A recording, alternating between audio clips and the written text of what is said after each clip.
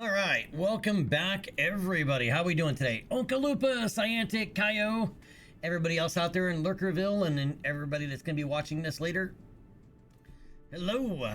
So yesterday we did a 12-hour stream, and my back is like, why did you do that in a broken chair? So my back is not happy about that at all. Wait. Yeah, so between all the mosquitoes, because I was getting attacked by mosquitoes, my back was killing me yesterday, by that point, and I'm just like, oh man. And then add to the frustrations that, the game being frustrating.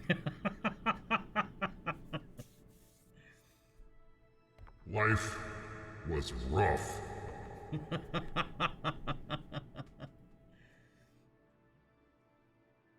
Oy. Okay, but today we are going to be doing episode 4 of our UnKerbaled Start Career. So let's jump in, shall we?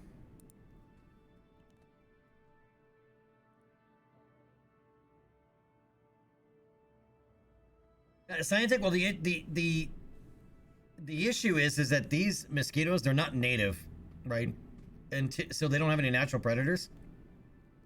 But they also don't give a shit, right, about like repellents, like mosquito repellent. It doesn't matter. Irrelevant. Right, citronella candles, the little coils that you can burn and get rid of it. Yeah, these don't care.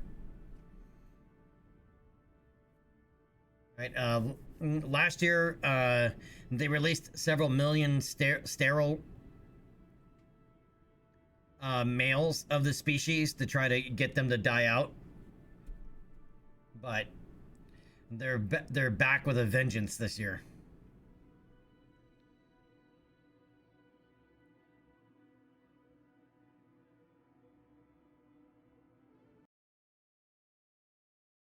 Now they showed up sometime around like 3 years, maybe a little bit longer ago.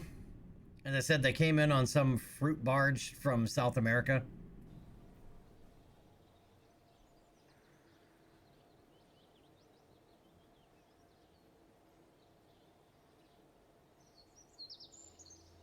Okay, so where were we at here? Man, I still can't get over how good this looks.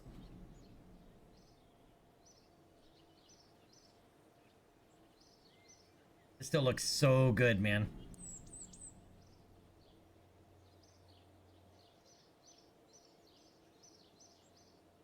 As I said, most mosquito species don't survive here because it's too dry and too hot. These thrive in it, and it's like, oh.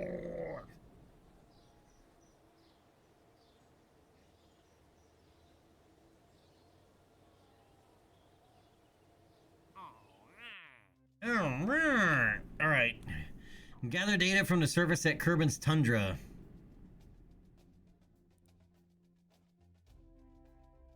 We need to complete this contract. We got to put something splash down in the water.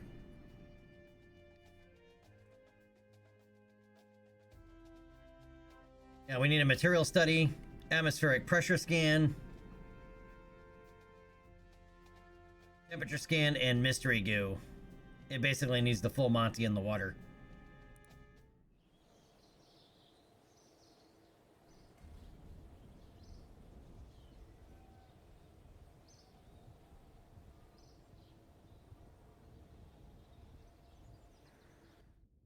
Can we make a seaplane? Yet. Get away from me, you little bastard!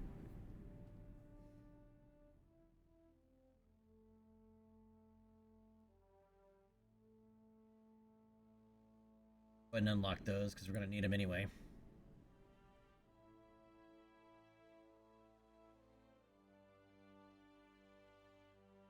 Helicopter! Helicopter! Helicopter!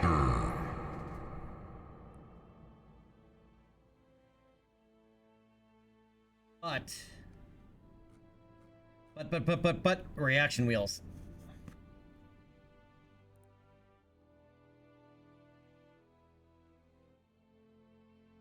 I need either that or that. But I also need that. At some point. And to do the helicopter, I need the reaction wheels. Otherwise, we won't be able to have fine control.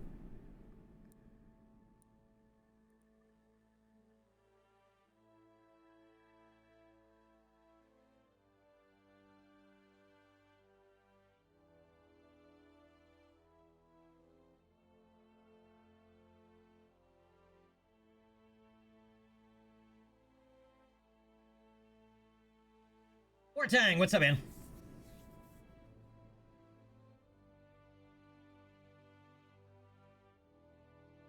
Do I ever make smaller ships as models to add as decor on the outside of other ships? So the actual ship looks larger? Not necessarily. No, not in general. I mean, if I make a boat, it may happen. It could happen through happenstance. Right? Like you're landing a helicopter on a boat, or, you have a boat picking up another vessel. Right? Or at one point, a long time ago, I made, some type of an aircraft carrier, so you have the little airplanes on it. But yeah. But just to put one on it, no, not necessarily. I guess basically what I'm saying is... It's not me, it's you. So what's going on, Wartang? How you doing today?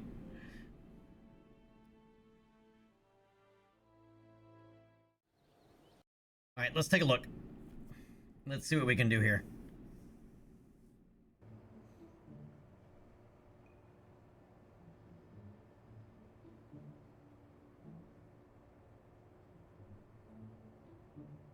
$26 grand.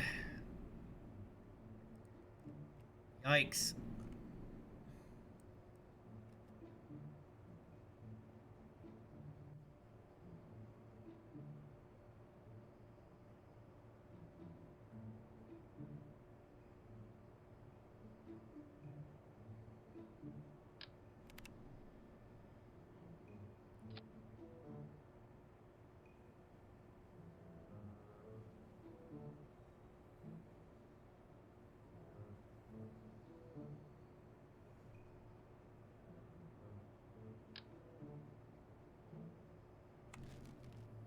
Nas Wolf, what's up, buddy?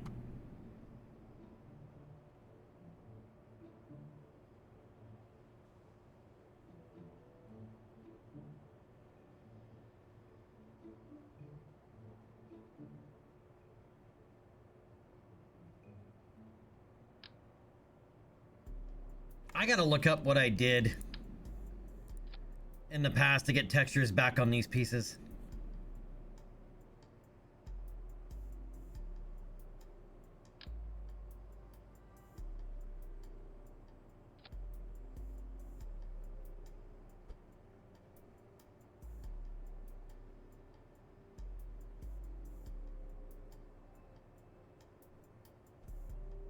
That's too far.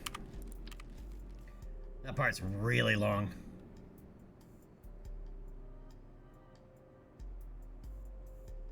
Hold on, let me try that again.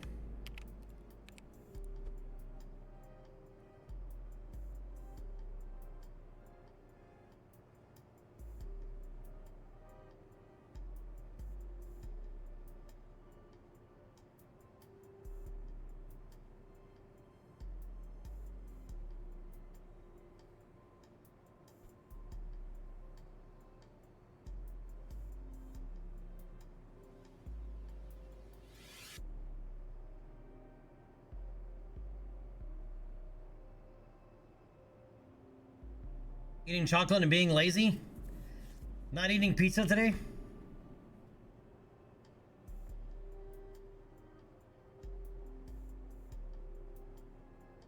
Well, that makes more sense then, Wartong. If you're doing Star Destroyers, of course everything's gonna look tiny by comparison.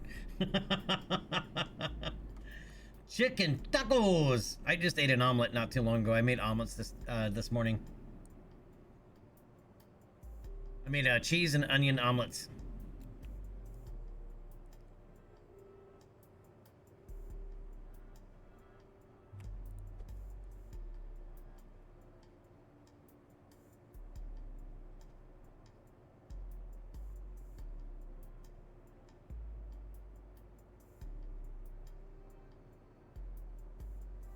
That actually kind of works.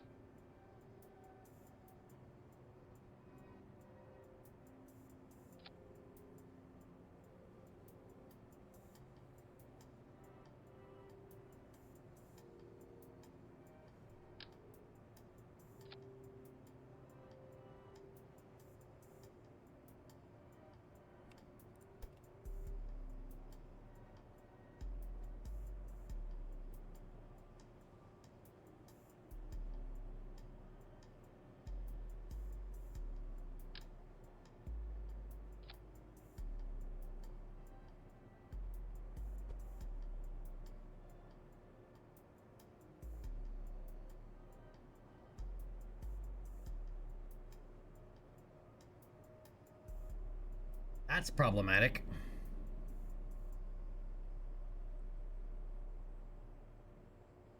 That's very problematic.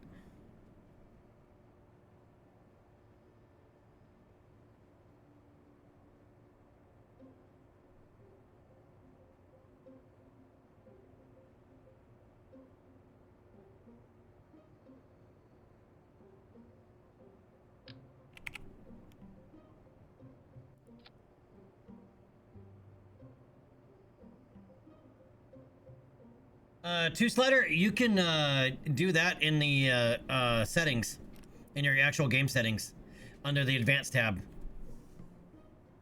You just go to science rewards and you can turn it down. Or up. But I do not recommend going below 40%. Modded or unmodded, don't go below 40%. If you're playing vanilla, like, or unmodded, or completely unmodded, at 20%, you'll lock yourself. You won't be able to go anywhere.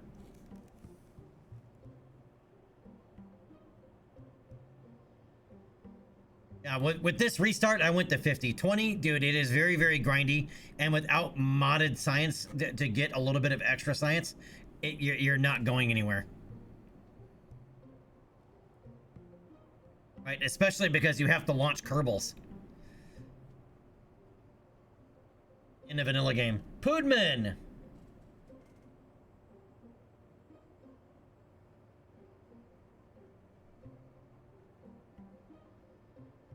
Poodman? Nope, I did not. What's up, Poodman? How are you doing today, buddy? How is life in Poodman's world?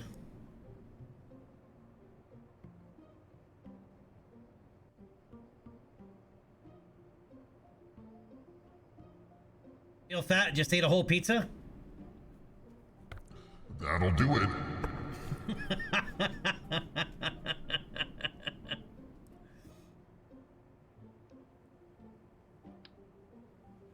Alright, I need the mass to come more forward. Or more back, rather.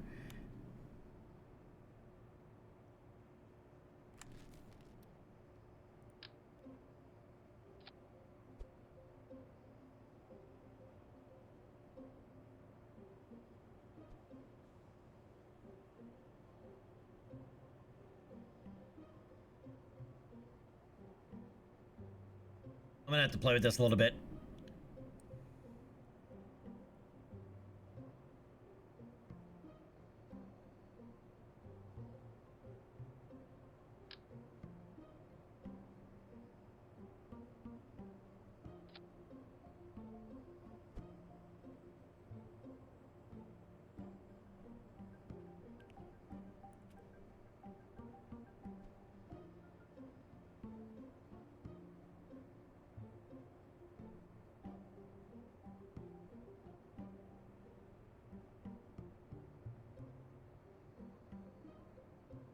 Oh, Poobman, have you, I'm assuming you must have. Shit, I gotta look it up. I can't think of the damn name at the moment. My brain is half out of whack after yesterday's stream.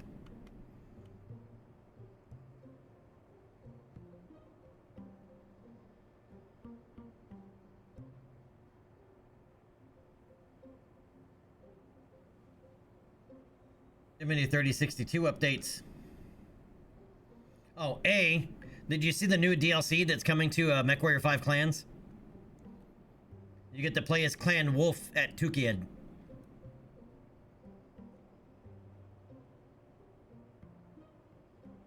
Oh, Hired Steel. Have you seen the Hired Steel videos?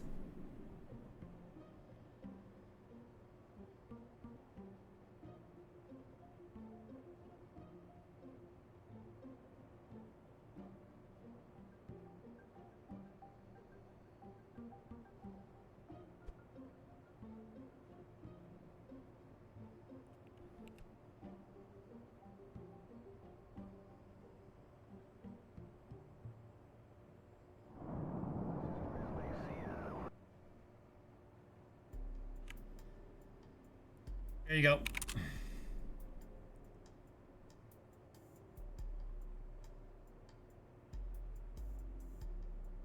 That's the recut where they take like I think it's like 3 or 4 episodes that are like 5 minutes long and turn it into one single 20-minute video. And also, Poodman, aren't you the one that told me before how to fix this?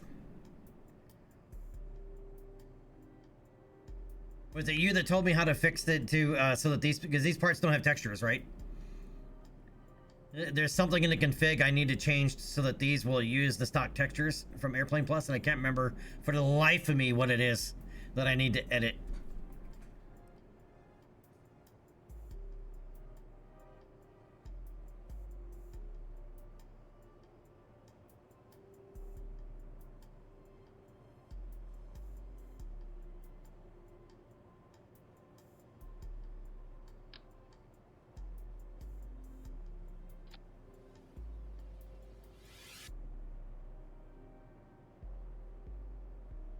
And yep, I'm aware the rotor cannot go there. The rotor has to go in the center of mass.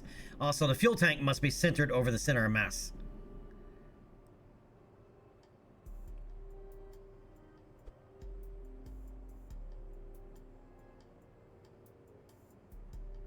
Which means bringing that up to like there.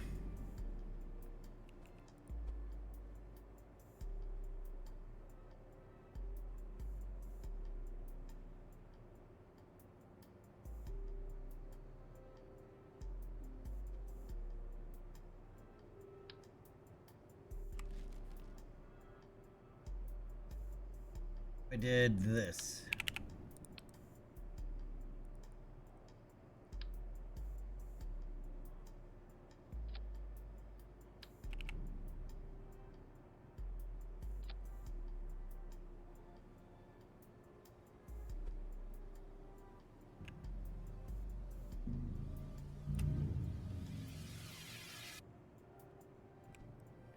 It looks weird because it's so far forward.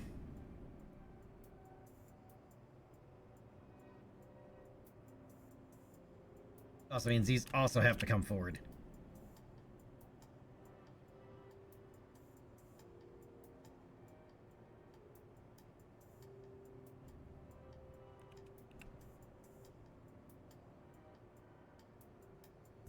That's what it is. Whitelist, depart, and restock. How do I do that again?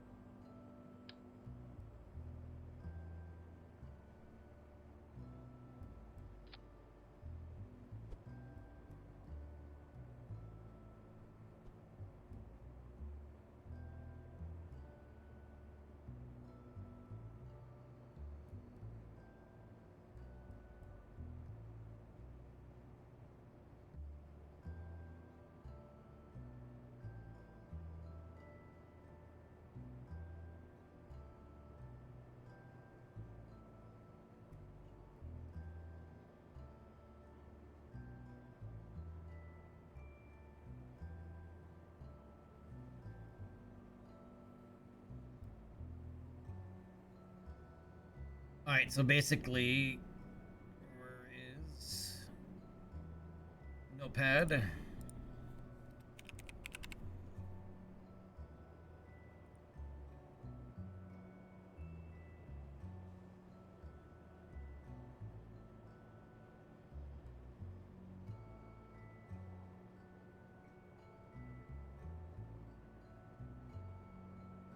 This one is a short tail connector B in Airplane Plus, but there's a couple of parts, right? Short tail connector B. A also has it, the thing. That one's fine.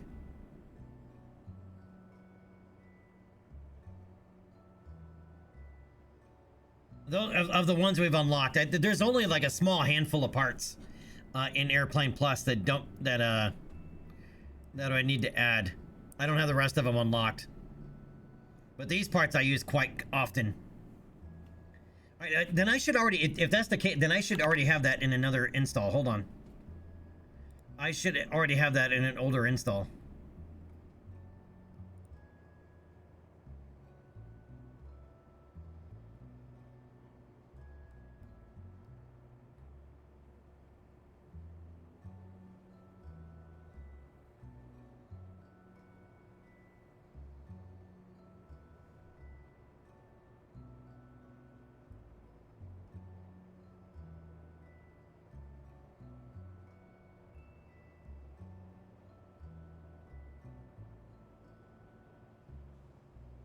Okay. Where is it?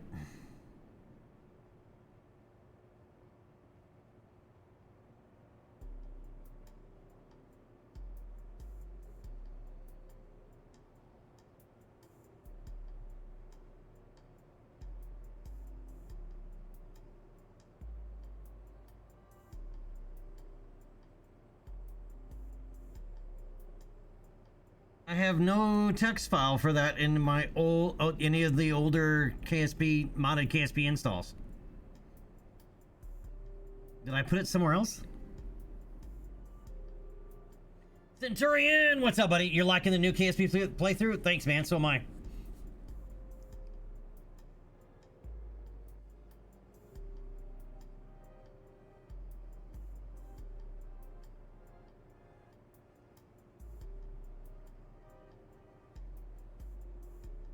I'm not filtering at all. I was just looking, but did I put it? Because I already have to have it in an older install, right? Because I've done it before. Did I put it in restock?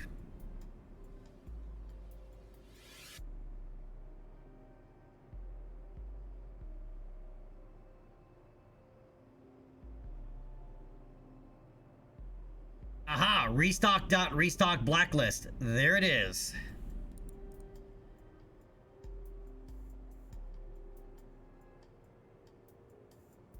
Holy crap. There is actually way more parts than I thought there was. No, that's not it. That's not it. That's something else. That's all the old shit. Never mind.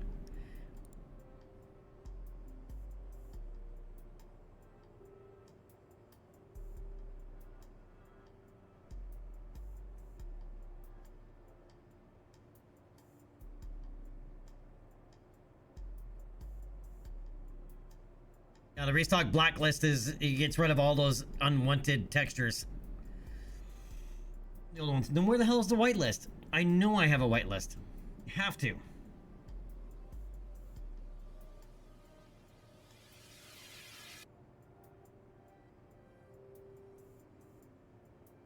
Did I put it in Airplane Plus?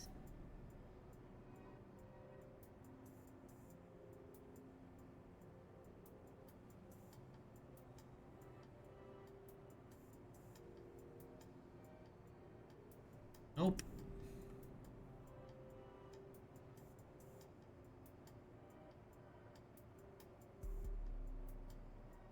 Entomologist, what's going on? You got a Marine Corps ad? How do they know you actually passed the ASVAB? Targeted ads, yep.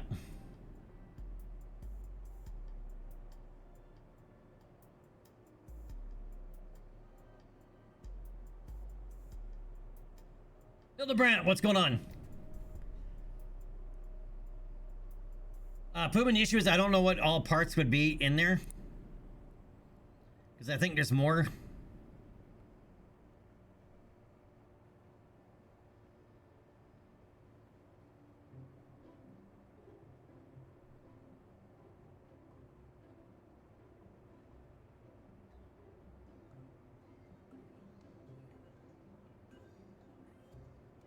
That was a long time ago, though, dude. You literally... That was 5 years ago, man. Onka, that was 5 years ago. They didn't fix this?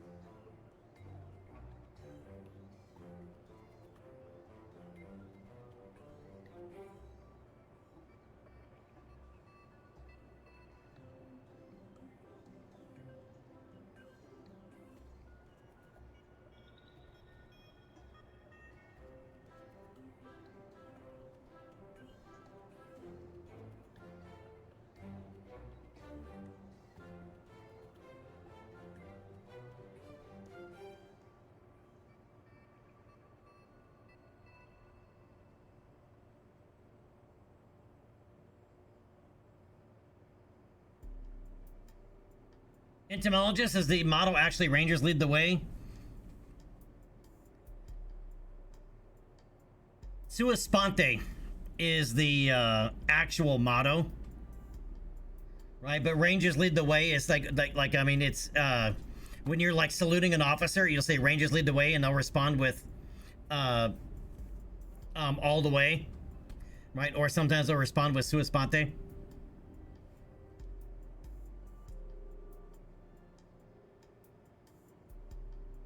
Most of the time it's Rangers lead the way and then, yep, all the way. But Sua Sponte is the actual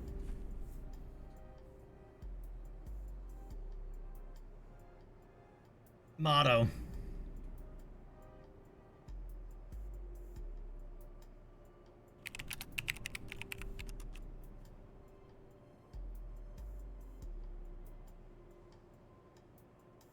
Right, and Sua Sponte is like of one set, like on your own type of thing.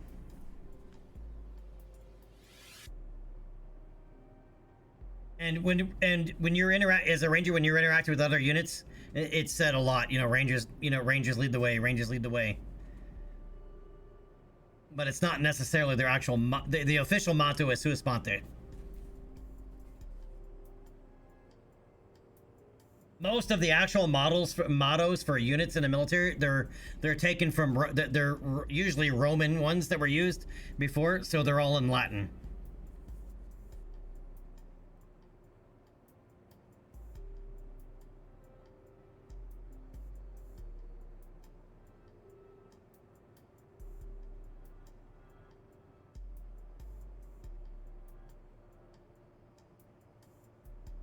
The only thing I did with bugs in the army is when I went through E&E school, they make you eat some of them.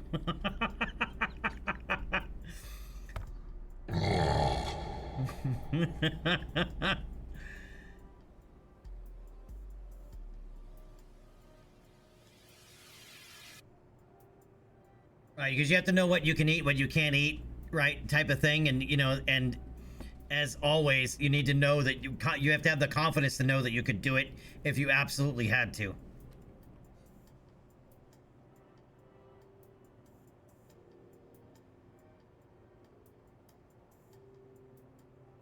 The Brett, God, I hope not.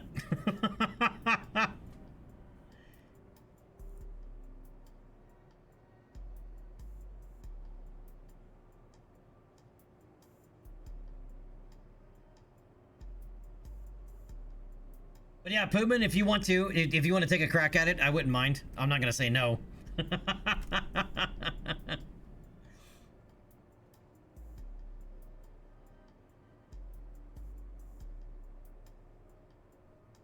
You don't have to eat like a meal of them, right? But they have like they had like an assorted variety out. You have to eat one. Right, and I can tell you this, don't chew it up, just swallow the fucker. Right, I took a small grub worm and, well, small, but it was like a marshmallow, like a fat marshmallow. But yeah, don't chew them up, just swallow them.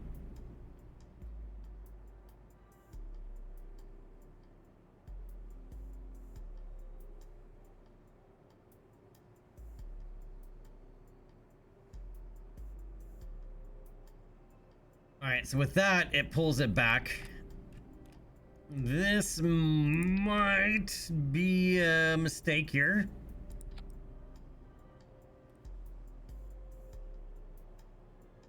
So, entomologist, when were you in the army? I don't want to use that, actually. I want to use a different piece. At this point, I was in a long time ago.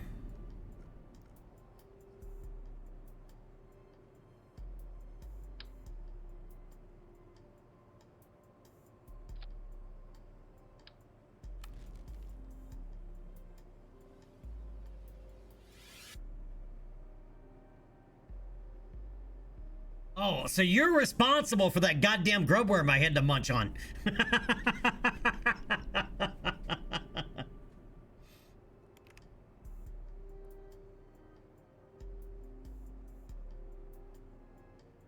Gracias, Poodman.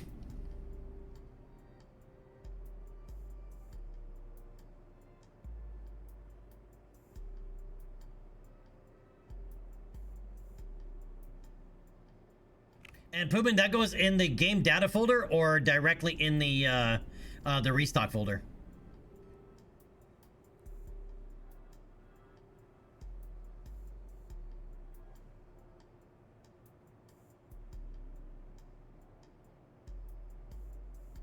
No, if I ate it, so did you.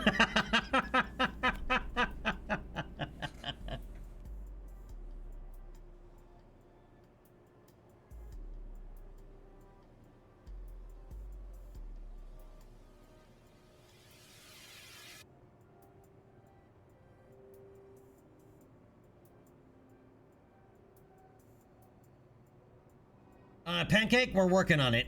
We're working on it. Oh, you made a boo-boo. Re-download. Okay. And game data or inside the restock folder? I guess it really doesn't matter. I guess it just depends on what path it is.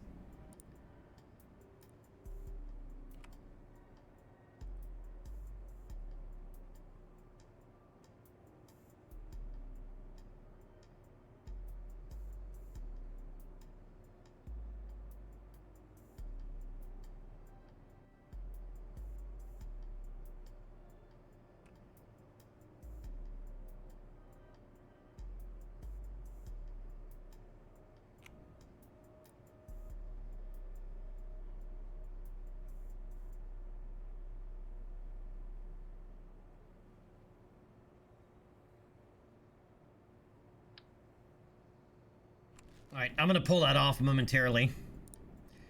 All right, let's save this. This is going to be KH1 Alpha. Save it. Leave the editor.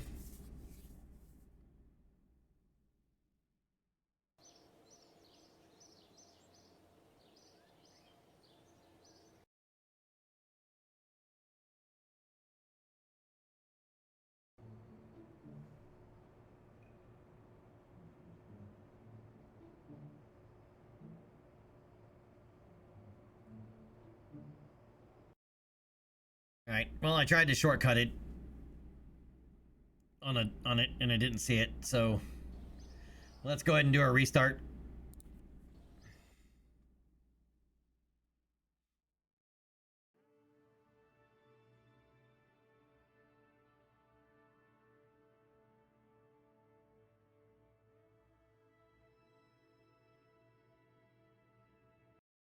Some things you add, like, I don't know about that one specifically, but I know some other, like, configs you can just toss in there even if the game is up.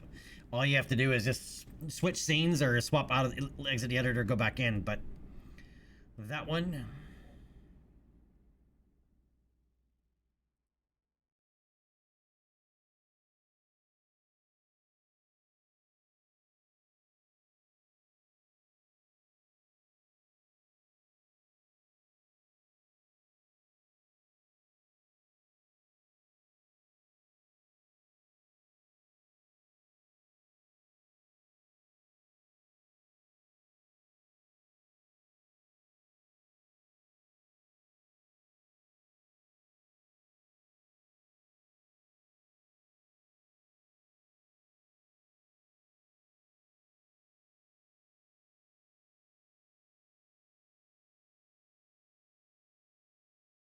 All right, I added it to the whitelist.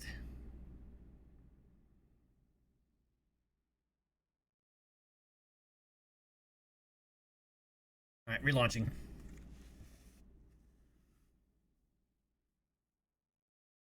I just put it inside of restock just so I know where it's at.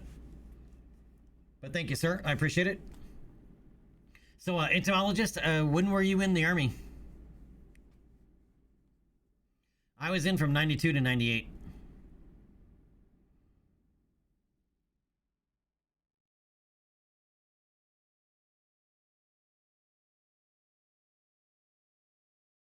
Thanks, Poopin.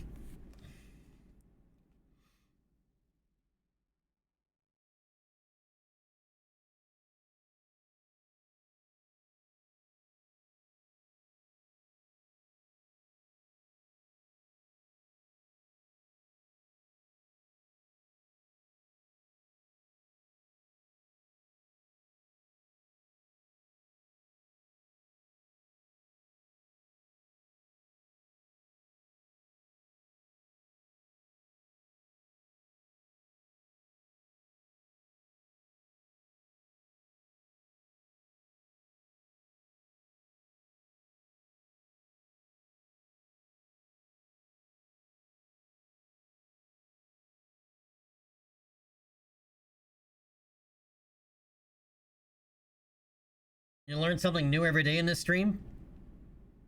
Most of it's probably not positive. Of not the positive variety.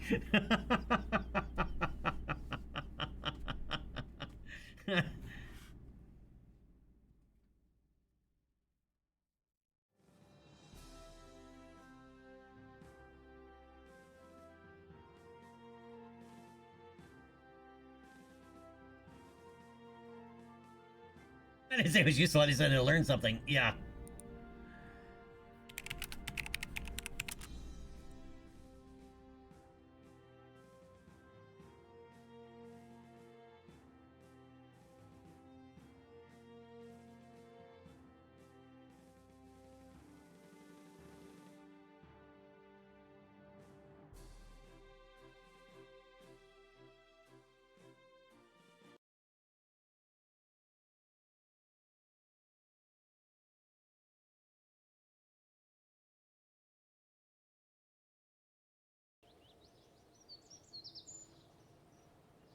Mosquito sit technique that was done with drones?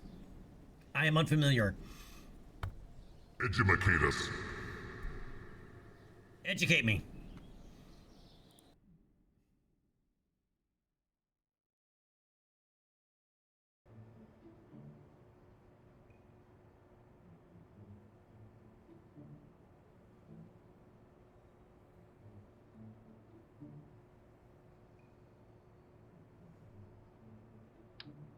Ah.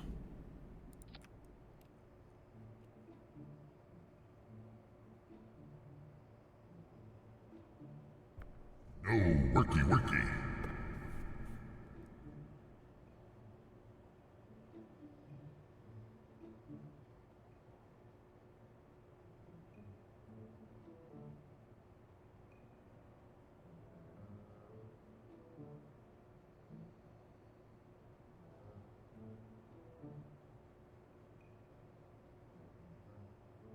Oh, yeah, okay.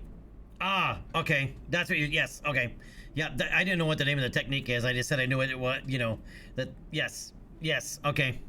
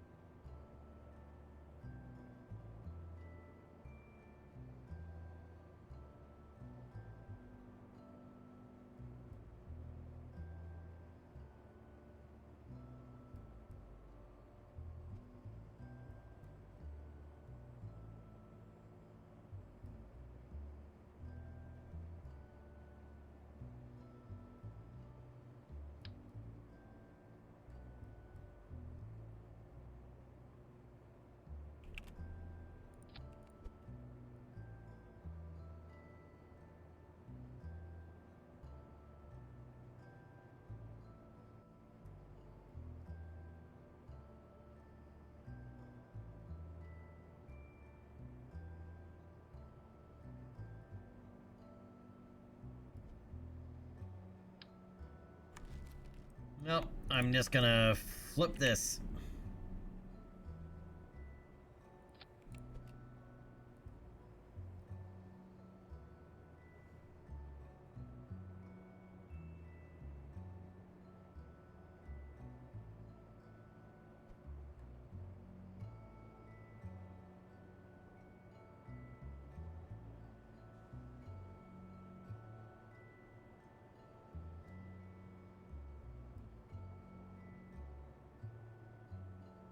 Technically, you can do this without a reaction wheel. It's just you won't be able to turn, but you can compensate. Actually, hold on. Let me think about this for a moment.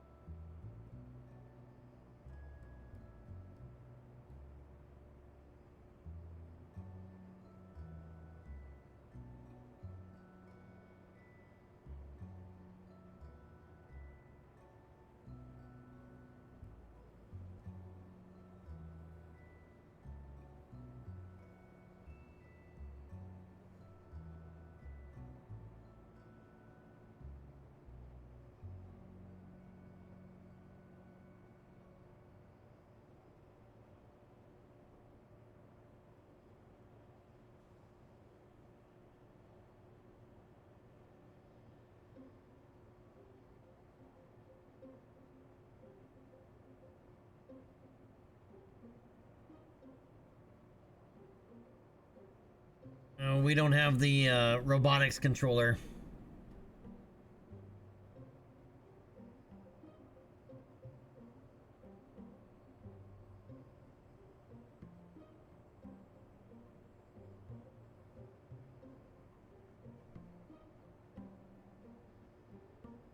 It's gonna require a reaction wheel. Pudman, yes. And Airplane Plus things, which is something that Jada Mar added for twig scale stuff to keep it separated, you know, for directly from Airplane Plus.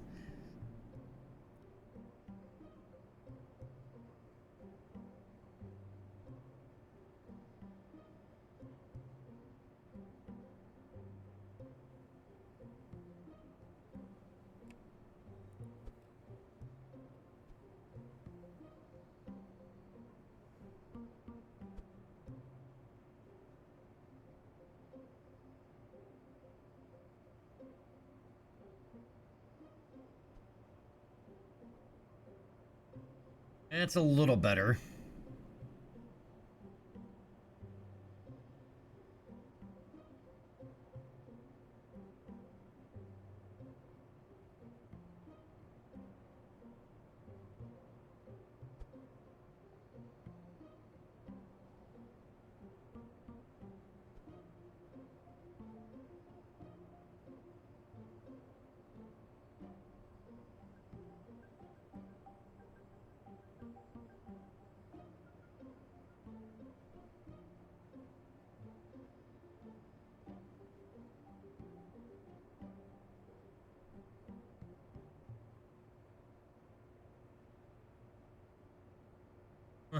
Oh, adding the Kerbal changed the center of mass.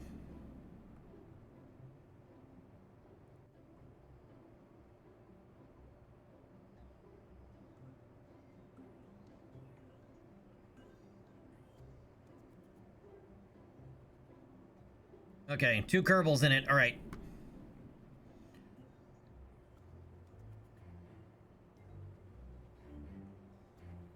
All right, this is a simulation because this is probably not going to go well because we really don't have any control over the helicopter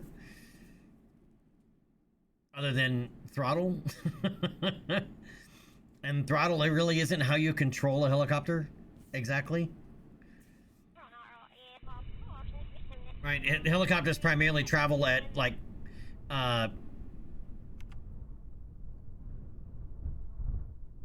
anywhere from like 80 to 100%. Like they're always like, unless they're sitting at idle on the ground. But even like in flight, they pretty much stay at a constant throttle.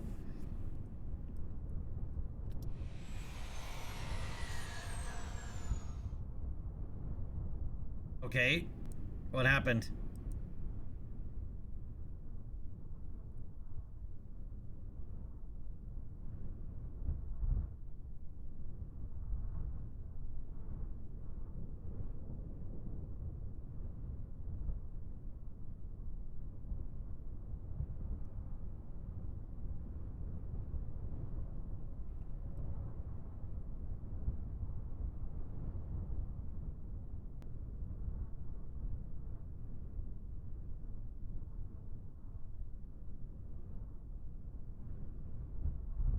Oh, I need an air intake. Duh.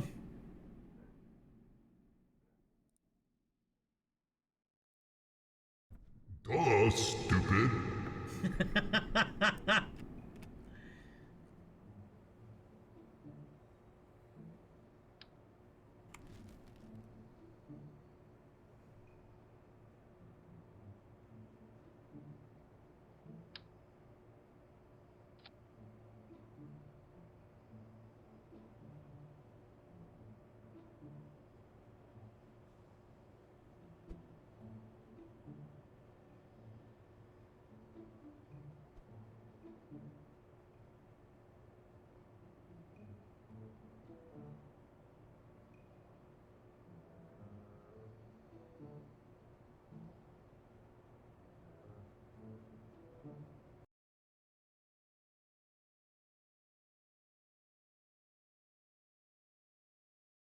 And I forgot about the individual controls that it actually has in the part action window when you're actually in flight mode.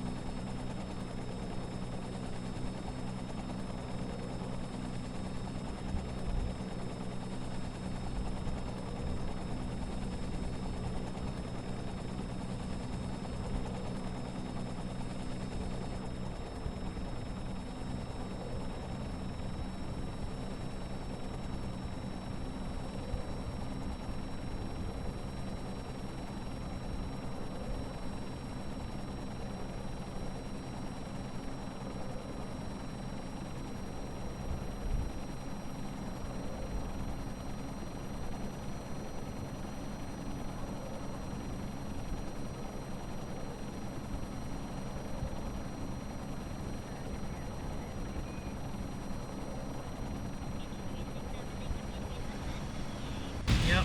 As I said, this is probably not going to go well. It needs a reaction wheel for additional control.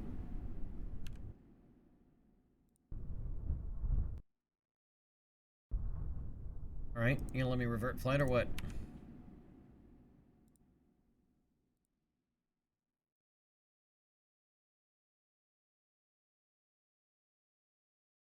They survived? Yes.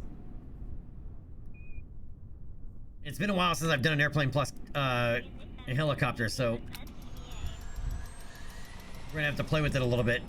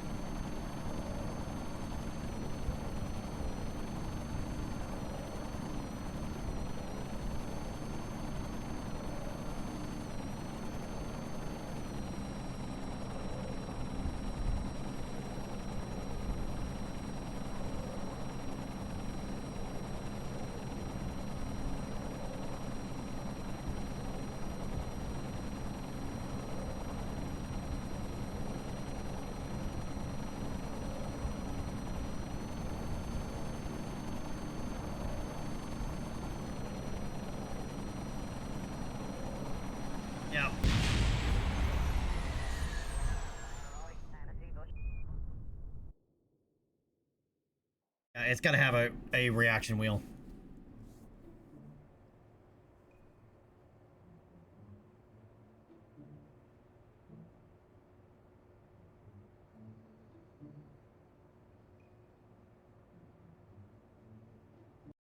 All right, let's head back over to the editor.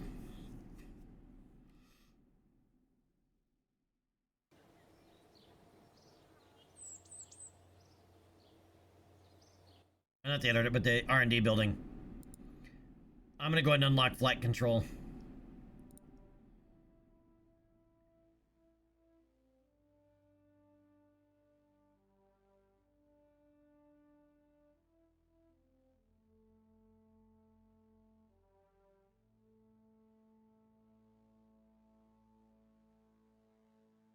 And let's go ahead and unlock that reaction wheel and that one.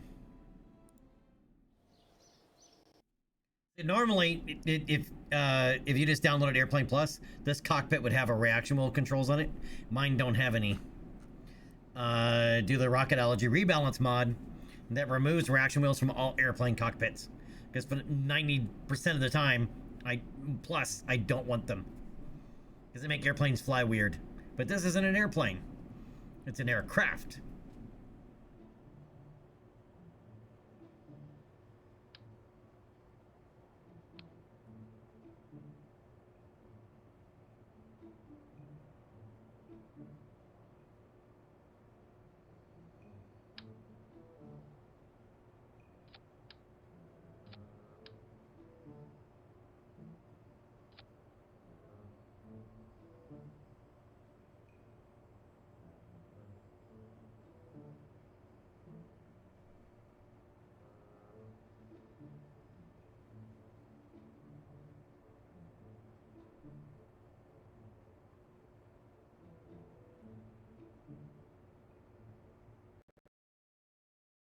Okay. See if we can get this to work. Then we can put pontoons on it and make a Bravo version that can actually land in the water.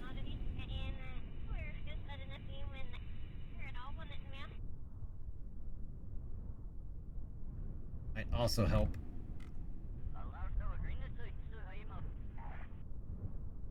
If I do something like this, even though...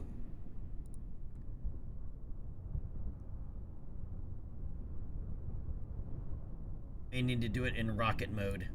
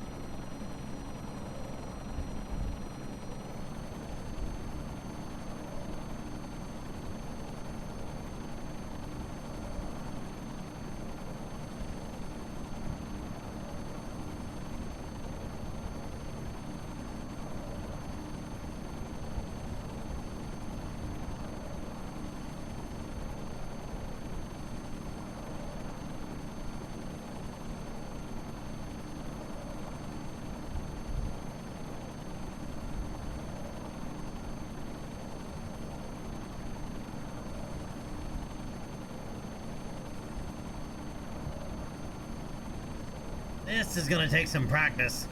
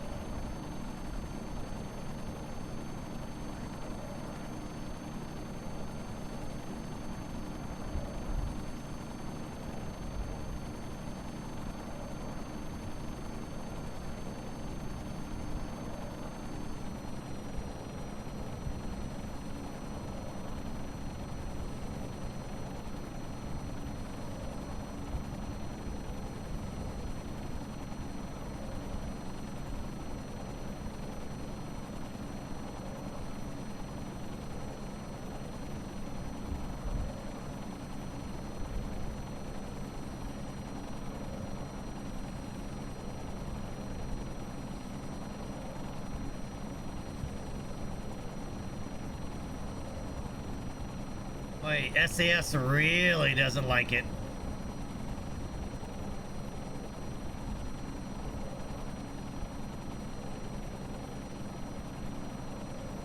SAS really doesn't like it.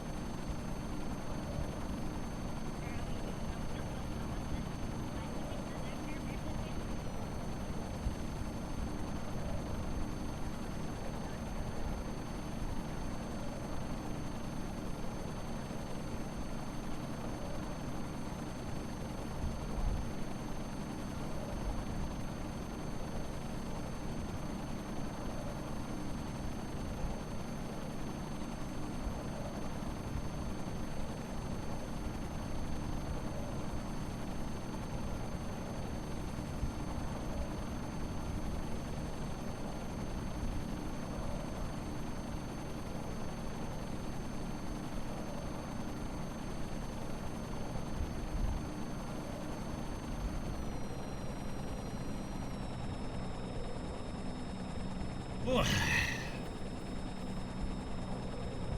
This is gonna take some mega practice, and boy, these engines are sucking down fuel. Or engine is sucking down fuel.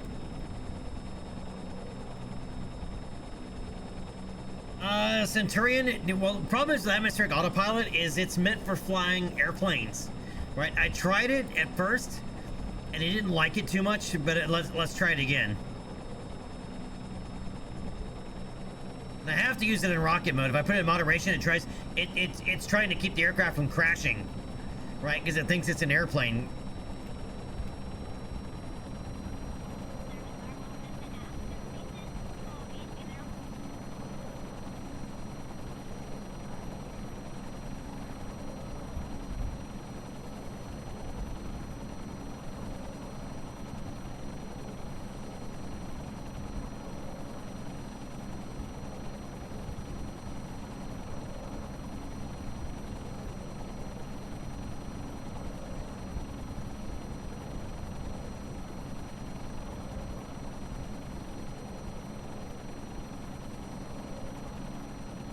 Yeah, there's no ground effects in like a helicopter in ground effect hover.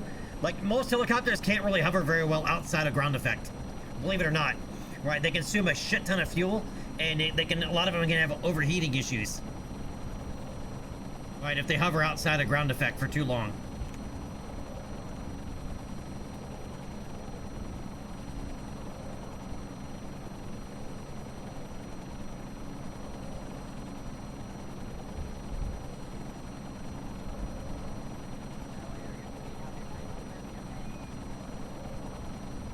Let's turn rocket mode off and see what it does. And a very small amount of throttle either has us going up or going down. It's, you know. And Airplane Plus also works best without reaction wheels.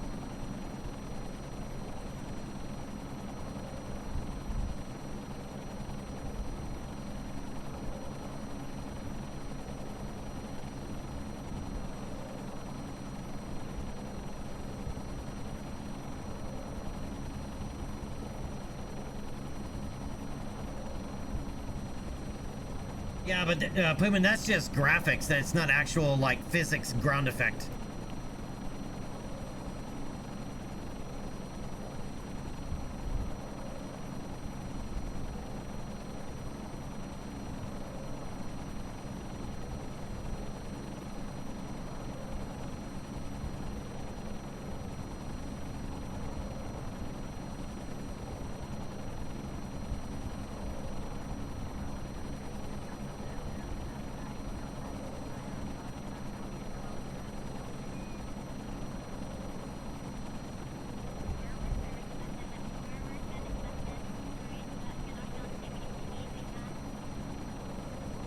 And the worst part is I have to use throttle as collective.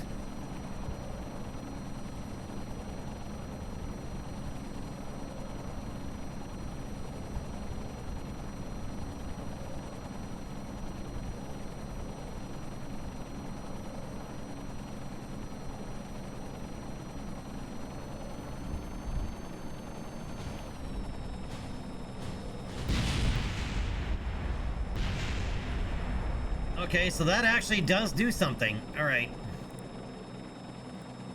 Yeah, we're still simulating, just FYI.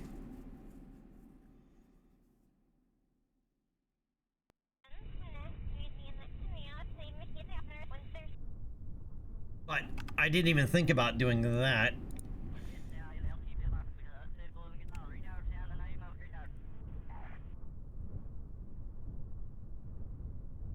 Because I reduced this RPM down, and it we started going down, even though we're at full, you know, I went up to full throttle. MGB, what's up, buddy? Get to the chopper.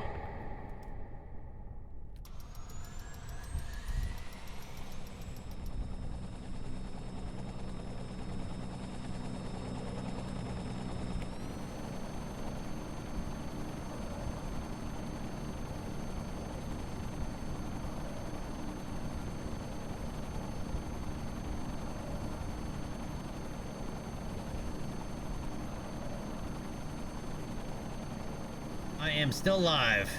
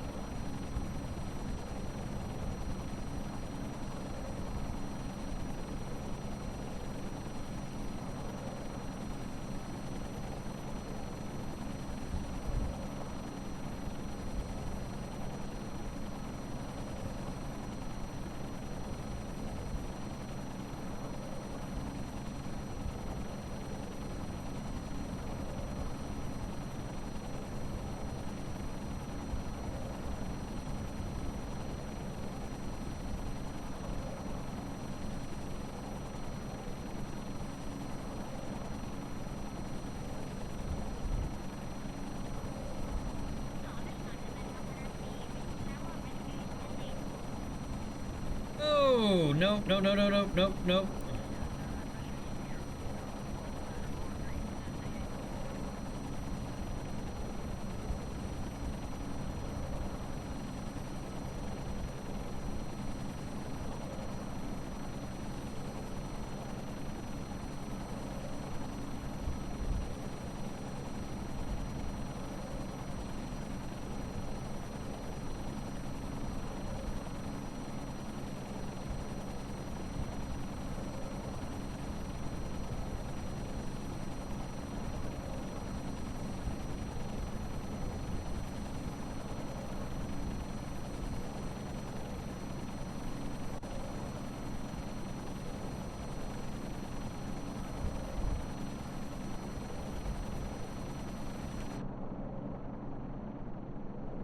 Bill doesn't like this.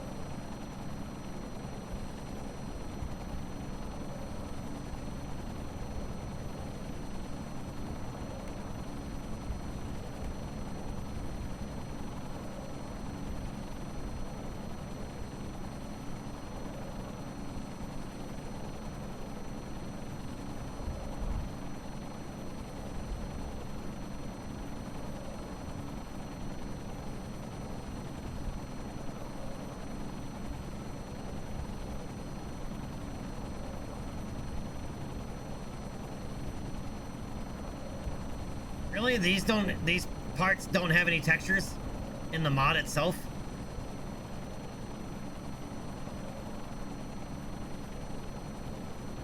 Interesting.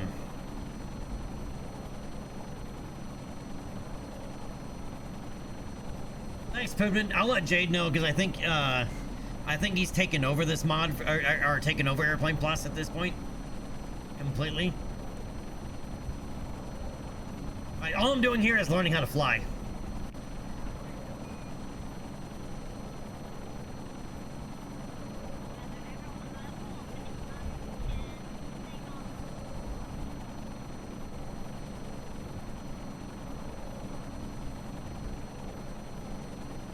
MG, yeah, this is Airplane Plus.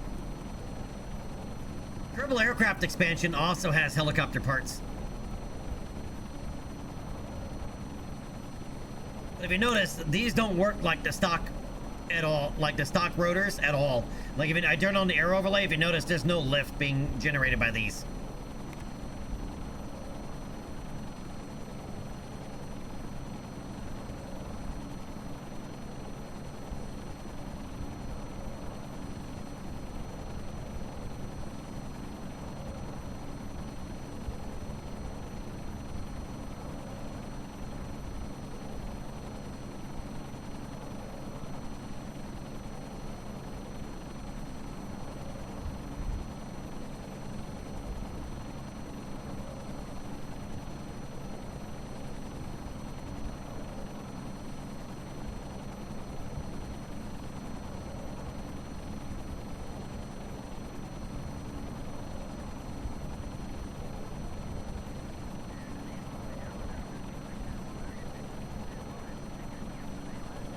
I'm gonna have to get rid of this. This has to go. It's generating downforce only on one side of the helicopter. And it's generating too much.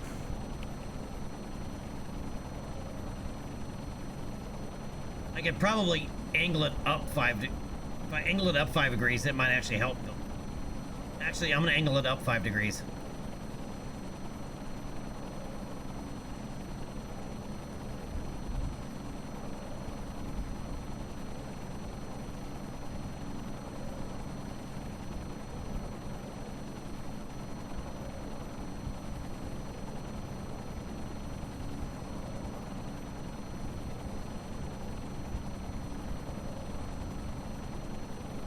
Yeah, Poobin, I know.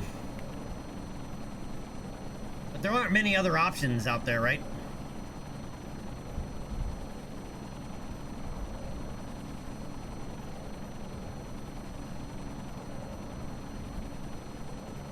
Oh, these don't have any generators on them either. We're chewing through electric charge because of the reaction wheels.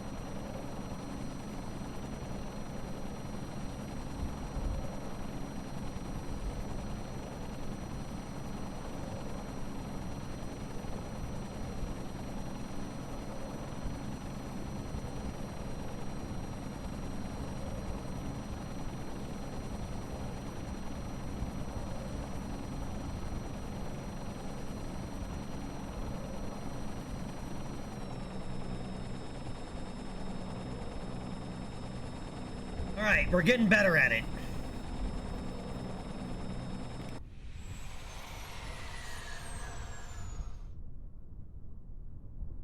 King Crab Meat, what's up, buddy? How you been, man? All right, we're getting better at it, but we're still gonna need some practice with that. By the way, can I mention how important Kerbal flight indicators is?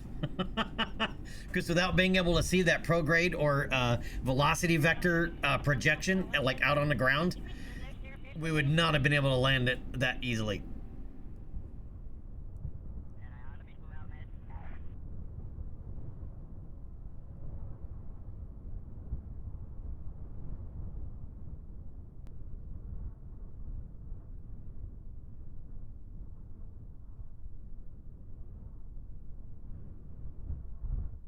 You know, that main rotor takes quite a while to spin down.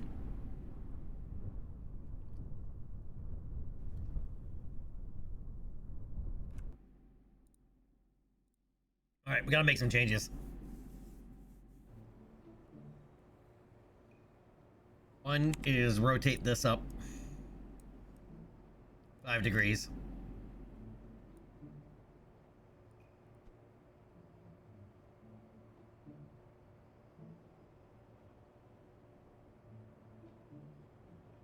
We're gonna need more battery.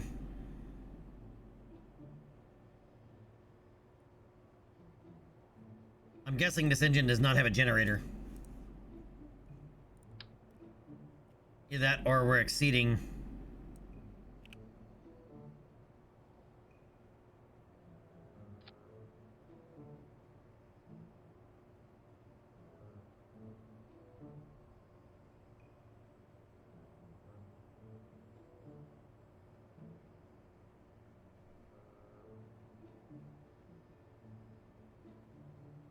Yeah, there's no alternator on this.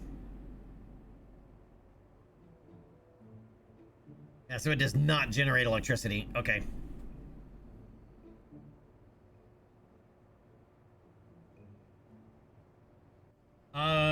You mean the vertical stabilizers? You mean the horizontal stabilizers? Yeah, look at the F4 Phantom. Look. F4 Phantom's like...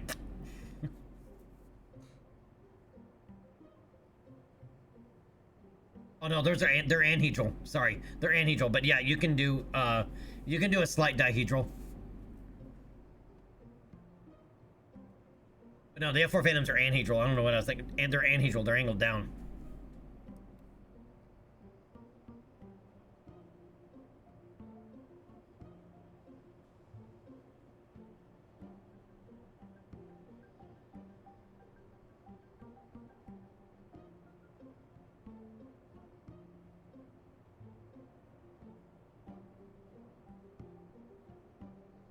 But I have made some airplanes with the tailplane slightly dihedral in order to bring the center lift neutral at the center of mass on some aircraft designs.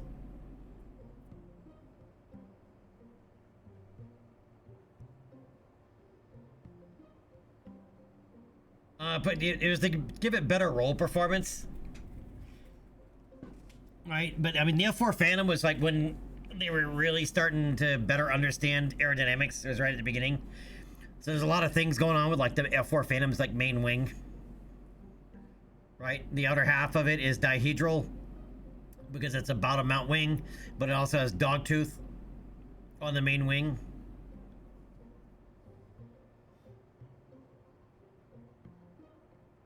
Yeah, it's just the F4 Phantom was kind of hyperstable in the pitch axis. I mean, it is relatively aerodynamic because, I mean, even with enough thrust, I mean, it's still, you know, hitting Mach 2. Right, you still have to be fairly aerodynamic to do it. It's not just, you know, you're a brick. But yeah, I understand the phrase there, Napsmore.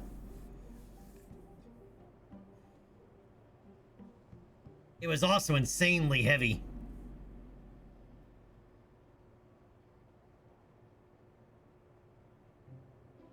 It did not like the dogfight. It was not a very good dogfighter. Right, the F4 Phantom is primarily what launched the whole fighter mafia, you know, mutiny, whatever you want to call it. But they were right, because most of those airplanes that came out of the fighter mafia still fly today. F-15, F-16, F-18, those all were born from the fighter mafia. And they all have insane combat,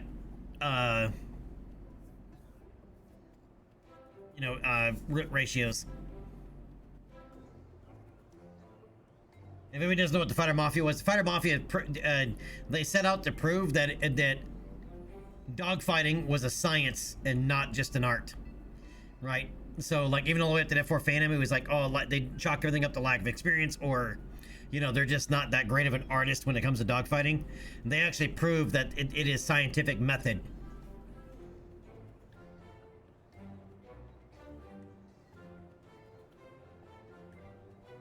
Right, they literally broke dogfighting down to a series of formulas.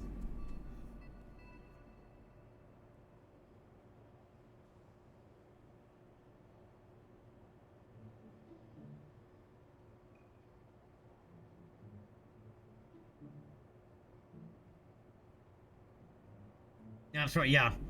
Because they had a higher thrust to weight ratio than the MiGs they were going up against. They just didn't have the turn rates. And a big part of it was mass. I got a big old fat ass, so I got lots of mass.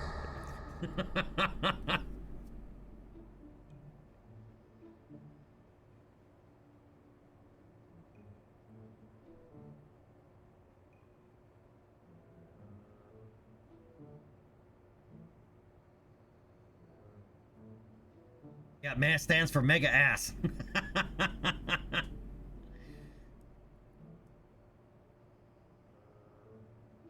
Speaking of which, though, for anybody who plays DCS, the F4 Phantom, I don't have the F4 Phantom module, but I've seen a few people flying it and everything. It is incredibly detailed. And it also shows that, because the F4 predates center mass, and it's the old school, it's the old way of making airplanes and designing airplanes by making them very stable, all that stuff. You know, and so people in DCS are realizing how hard it was to fly. Right, and basically you take the Tomcat, because the Tomcat was designed the same way, but they took a little bit more of what they learned from it, but it wasn't Fighter Mafia yet. Right, because I have the Tomcat in DC, and I can tell you the Tomcat is not easy to fly. I mean, it's like arguing with a drunk Nick Nolte.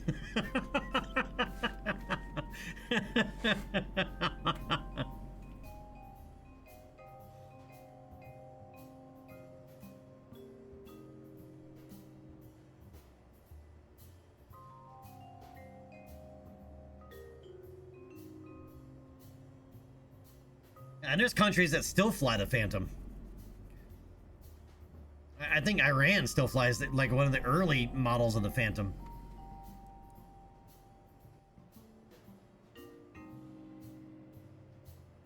But yeah, in DCS, the Phantom is even harder to fly than a Tomcat.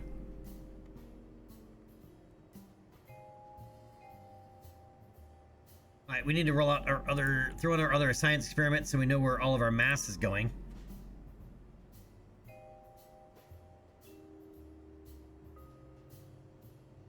Centurion, no. They've had to, well, possibly. They could be getting from other countries that still fly them. But they're few and fewer flying them. But they've also had to sacrifice several F4 Phantoms for parts, salvage for parts. And they've also reverse engineered several parts. Right, just like Iran still has some flying F-14s.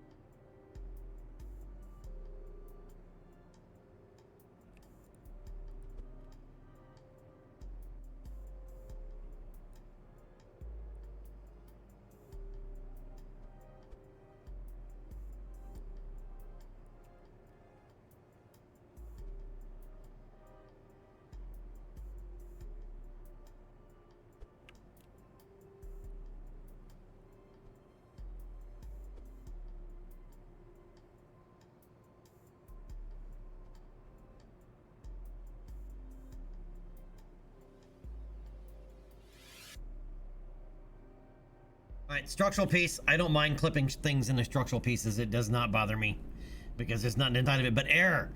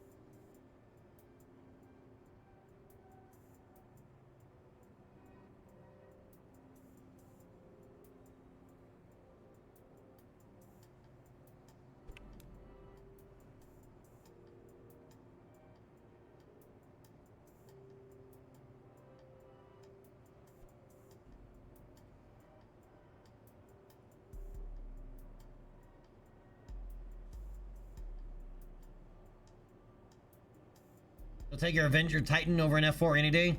I like the Titan a lot. I'm really hoping that we get in like a more advanced Titan, like a Titan Mark II, so to speak. Even though I think the Titan that we have, the Titan that's in the game, is already a higher mark number, you know, by lore. Like for example, the Connie, the Constellation, is a Mark V, right? But like, where's like a Mark VI, so to speak? Oh, and the dates are out for IAE for Star Citizen. They're from the 20th to December 3rd. November 20th to December 3rd, and there's also a free fly.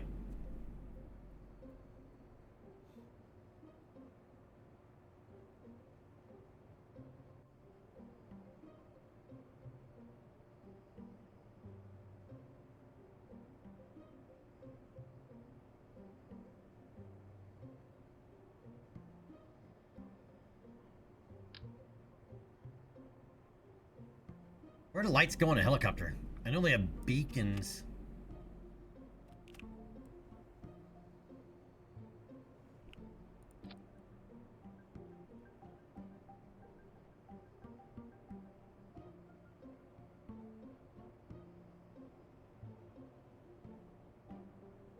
Where do they actually go on a helicopter? I actually don't know that.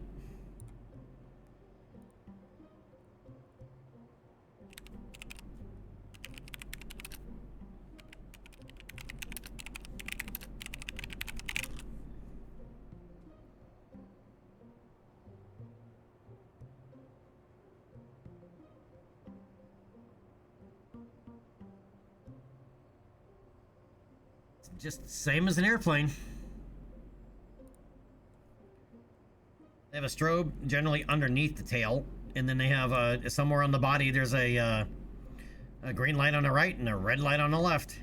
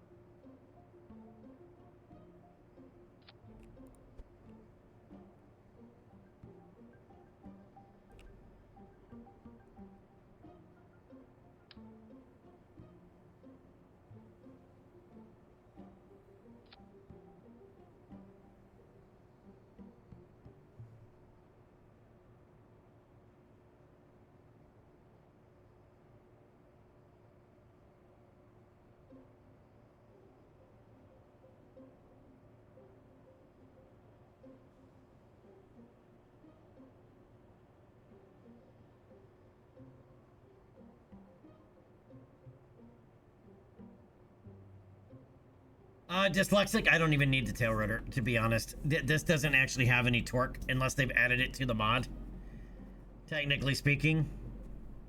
There's an advanced flight controller. It's a different mod that you can use to actually tweak this stuff. You can also use the robotics controller.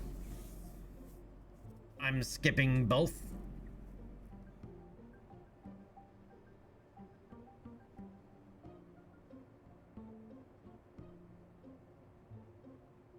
Right, technically speaking, the animation and the art is the only thing that makes this the rotor. As far as the game is concerned, it works as the same as a jet engine. Right, in terms of the game tech. Now, if you use the stock rotors, they do impart that torque, that rotational torque. But the stock rotors, dude, are such a pain in the ass to deal with. They're fun to mess around with, but they're a pain in the ass to use.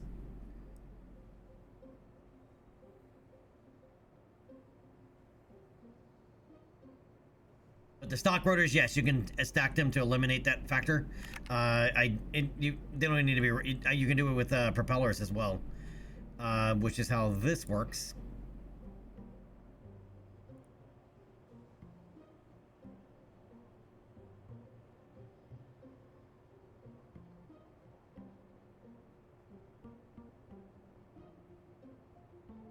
Right, this is a stock prop rotor aircraft. Or propeller aircraft, but yeah, they're stacked and they spin in opposite directions. Right, so they counteract each other's torque. Let's see how they're actually stacked.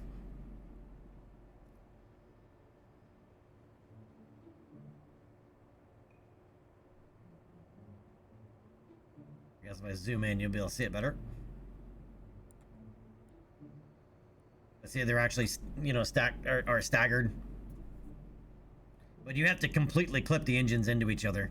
There's no other way to do it in the stock game.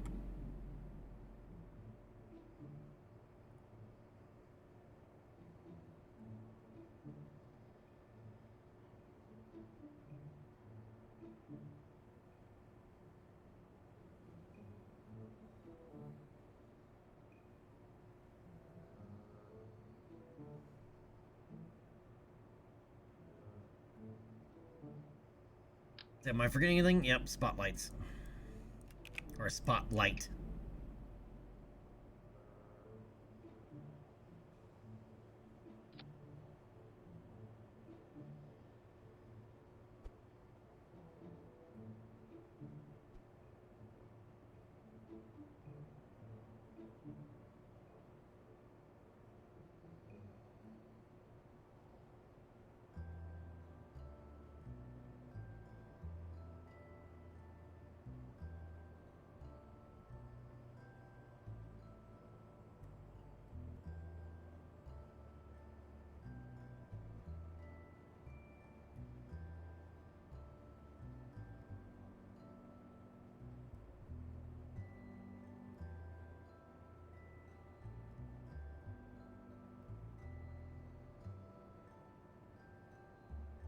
MGB, yeah.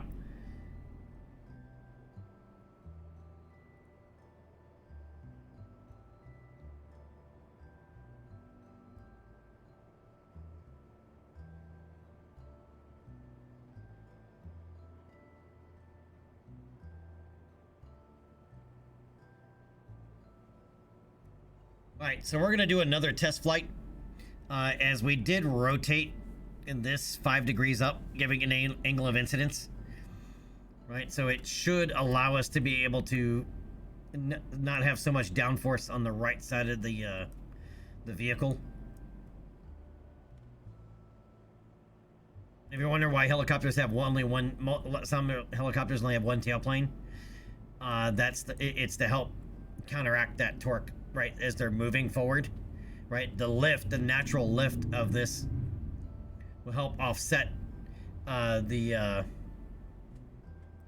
wanting to do this. So it's going to want to do this, which is what this controls, but this will help it with the wanting to do that in real life anyway. But we're going to see if it helps us be a little bit more stable in Kerbal.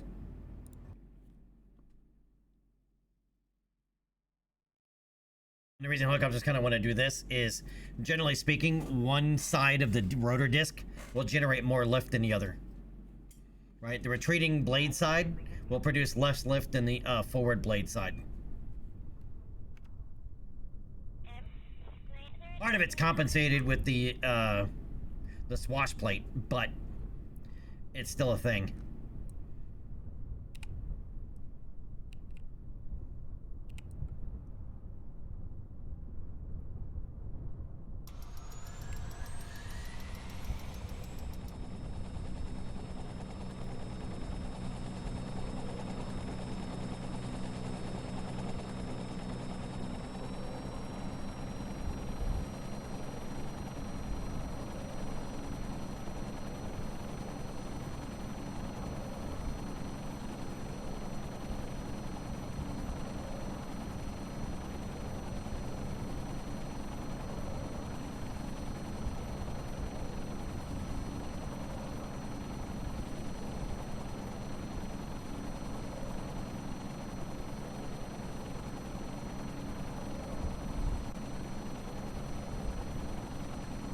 Oh yeah, that is much, much better.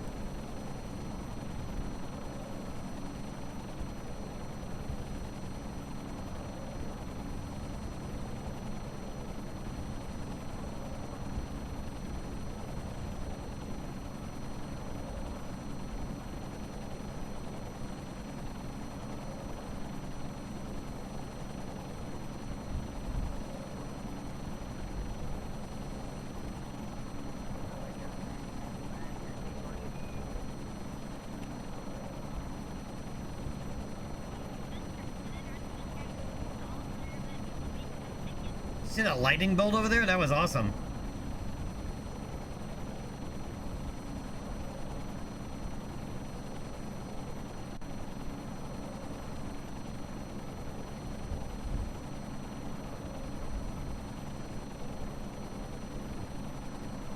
Oops. Yep. Nope. Nope. Nope. Nope. Nope. That's all bad. That's all bad. That's all bad.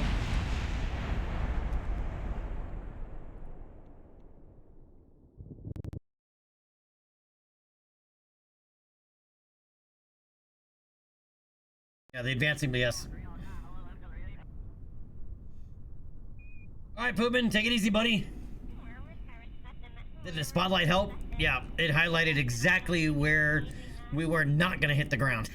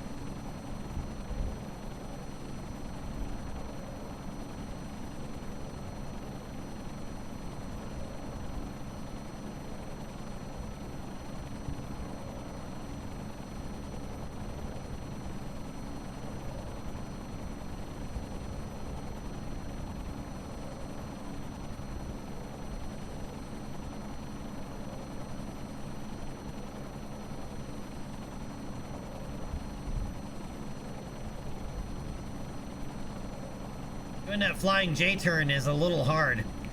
This thing doesn't actually want to turn that much.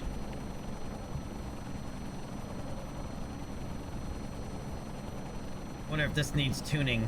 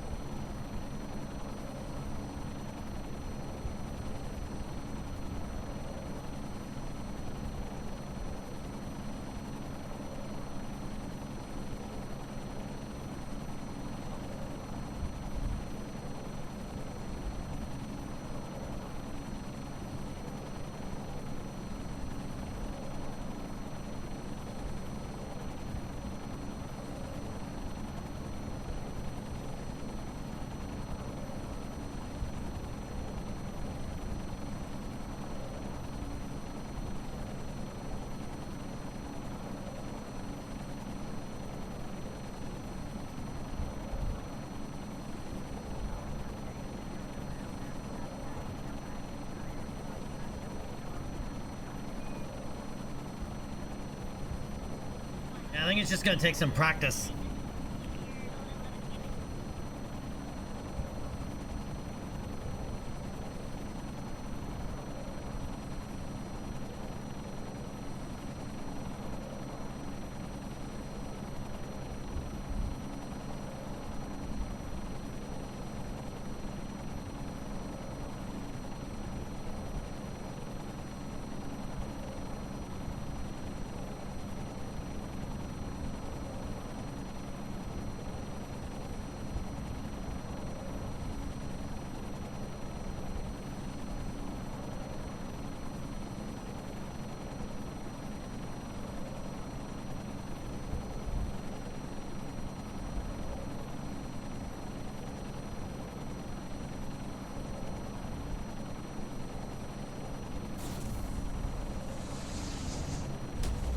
And Twitch is not giving me notifications.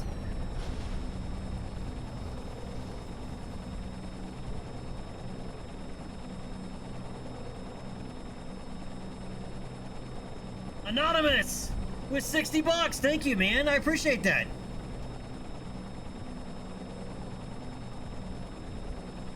I don't know why the notifications are all janky.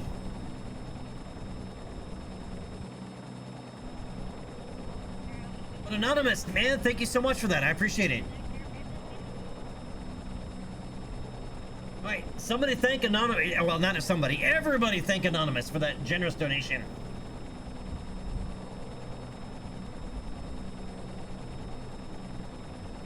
$360. We can. Oh wait, let me take these off. I almost. There we go, 360. I almost did that. Put my headphones on. That would have been all bad. Yeah.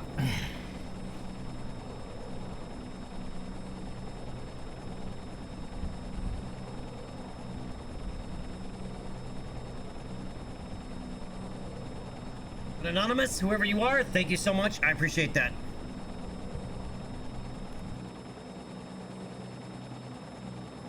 All right, let's bring it back to the hangar as it flies pretty good. Now we need to make a water version. We need to make a version that's gonna land in the water.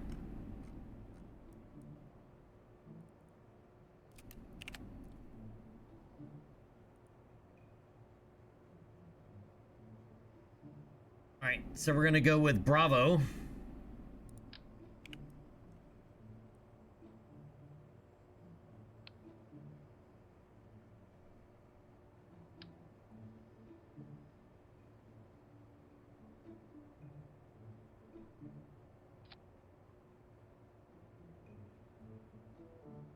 Except these won't have any fuel in them.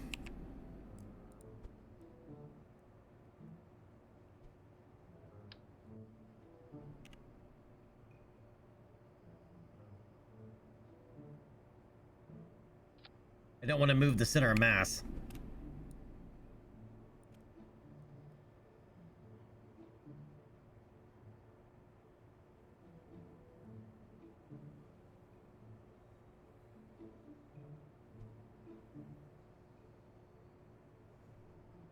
But that puts us past the, over the halfway point towards a chair that'll actually last a while.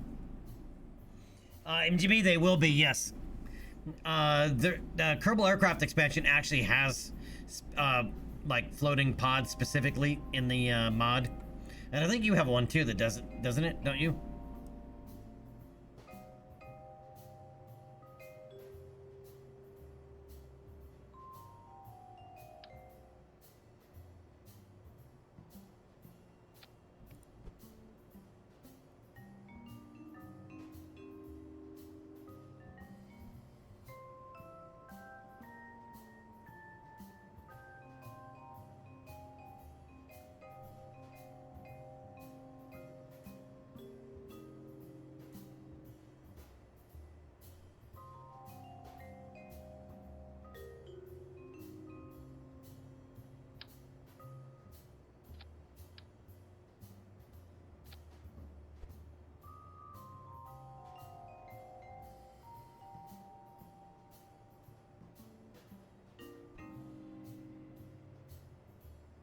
Now, the bigger issue with these is And actually, I think I need to go... I know what I... Oh, okay. I already messed this up a little bit.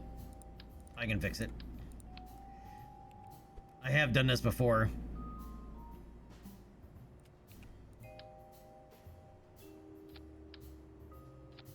It takes more than you think.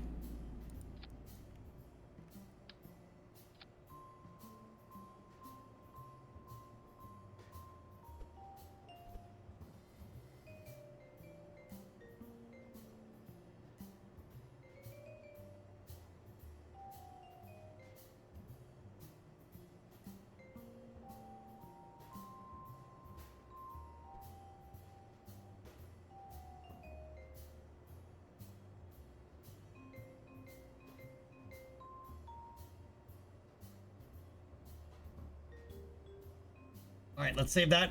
Okay. Guys, give me just a second. I need to go punch the bladder reset button, and I'll be right back. And then we're going to go see if how stable this sits in the water. Right, we're going to spawn it directly in the water at the harbor to see how stable it is. But hold on, thought. I got to punch the bladder reset button real quick, and I'll be right back.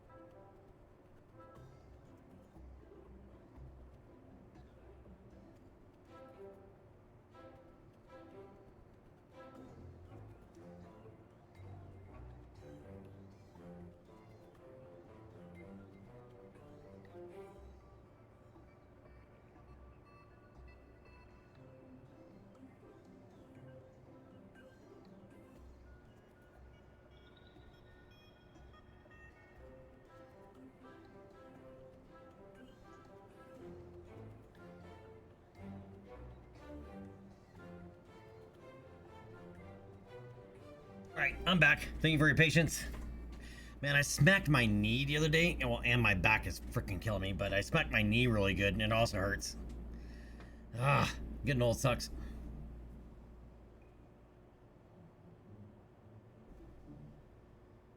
It takes forever to recover from anything. Quert, what's up, buddy? Okay.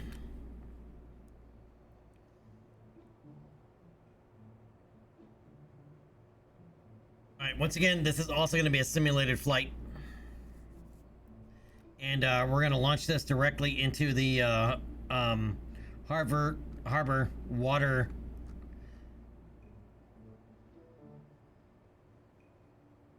Oh, I didn't unlock it yet. Well, okay. Shit on a biscuit.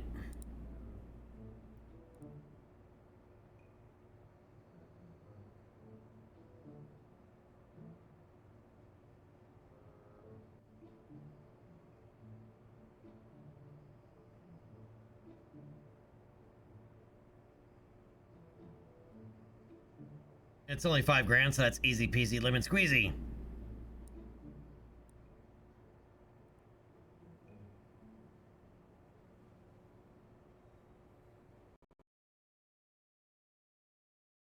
Dr. Pepper strawberry cream cures the elements. Yep, it probably can.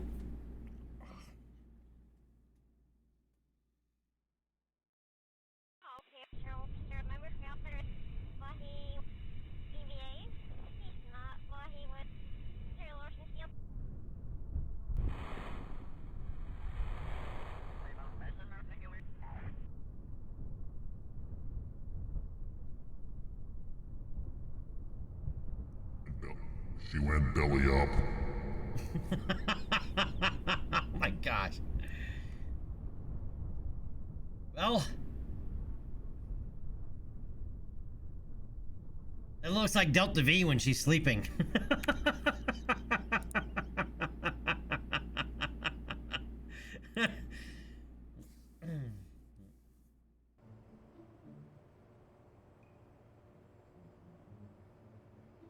Well, I have them empty. They may need to be loaded with fuel and then locked because we need ballast.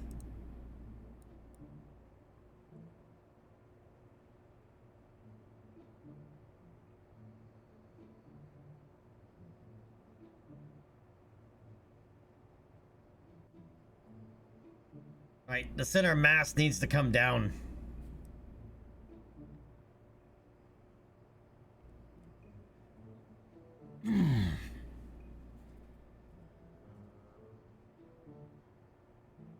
All right.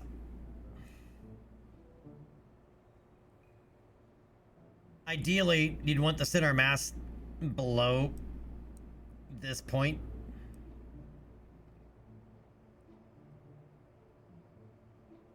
But the further down it is, the less likely this thing is going to flip over.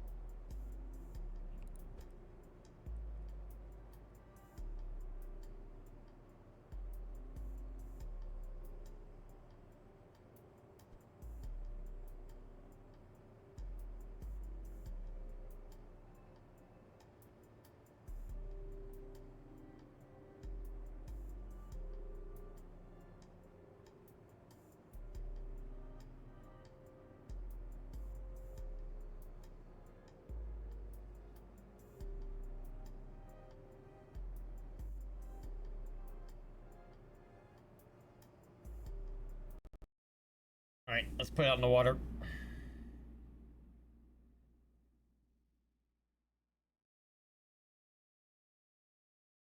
Yeah, but it's easier to add ballast than it is to raise the center of buoyancy.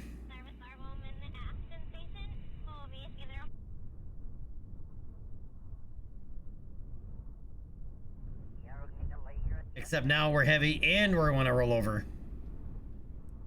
Because now we're going to sit with these full of fuel. They sit.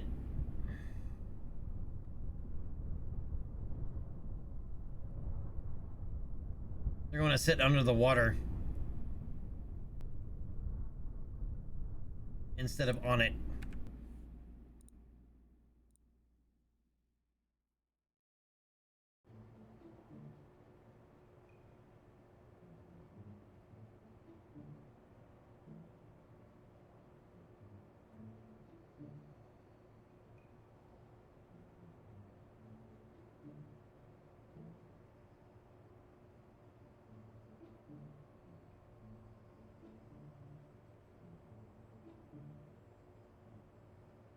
Quirt, yep, it is not ready yet.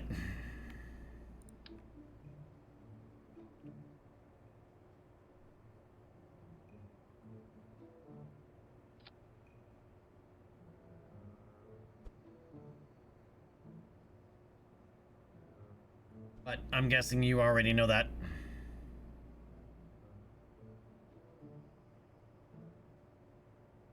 Alright, this is just a test.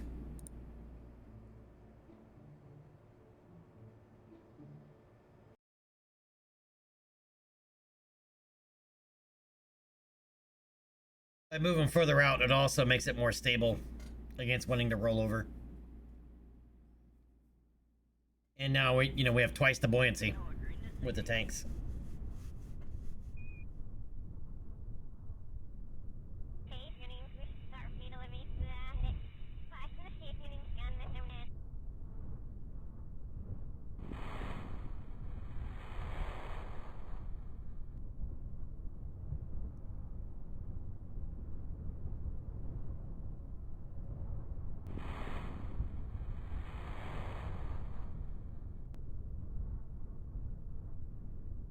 Playing some Victoria 3.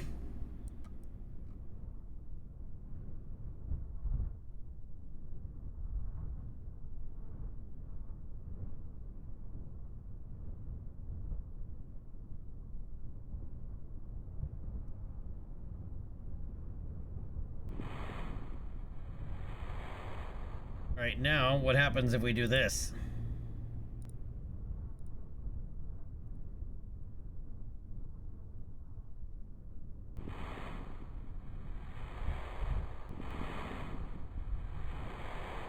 Their reaction wheels are also going to now start fighting against this.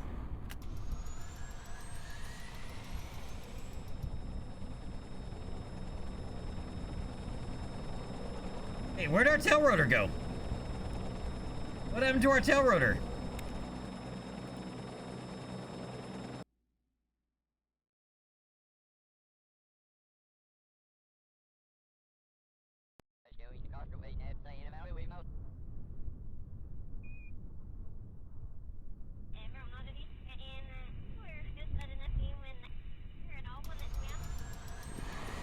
Oh, it just broke from the water.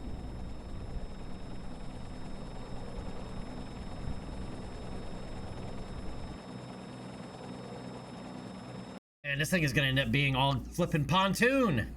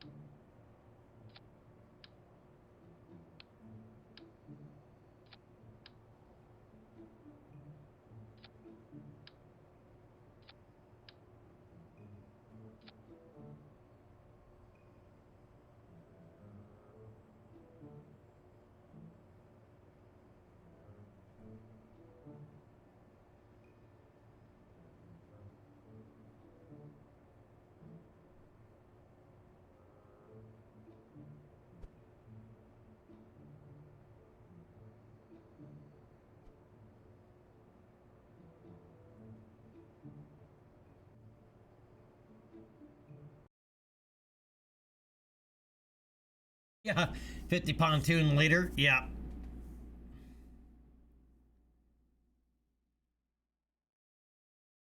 We're gonna end up with like a 4-hour helicopter development today. Thanks, Quirt.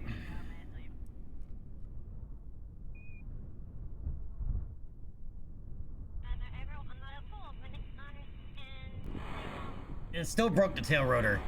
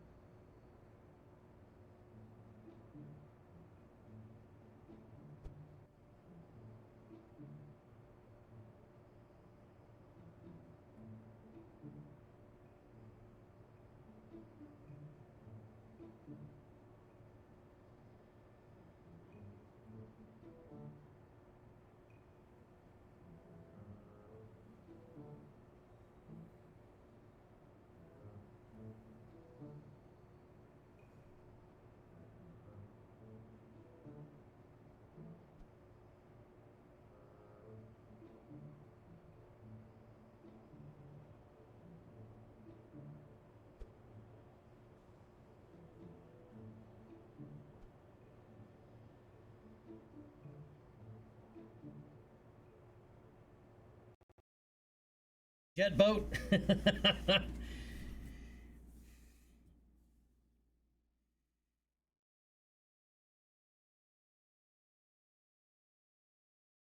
Court, yeah, it is. It is it's black racks, volumetric clouds.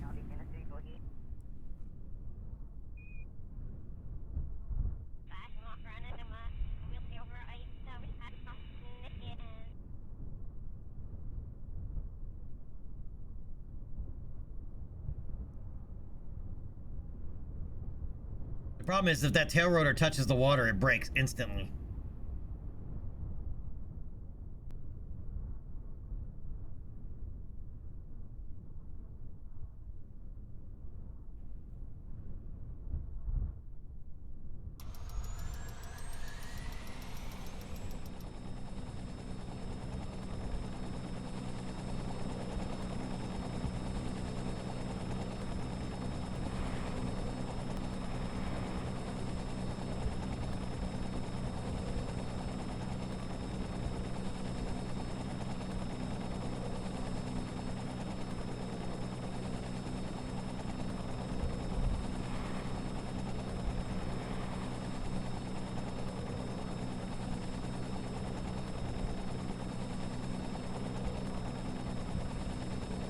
With the longer pontoons, we can't pitch as far forward, so when we settle backwards, we don't come as far back either now.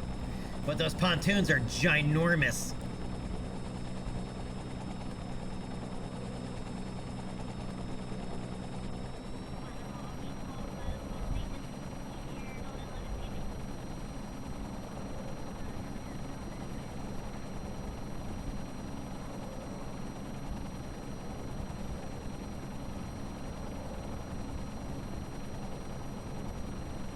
Quirt, I like the career evolution, but two things to note. One is you need an UnKerbaled, you need a either use like probes before crew or UnKerbaled start in order to be able to use it, because it does probes first. Right, you do a lot of probes and everything before you get the ability like to launch Kerbals into space. Like for example, even the Mercury style capsule, we don't have unlocked yet. It's like 3 tiers up the tech tree. And the second thing is that career evolution is old, like Kerbal 1.4 old, right? So you either have to do a manual install or you're gonna have to force it through CCAN by going back and enabling compatible versions all the way back to 1.4 and looking for it specifically. I would not really, don't install any part mods from that far back. Contract packs are okay, but part mods, I would not do it, right? Because there's several iterations of Unity updates in there. Like for parts, I don't go back past 1.8.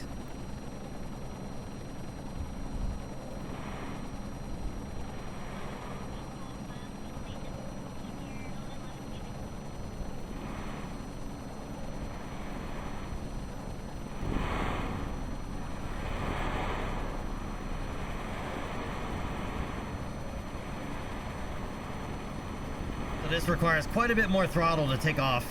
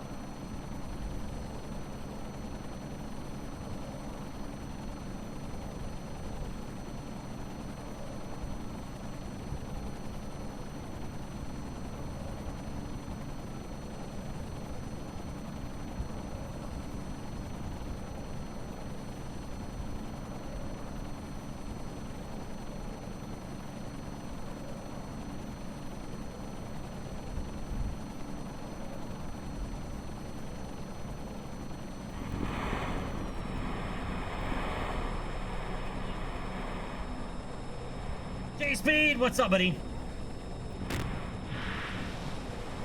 Yeah, so we gotta make sure that we can land in the water stably.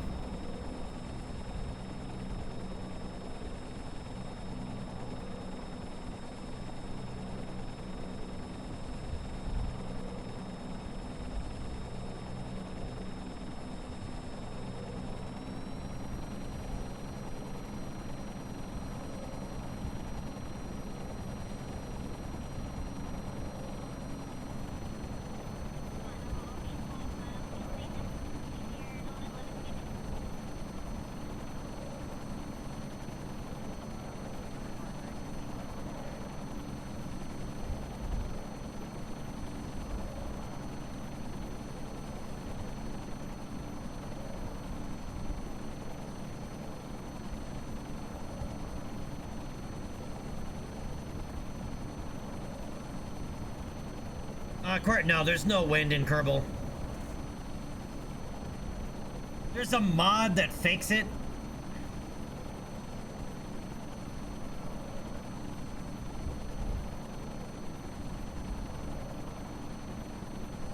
What's going on today, J-Speed?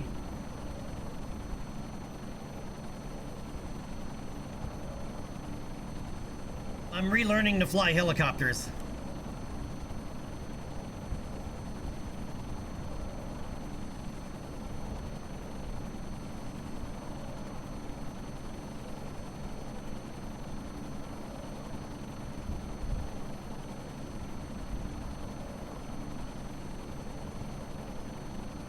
So we made a ground-based version of this helicopter. Now we're making a waterborne version. Right, so we can get some splashdown science.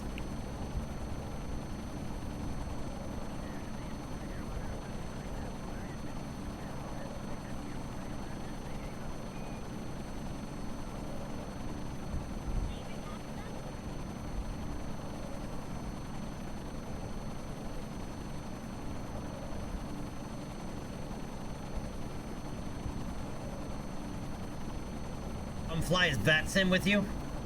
Man, I haven't played a flight sim in a while. I mean, other than Kerbal, but I haven't played like DCS, and I haven't played Microsoft Flight Simulator in forever. How is Microsoft Flight Simulator 2024 doing now?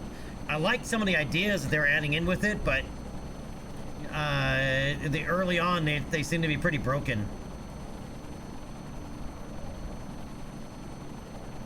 I think I'm gonna swap these out for slightly slanted ones and put them towards each other so they kind of come in better. Just aesthetics on this, but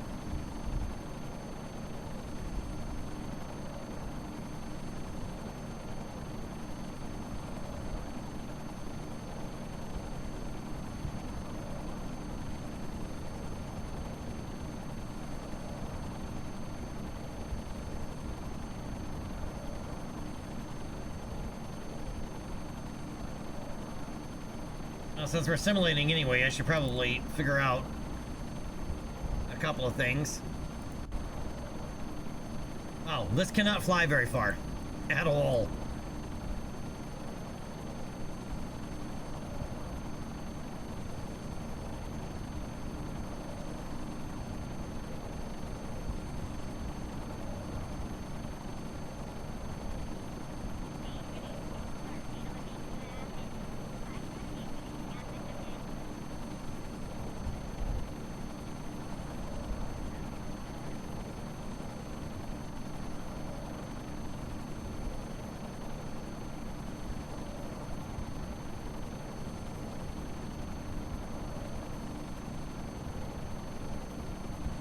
What L14 do you have? You have the heat blower one?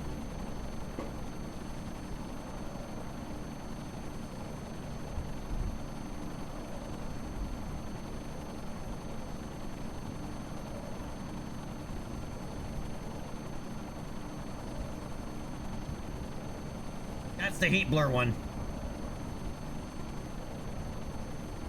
They're the same ones that made the Tomcat for DCS World. In fact, they converted the Tomcat for DCS World over to Microsoft Flight Simulator. Yeah, that's the, yeah. That's the heat blur one. That's the full Monty study. Like, it's insane. Except in DCS, it's got all combat weapon. You can actually fight in it. And the Rio seat works. Wait, does the Rio seat work? In MFSS? Or in MSFS? Right? And do you have Joker? Oh, Jester. It has Jester. Not Joker, Jester. Yeah.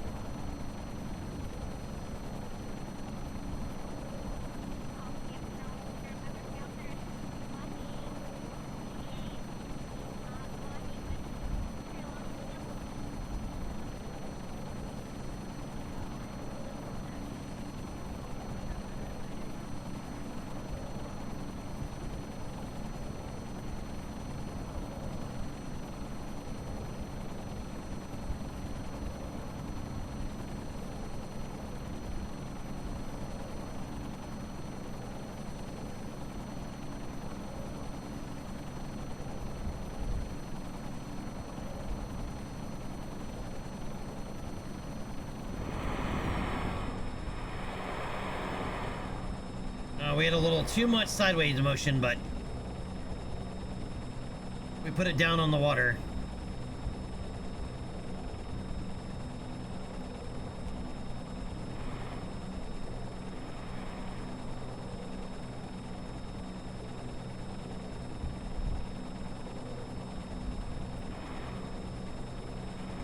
Yep. We still flip over.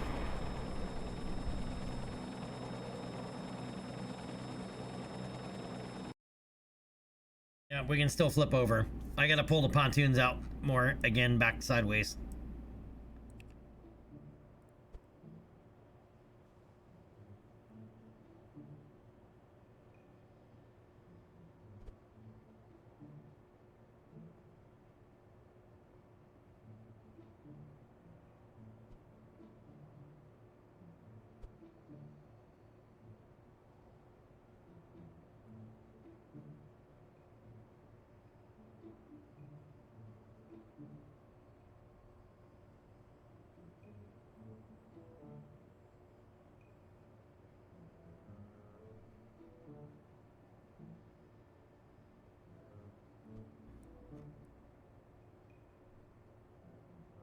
They gotta be all the way out.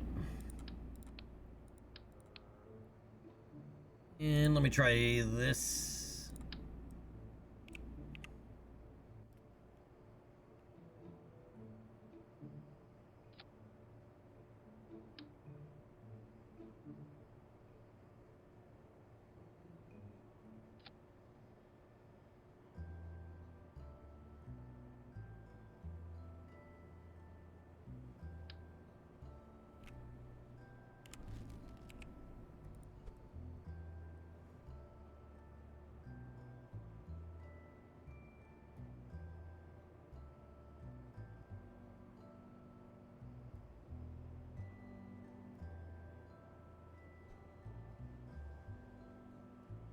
Nope, I don't like it.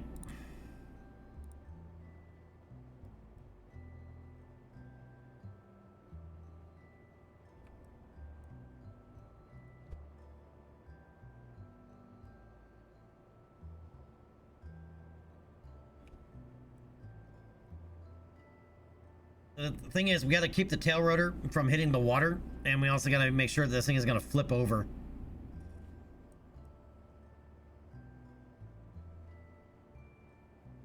They have giant pontoons.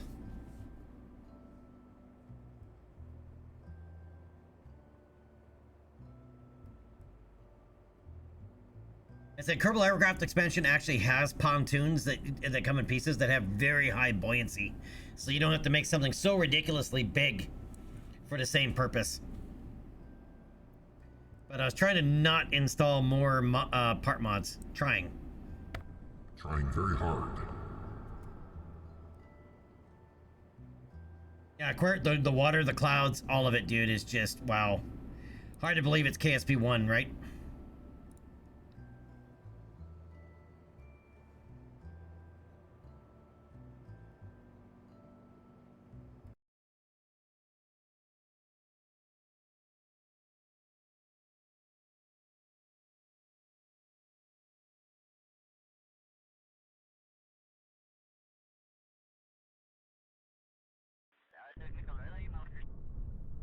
Now, nothing beats DCS in the quality of the aircraft, right? But Microsoft Flight Simulator has a better world.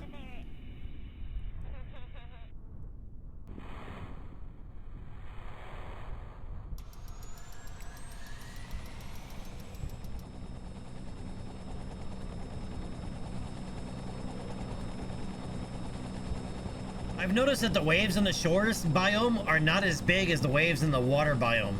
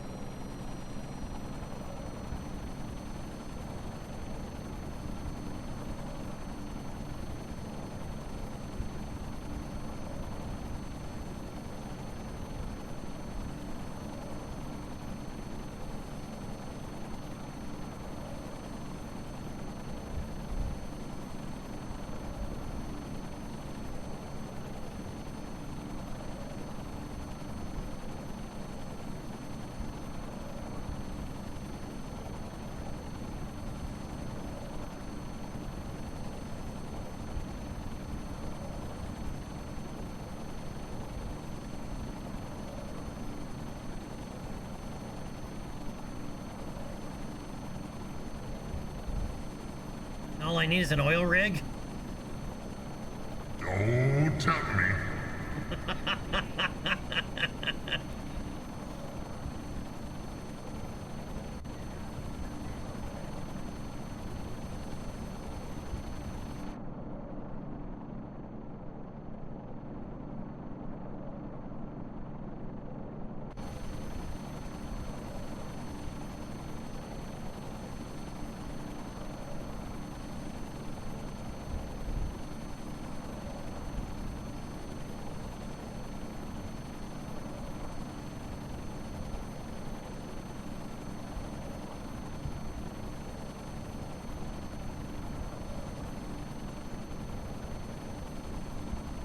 JSP, just out of curiosity, is it has EJ ever made a oil rig?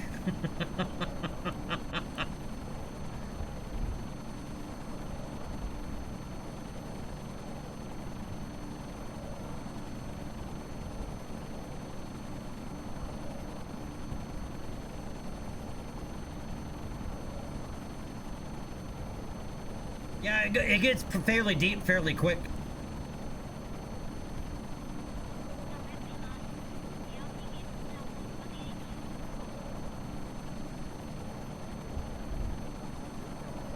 Oh, he actually is using Kerbal constructs now? He's not using Kerbal construction time though, right?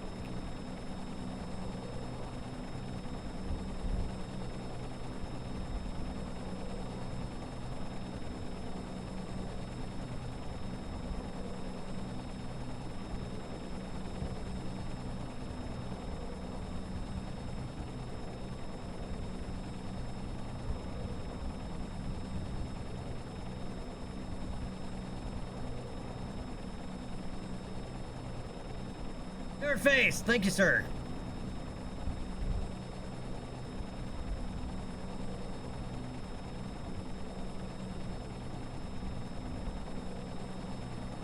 I'm seeing how stable this is in the open water.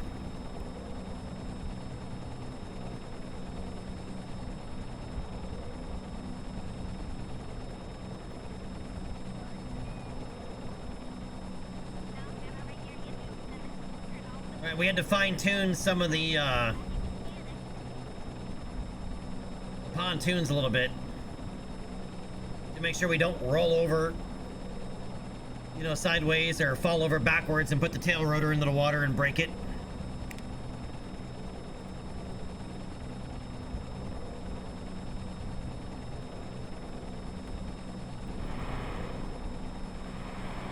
For whatever reason, putting that out really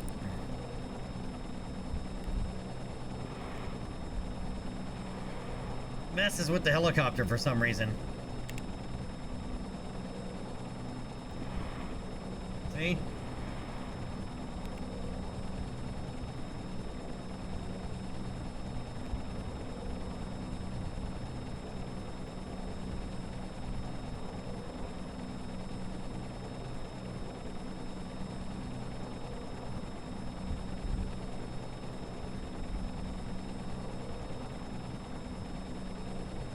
Nerdface, that's kind of the cockpit's from Airplane Plus.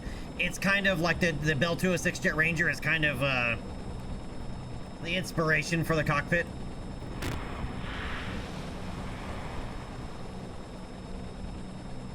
And that was almost all bad.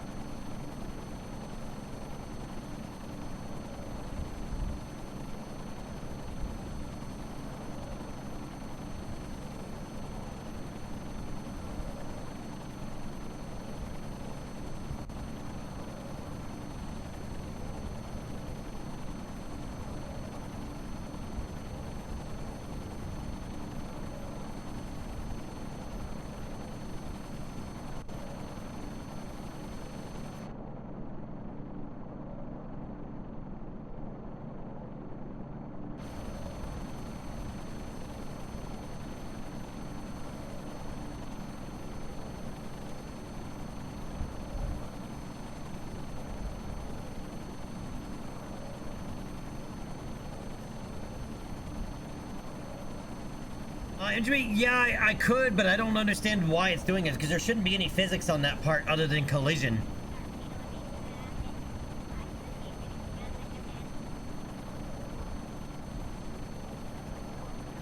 Nestor, yeah, I've actually used this even as an airplane cockpit. You know, like an OV-10 Bronco style, you know, like observer plane.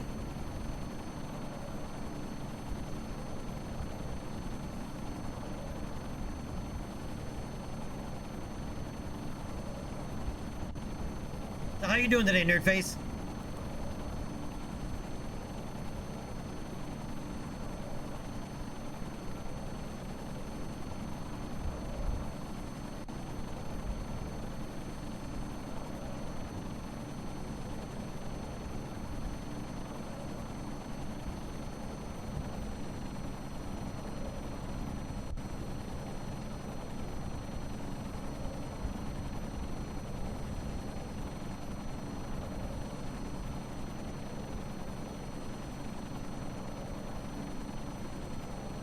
Join a long weekend? Yeah, Tuesday is Veterans Day, huh? Yeah, of course it is. I should know that. Being a veteran and all.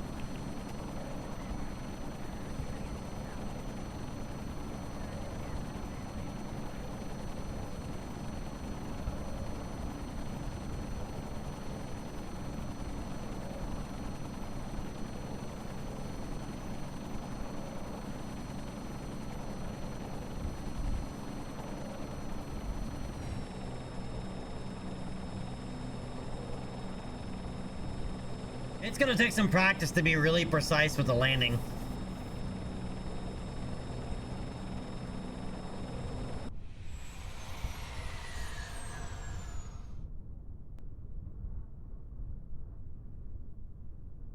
Maki, that's a good question. I'm gonna have to look and see. They're empty. There's no fuel in them, right? They're empty and locked.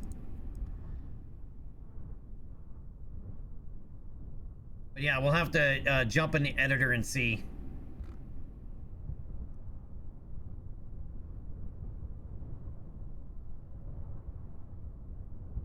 All that, and I forgot to grab the mystery goo that's on the other side of the helicopter. We could have completed that contract. We don't have enough fuel to fly up all the way back out to the water and back again, though. We'd have to refuel first. That contract's almost complete. All right, let's recover that. Monday's the Marine Corps birthday. Ugh. All right, hold that thought. I gotta go. We brought back 10 science. I gotta go punch the bladder reset button again real quick.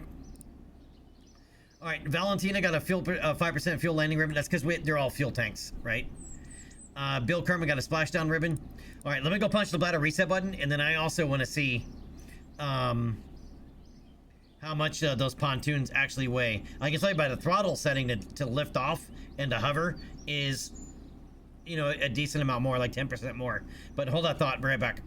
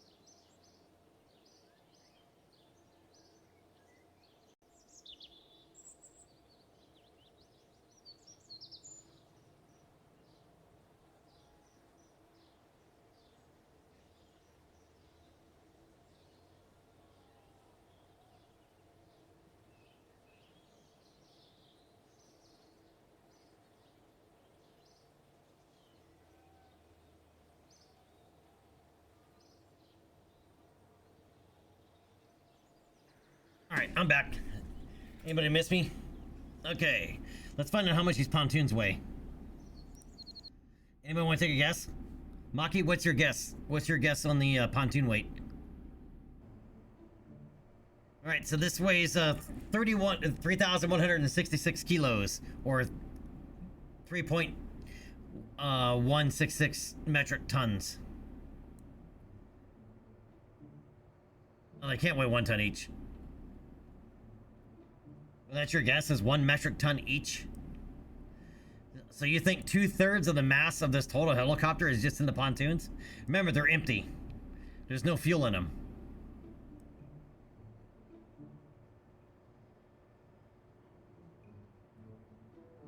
Revised, 1/2 ton each. All right, 3,166. 28 or 2,586. So they actually weigh less than 1/2 ton apiece.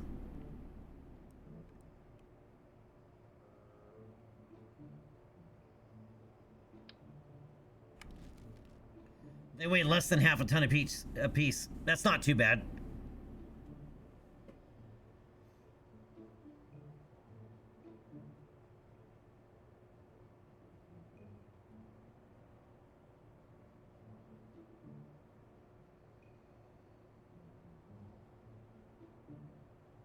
You meant 1 ton each helicopter?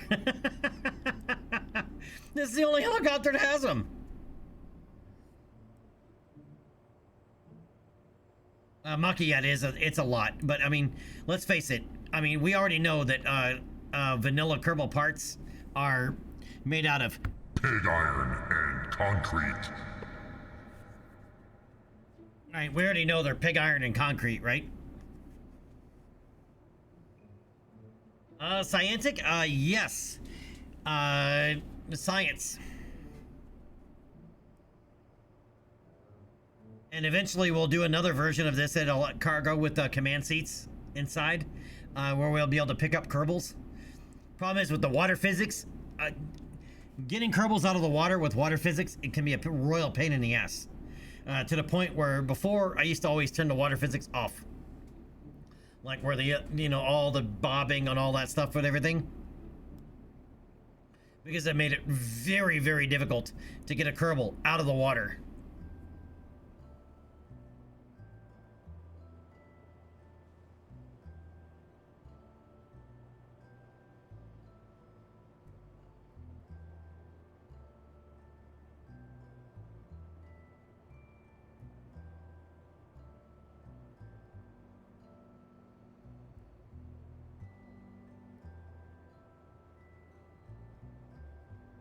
Scientific, yeah, but even then, it makes it, and also with like doing capsule recovery, was a real bitch.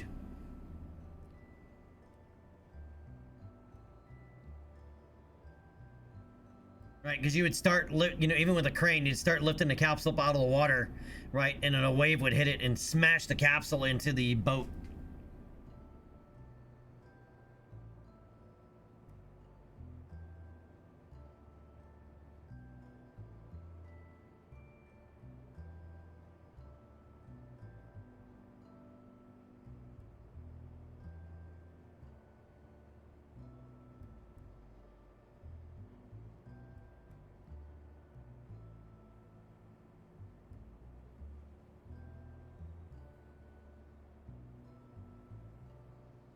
What other helipads do we have out here? We have a KSC exterior helipad. There's two of them. I don't know which is which, though. And then we have the TSC helipad. TSC is over on the other side. Where is this at? Okay, there's that one is over there. I don't know where that one is.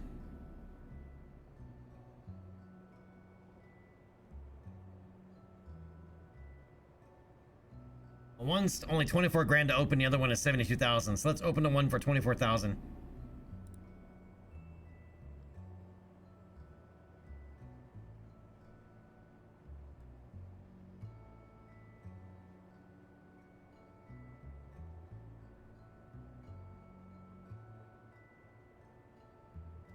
Oh, well, and we're gonna have to wait.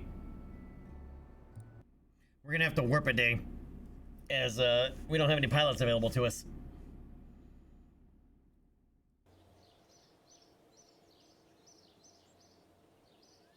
Yeah, MG. Oh, yeah. I'll have to take a look at it. Okay, it's that helipad. Okay. Where the other one is.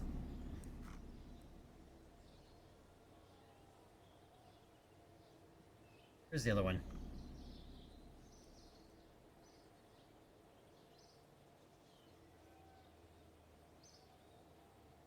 Oh no, there it is. It's way over there. Okay, it's that helipad. That's the helipad we just unlocked. This one cost 72 grand unlocked. This one was only 24.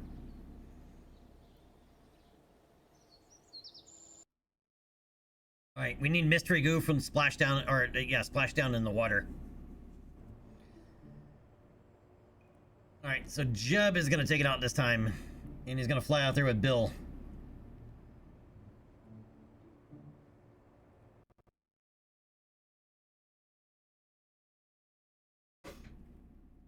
Or I'll take off on the KSC helipad.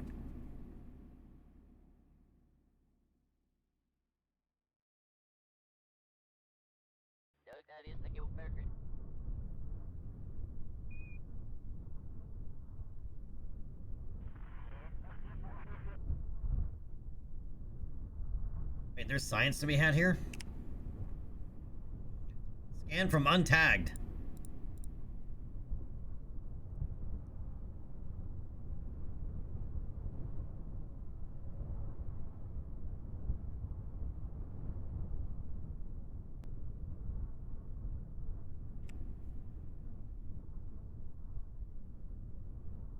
All right, the science is more important.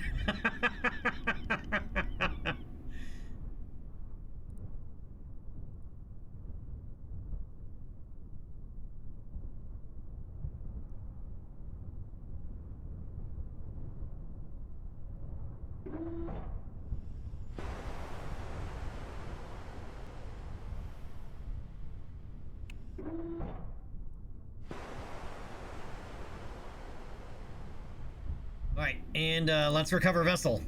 Science is first. Science first. Science first. Right, because I unlocked flight control, which is something I wasn't planning on unlocking yet, but we had to do it in order to be able to do the helicopter to be able to do the contract. All right, that gives us 10.8 science, which puts us back over 45, so we are now roughly back where we were for whatever else that I needed to unlock in the 45 tier. All right, back to the spaceplane hangar. One more time, except this time to actually fly out to the water, except this time it's going to be Val and Bob. Val and Bobby.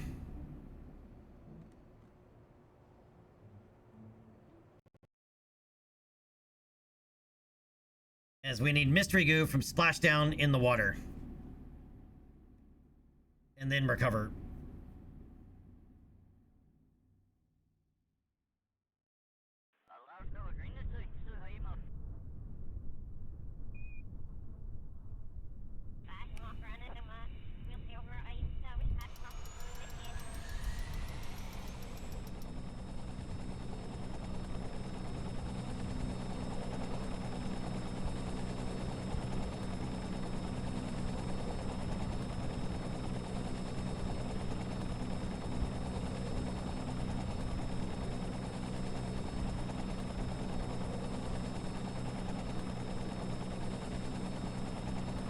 I don't have a helipad marking, do I? All these, and there's no... Oh yeah, there is right there.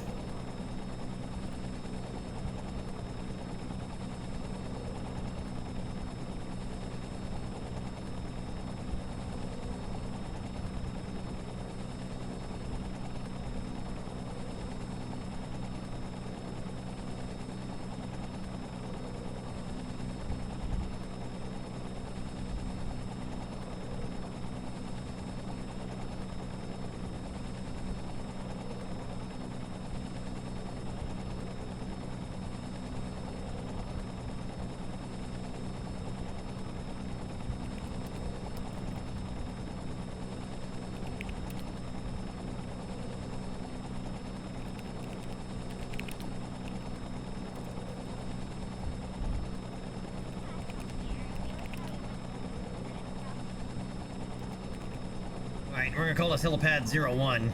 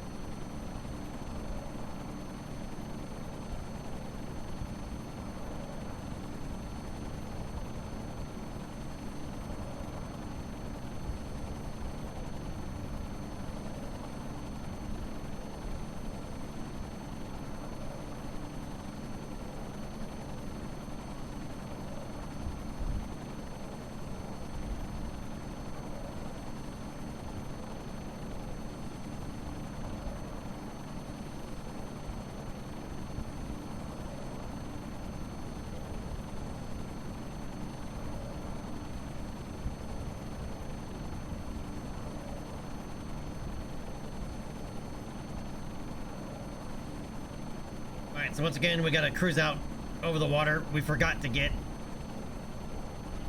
mystery goo data.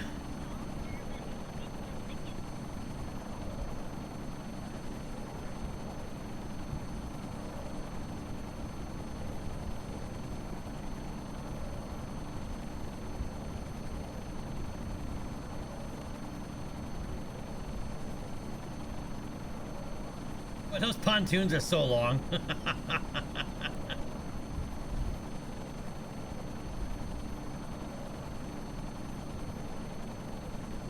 And I don't dare use fizz warp. That would probably be a really bad idea.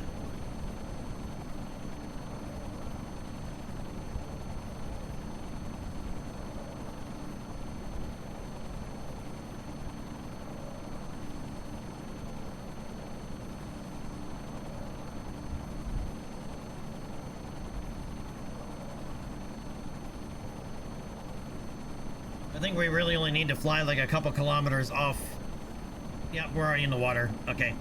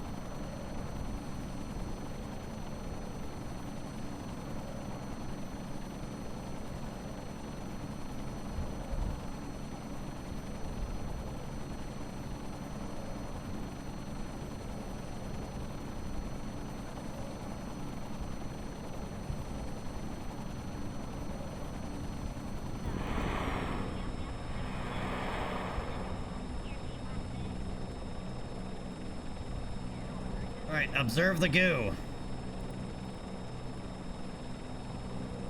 Alright, that'll give us an additional 2 science.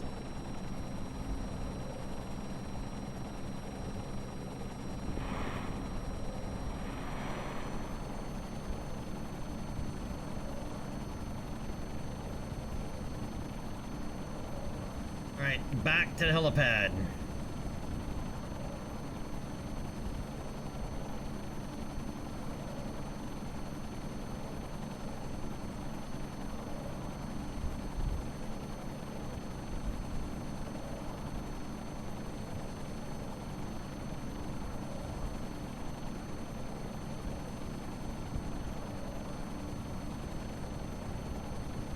Landing on a helipad is not as easy as it seems.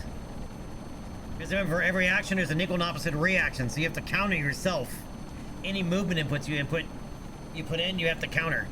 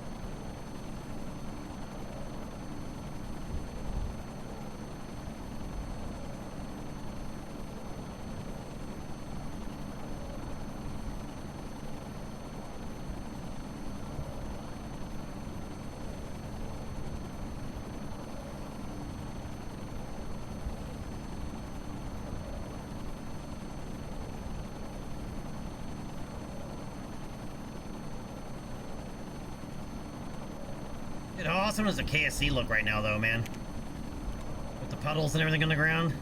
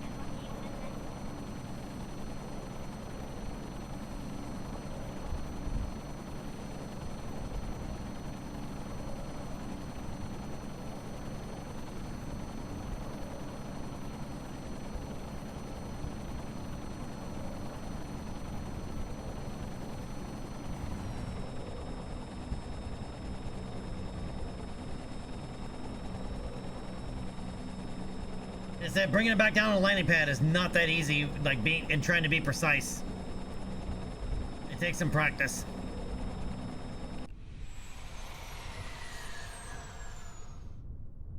Well, we're gonna call it good enough. All right, recover vessel. We got our contract done finally. Scientific, what do you mean? What's up with the water? What do you mean by that? You mean the water being so choppy? All right, so Bob got a splashdown ribbon, and then he's got the 5% fuel landing ribbon, which is irrelevant, really, on that vehicle. All right, but we got contract complete. And we're at 47.5 science. All right, so we can go back to either enhanced survivability for that 1.25 meter heat shield, or advanced rocketry.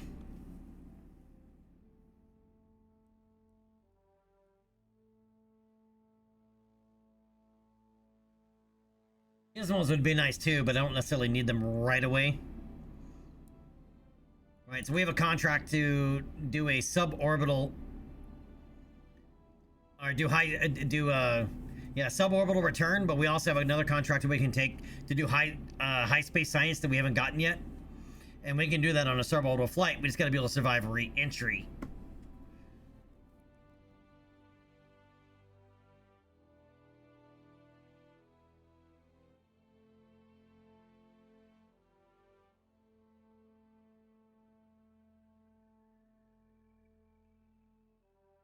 All right, so let's go take a look at our contracts and see what we need to do. All right, so we have a suborbital uncrewed. Right, and return home safely. Gather data from surface at Kerbin Tundra. That's going to require a long flight.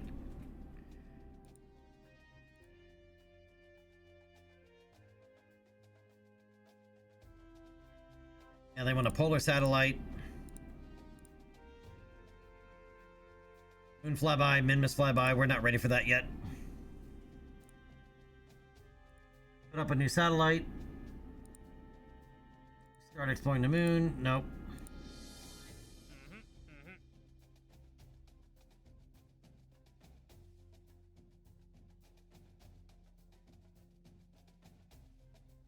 And perform another atmospheric pressure scan in space near Kerbin. This is low space. We can take that contract because that way we can do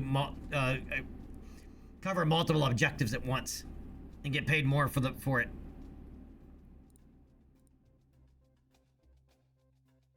Yeah, so here's another one for an atmospheric pressure scan high in space. We can take that one too. So those can be done in a single shot.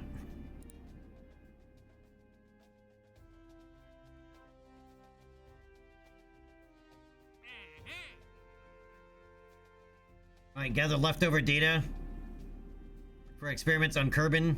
Temperature scan low in space. Atmospheric pressure scan low in space.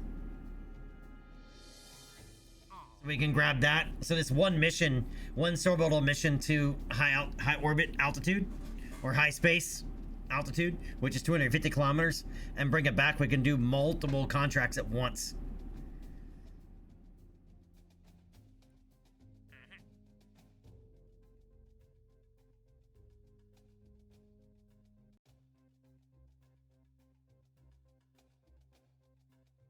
Perform an orbital study from space around Kermit. Yeah, okay, the visual camera, that's going to be an issue. Right, that's ScanSat.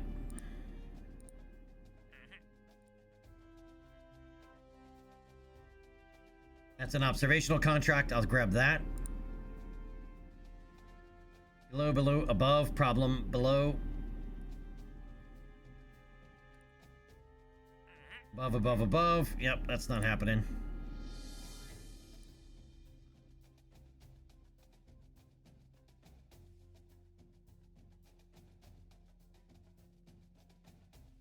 Okay, so we got some contracts. We need to go to high space, collecting science experiments on the way up, and then return them all home safely.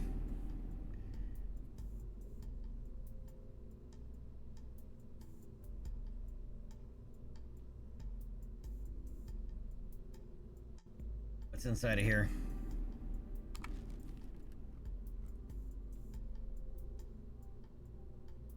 Yeah, we're gonna need that 1.5 meter heat. I don't think we have a 1.25 meter heat shield, do we yet? No, we got the 0.625 meter. All right, so we have to unlock survivability.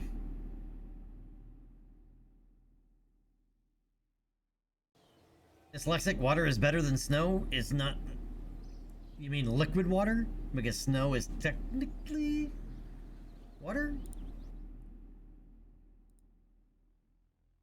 Okay, enhanced survivability. That gives us the 1.25 meter heat shield. We're going to need that. Because we're going to need our science return unit. Also gives us drogue chutes and the 1.25 meter chute and the service bay.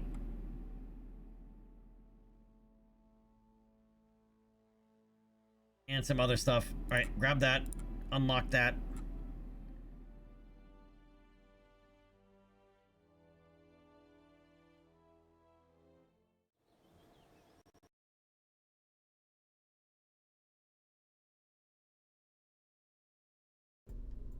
Alright, and we're gonna need to unlock the Octo.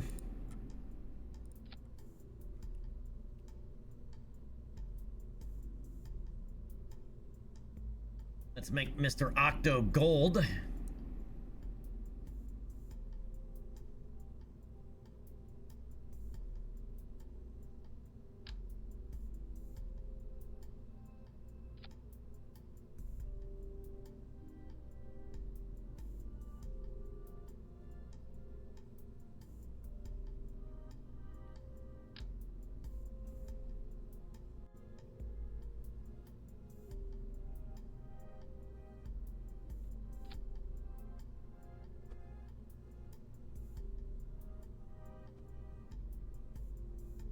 Couple of extra batteries.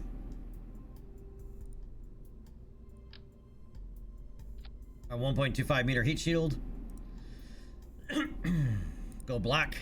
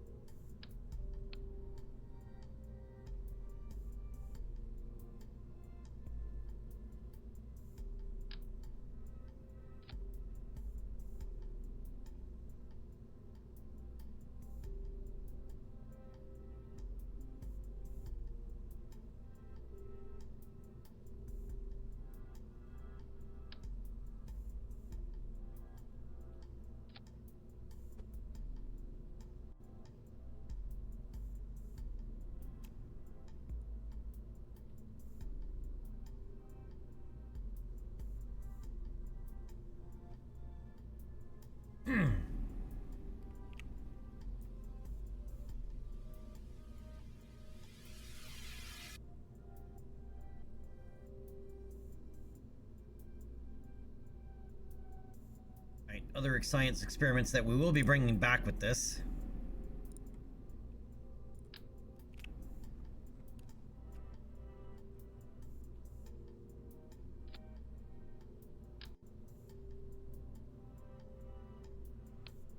Actually, you can't go there.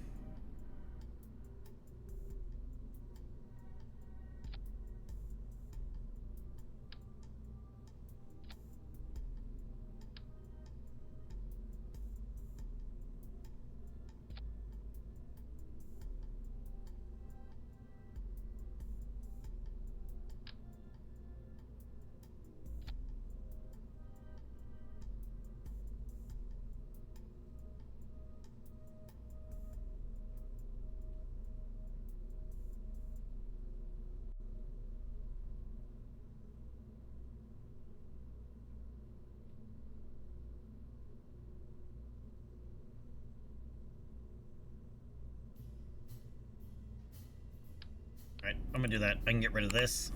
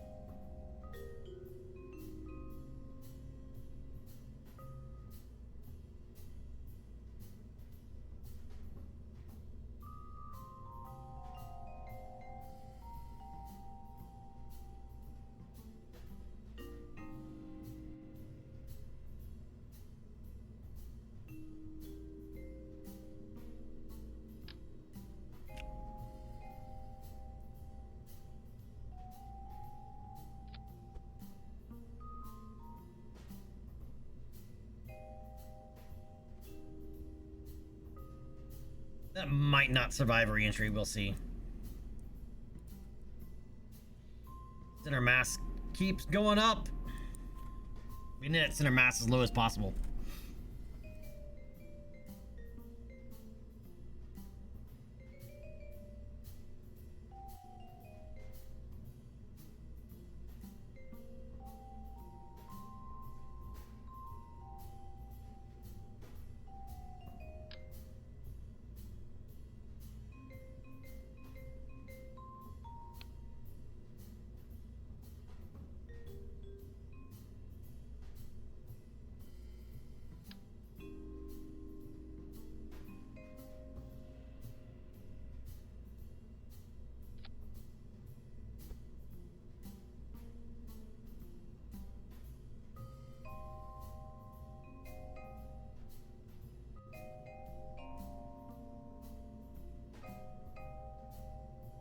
I mean, want to know why?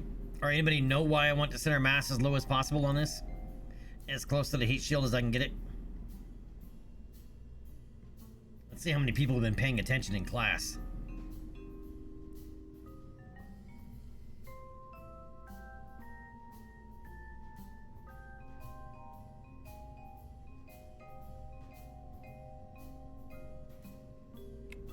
All right, and we're going to call this the SRU-1, Science Return Unit 1.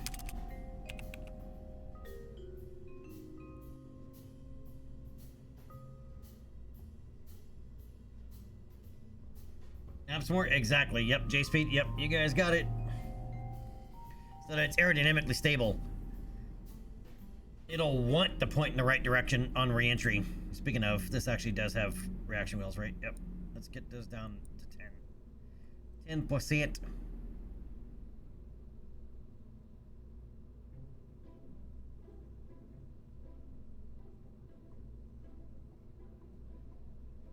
Yeah, so it's because we want it to be aerodynamically stable during re-entry, right?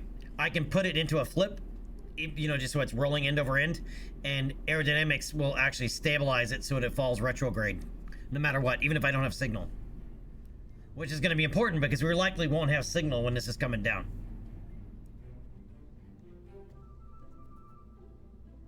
Nerdface, you think we're cooked? And I want to be able to recover as much of this science stuff as we can.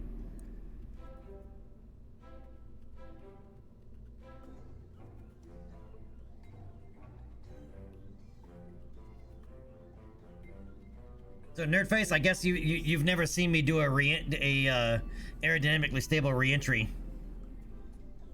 before.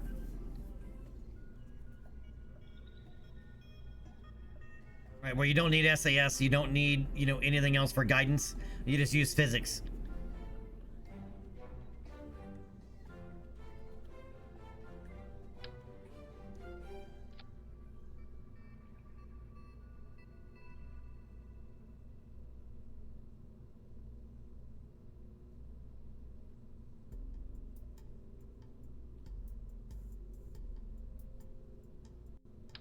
All right, and we're gonna need a Science Junior, but the Science Junior we're not gonna bring back.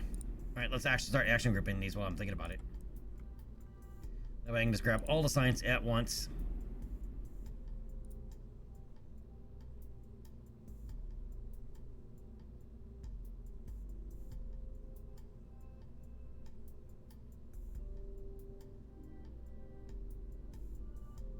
Oh, I need a goo. I gotta put a goo on there.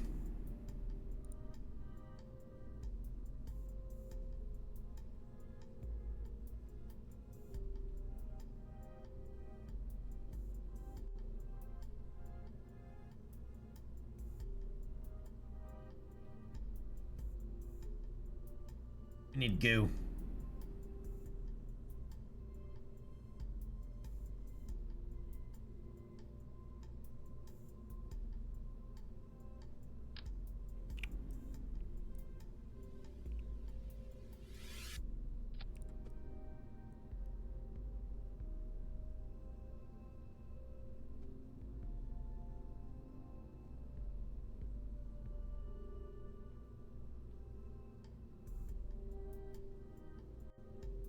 Observe the goo. Oh, Nerdfit, we do it all the time.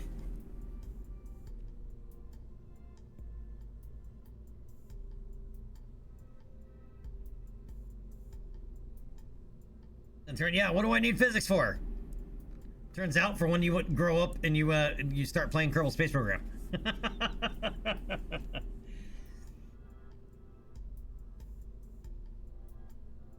But Nerdface, no, it is absolutely possible. We do it, as I said, we've done it multiple times. And I generally try to do it, especially early game, because you don't have a comm network up yet, right? It's very likely you're not going to have signal on re-entry or wherever this is going to splash down at. So we need to stage the parachutes. That's another reason why I set the parachutes to open at a specific altitude and or atmospheric, well, preliminary deploy at pressure and then another at altitude above ground, right? That's radar altitude above ground. Because we're going to actually activate those while we still have signal in space, right? They'll already be armed. So that way, from the time we start our descent, I don't have to do it in anything. We just rely on physics.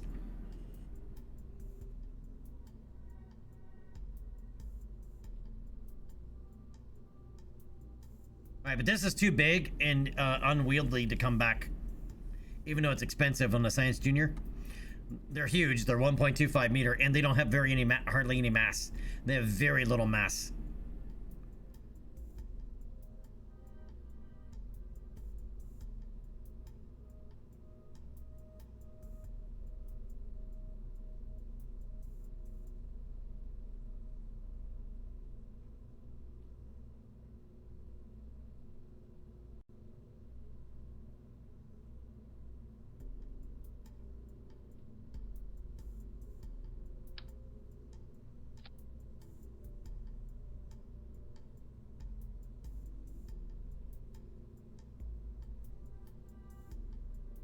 All right, decoupler for that. Now I need structural.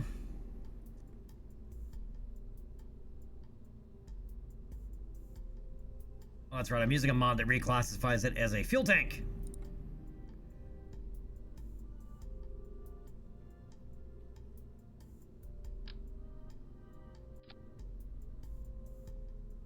I don't actually need that as a fuel tank, though. I need it as a structural piece. In the default, in the vanilla game, this is just a structural piece, which is actually what I need.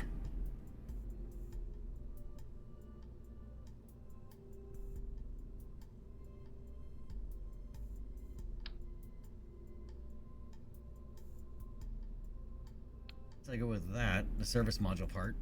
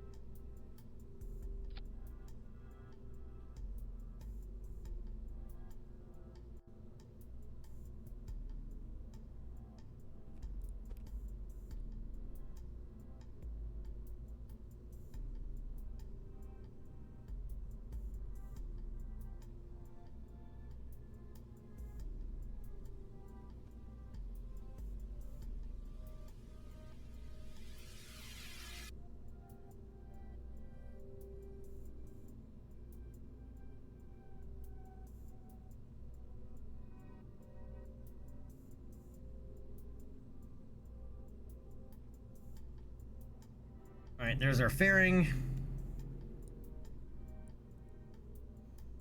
Set that to pop at 60 kilometers. All right, now we need our upper stage.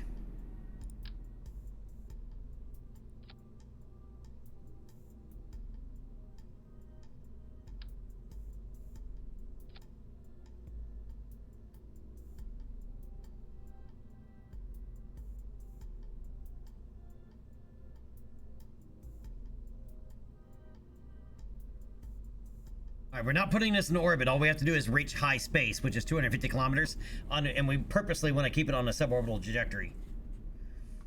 We're not ready to start building a rocket family out yet, or a launch vehicle family. So we're kind of doing one-off launchers still.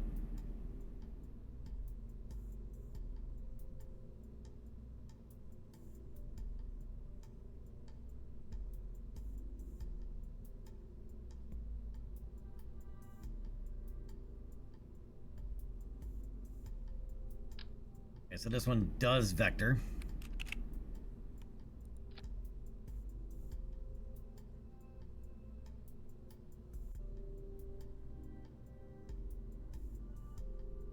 And it's the more efficient one.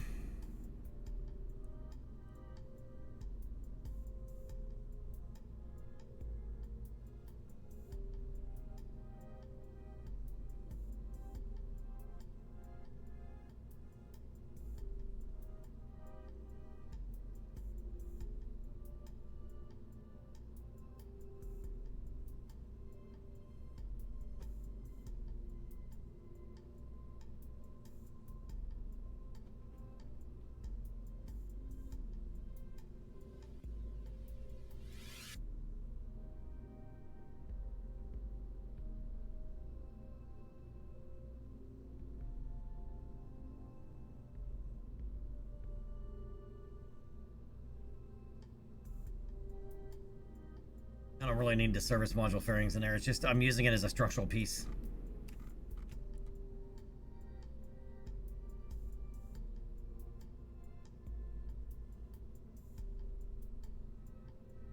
I really want to make this a two-stage rocket. Not really. Not particularly.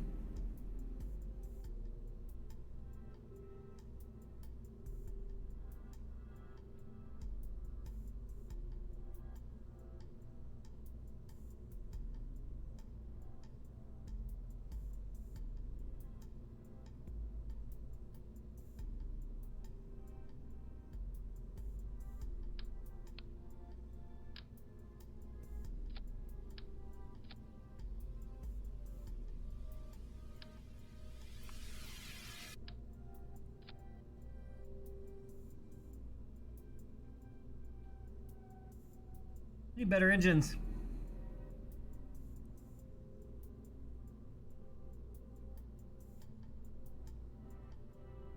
We're really not up for building a 1.25 meter rocket yet.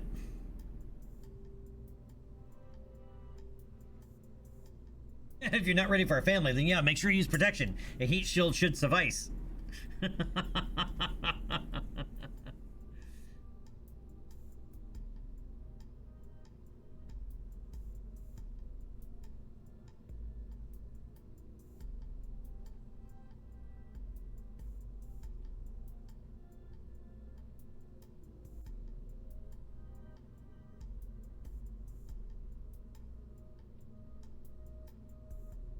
This has a built-in decoupler, but I don't like how it works, so I don't use it.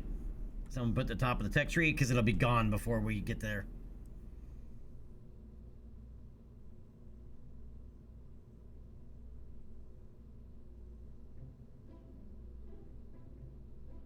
It is a really low thrust to weight ratio.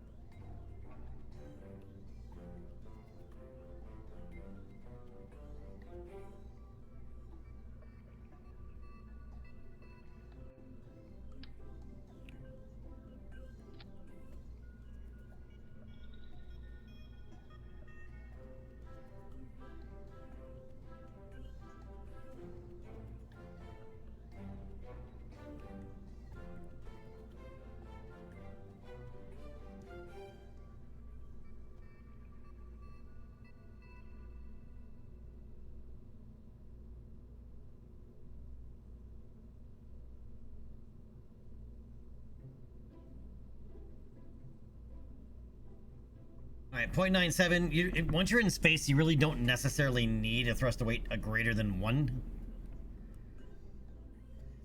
But because this is going to be in a suborbital trajectory, we need to be closer to 1 than not.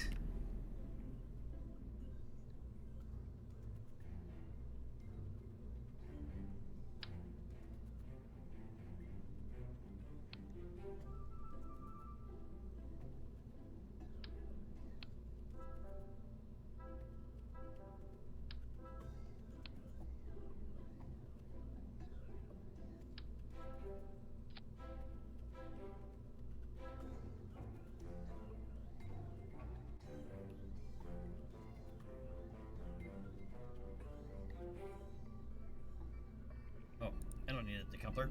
I was like, why is it doubling up? I don't need it. Okay. Issue we're gonna have here is we really are gonna have to use a whole lot of engines.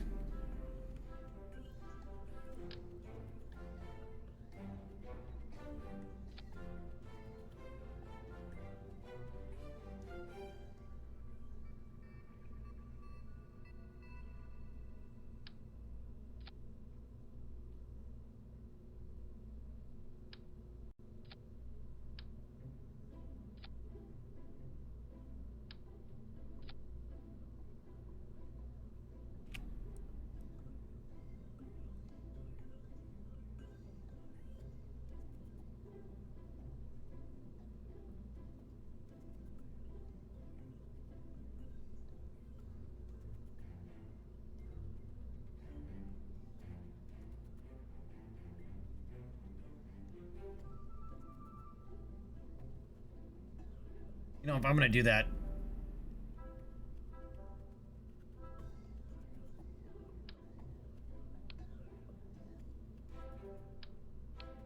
I may as well just do this.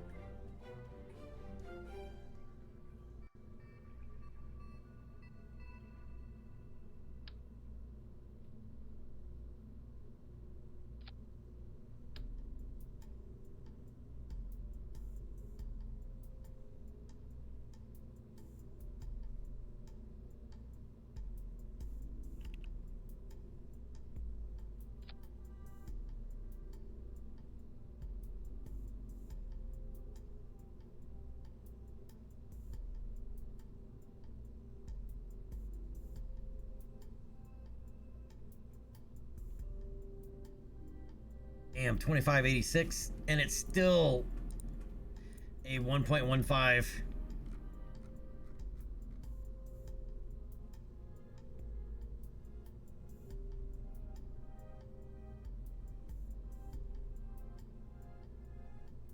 Launch. We'd still need boosters. We need 1.25 meter rockets.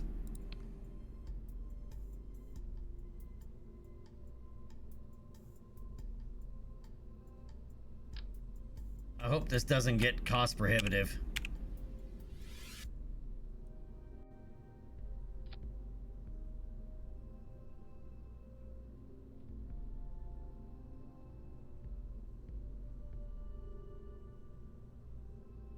For parts prohibitive, we never shit biscuits. We never upgraded this building.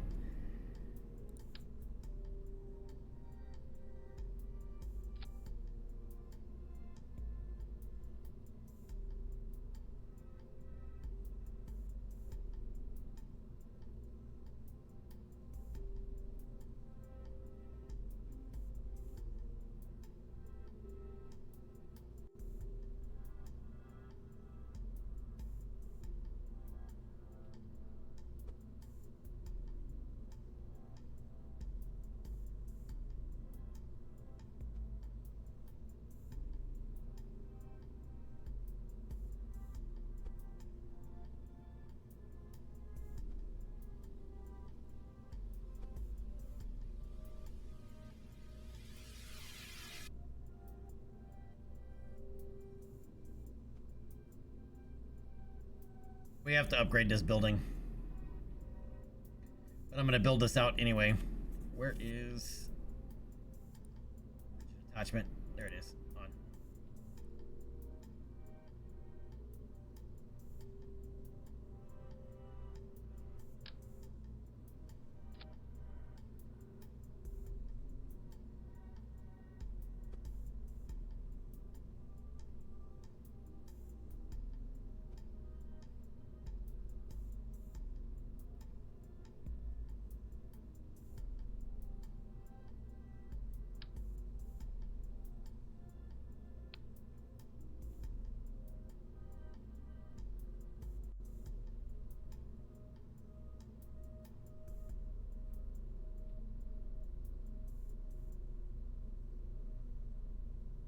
All right, we're gonna build this out. We have that observation contract we can go do. There's a couple of contracts we can go do to earn the money to upgrade the building, and then enough to buy the rocket, obviously.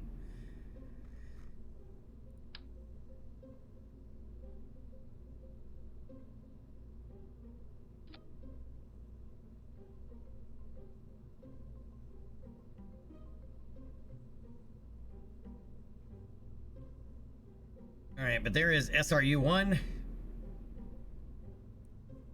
Battery is not included. Ribbed for her pleasure.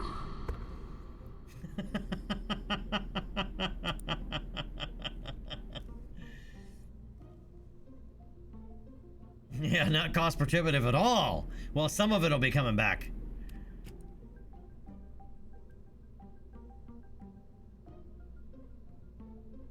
Four out of 10, your balls are too long. Well, yeah, as I said.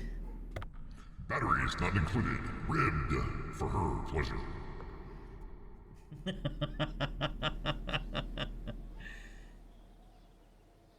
Alright, we gotta have to warp a day so we can get our crew members back. Oh, and it's a rainstorm. Alright, let's go to the tracking station. Let's see how far out that observation contract is.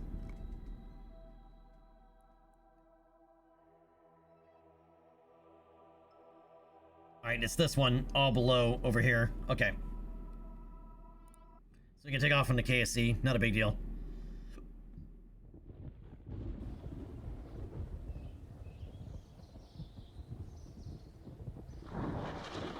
And we need 225,000 to upgrade that building because we're limited by part count. I thought we'd upgraded that, and we haven't. We've upgraded everything else to level 2, but that. Luckily, we don't need to build an airplane. We already have it.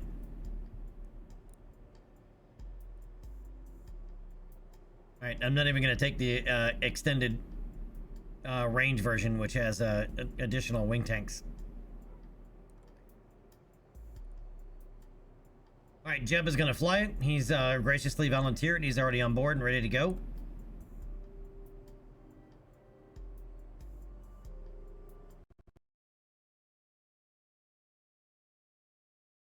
Trosama, yeah, it's BlackRock's volumetric clouds mod, which is fucking stunning.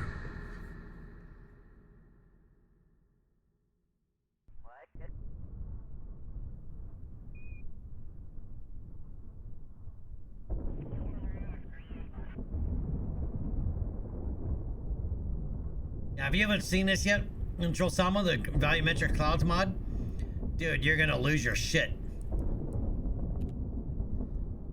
Right, so be prepared to go find your shit.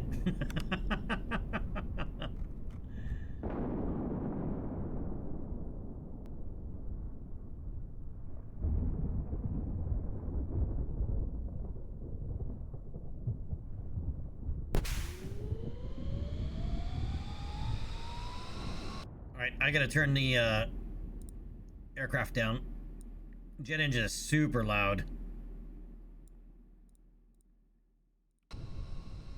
Right, so we don't lose our other sound effects too much.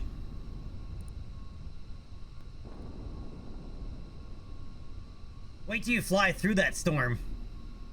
Or see us fly through it. It's pretty insane.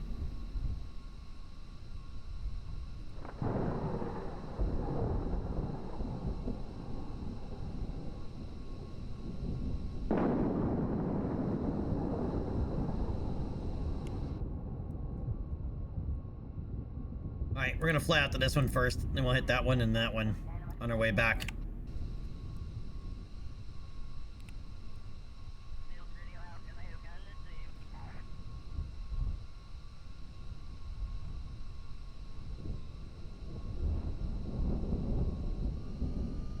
All right, Jeb, you are cleared for takeoff, buddy.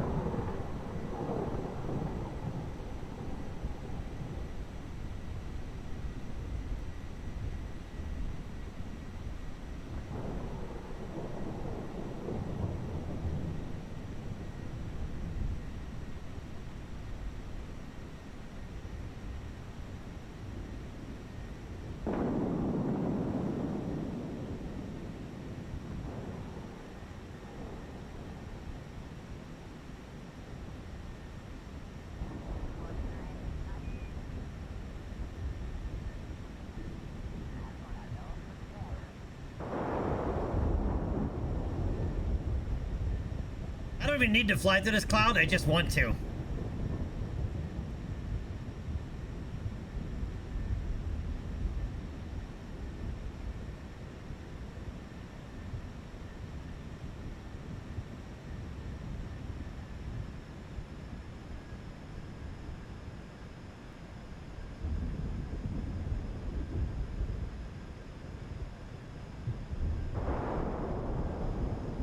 But seriously, dude, it's just, it is so ridiculous.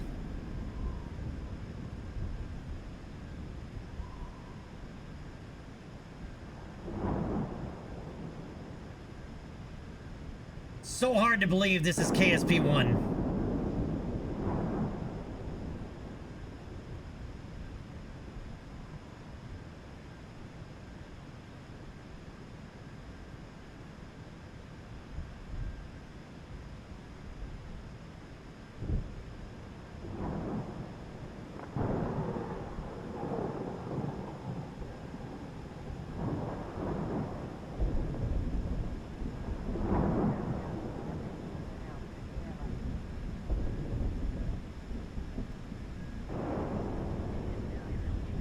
And make sure we don't run it, crash.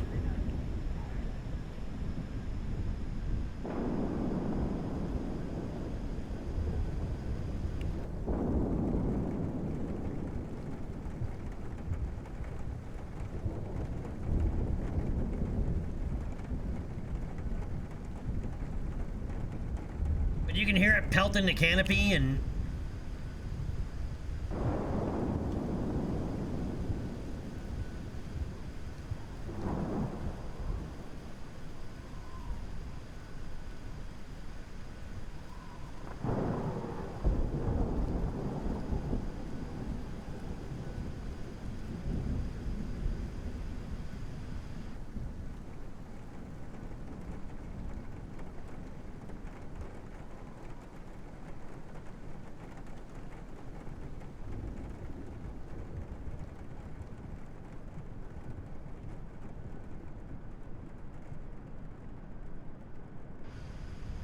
oh yeah, Black Rock went all out, dude.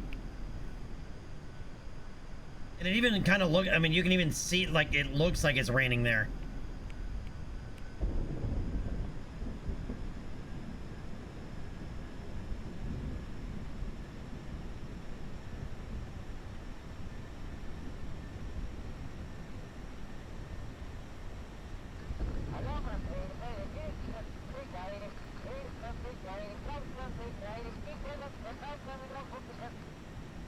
Yeah, and wait till you see what the clouds look like from above.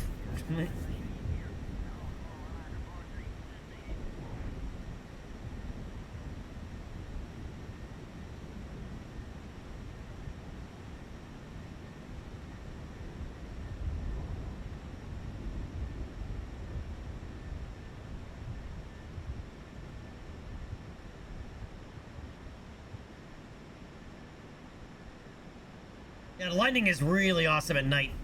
Yeah, but Chelsama, the lightning only happens in the storm clouds. There's not all of these are storm clouds.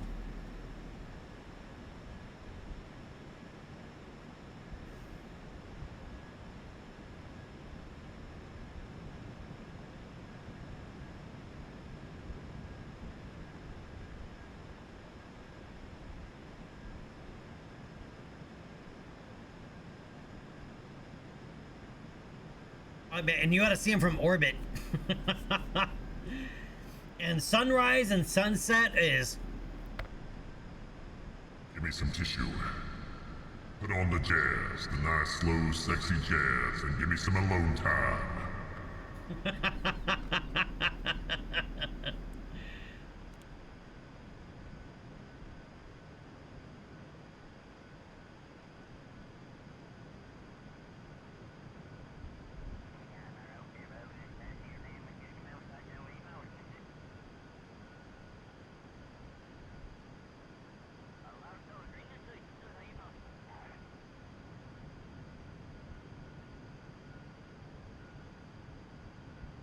All right, I'm gonna bring the nose down here so we can accelerate.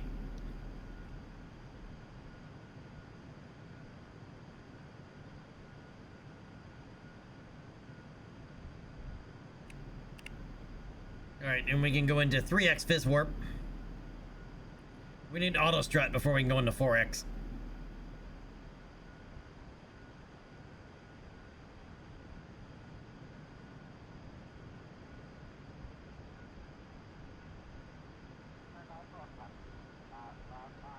Yeah, Chosama, you can easily see why he put it behind a paywall.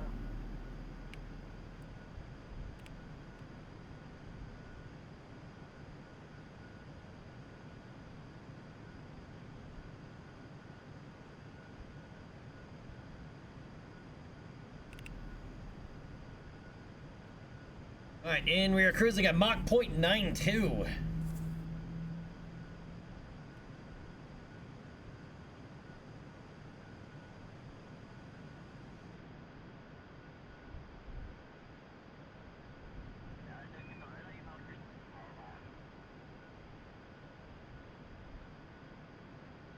But yeah, look at that storm cloud from a distance.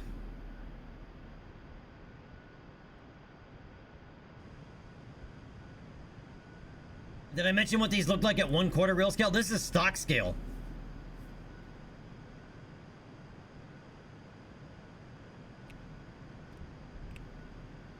Well, Centurion, BlackRock is working on the clouds for KSA. But obviously, it's not using the Unity engine. It's using, you know, Brutal or whatever they're calling their thing. I think it's Brutal, right?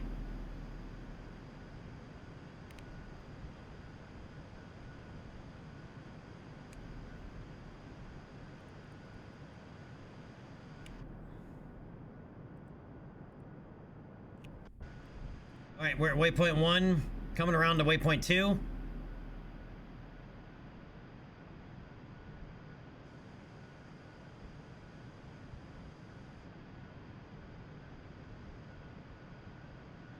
Oh, but you expect... Okay, I misread. You fully expected it. Yeah, yes, exactly, yeah. I believe it is if you go back through some of these developer stuff that he's put out. Yeah, it's pretty insane.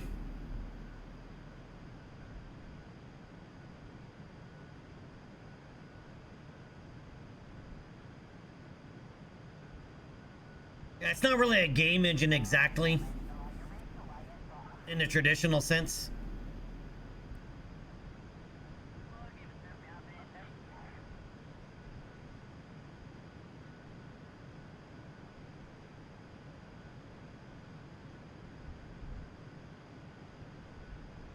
While I'm thinking about it, everybody saw the news that Grand Theft Auto 6 has been delayed by an additional 6 months.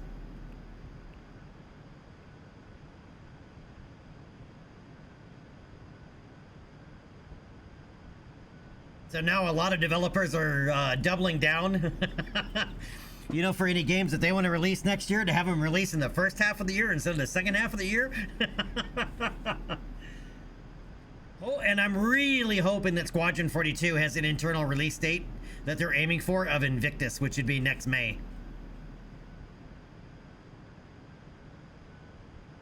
Yeah, oh good, that's what I was thinking. Exactly. I'm really hoping that they don't have to, that way it removes any competition.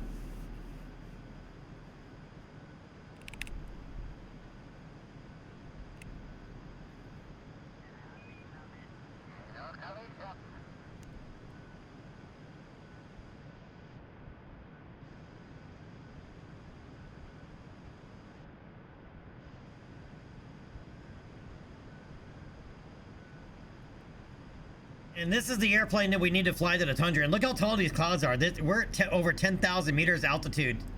And that cloud is actually slightly above us.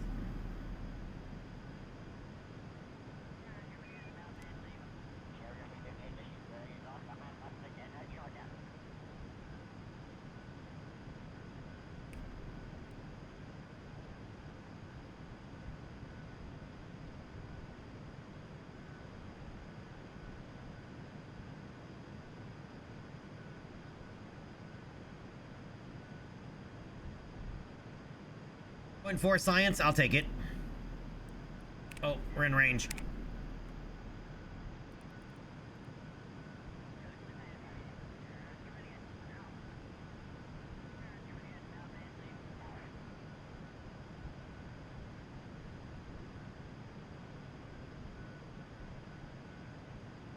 Oh, we might have to actually turn a little bit more than that.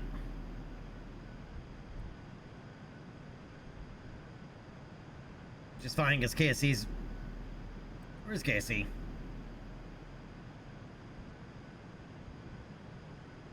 Somewhere around here.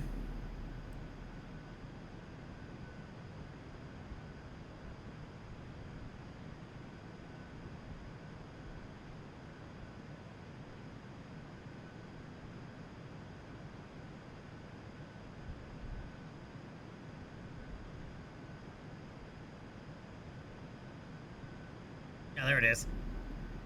It's under the clouds. Alright, I'm gonna go ahead and reduce throttle and start a descent because we're wicked high for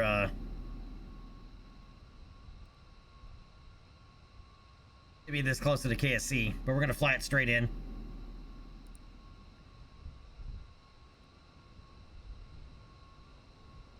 Oh yeah, that's enough money to be able to upgrade the building, but may not necessarily be enough to give us a little bit of a margin to include vehicle cost if something goes wrong.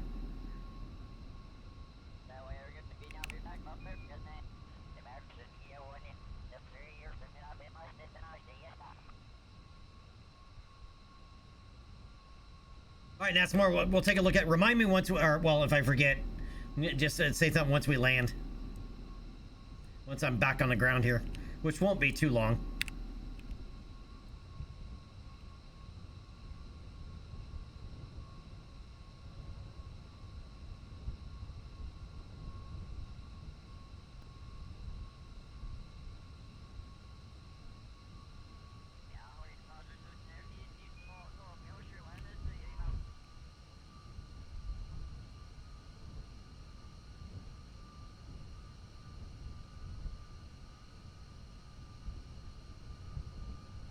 And I have some 1/4 real scale pictures of sunrise as well, and a different install that I've been slowly building out.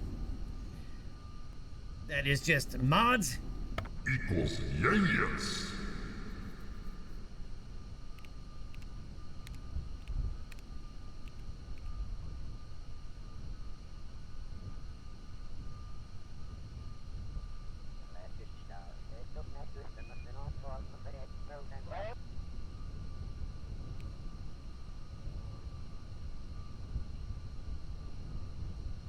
are still pretty steep.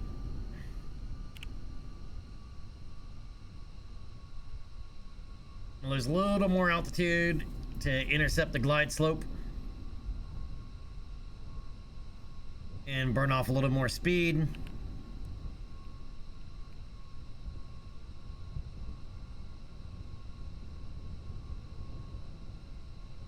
Still too high.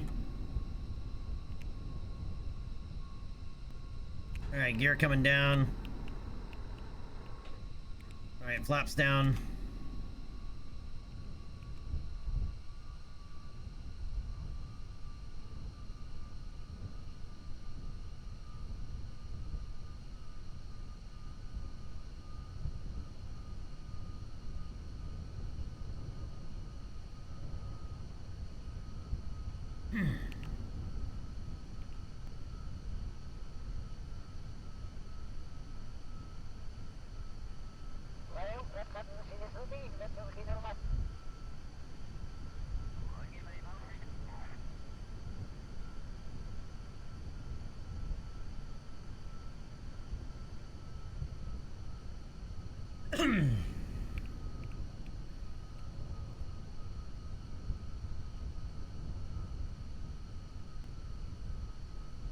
Happy still says we're high.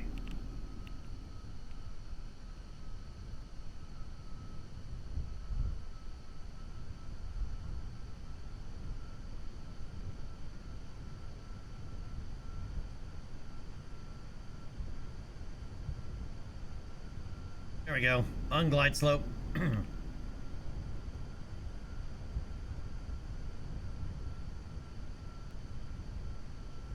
Now it says we're high again, of course.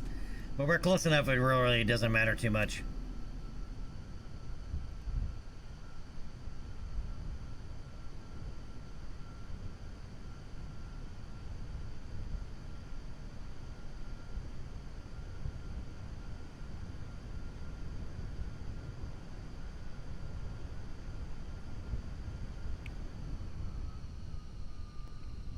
Oh, don't do that.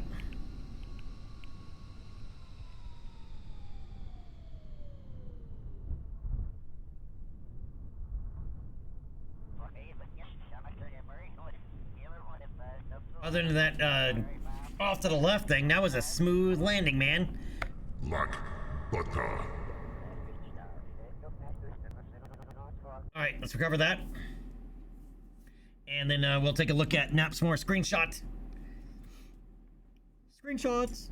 Oh, by the way, feel free to share everything in Discord, man. Your screenshots, what you're working on, you know, mission updates, all that stuff. We have a big old section in Discord dedicated to all that. And Jeb got a research 2 ribbon with that 0.4 science.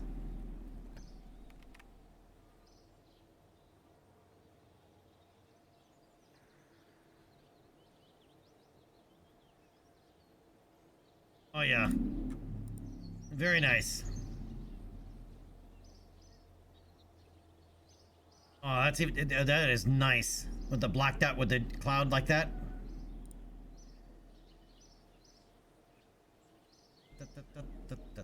That one. This folder is empty.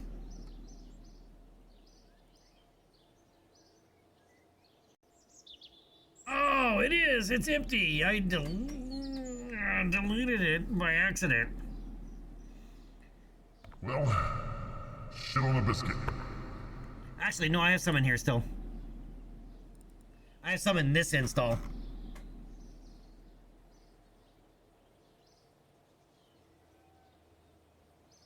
Yeah, we have a couple at sunrise, you know, from taking off.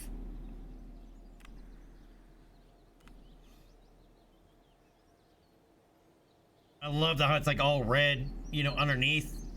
It just excellent.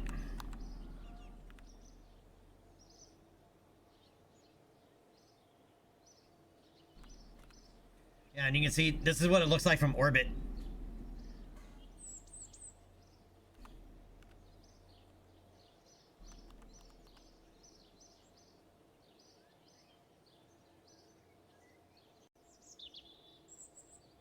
All right, we're at 287. That's enough to upgrade the building, but we won't have much of a buffer if something goes wrong. So we're gonna need to execute another contract of some sort. What's still active? All of these are all tied almost to the same one, other than gather data from Kerbin's gather data from the surface at Kerbin Tundra. I don't want to fly that far out yet. That's a flight.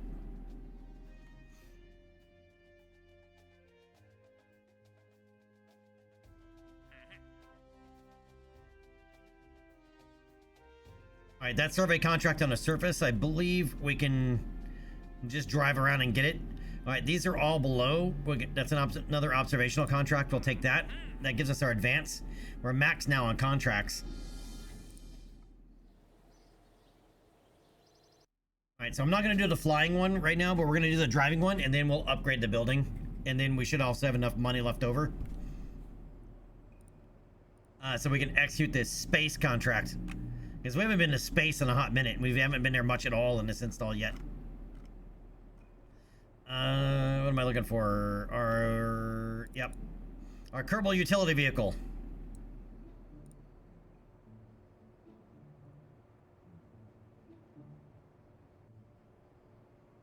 All right, Bob the Scientist.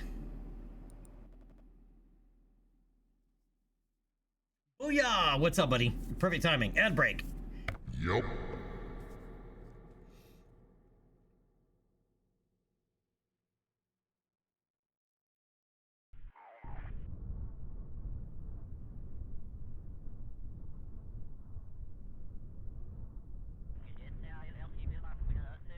All right, and Twitch is being Twitch. All right, everybody back? All right, so Booyah, to answer your question, yes, but big asterisk. It's not available except through BlackRock's Patreon.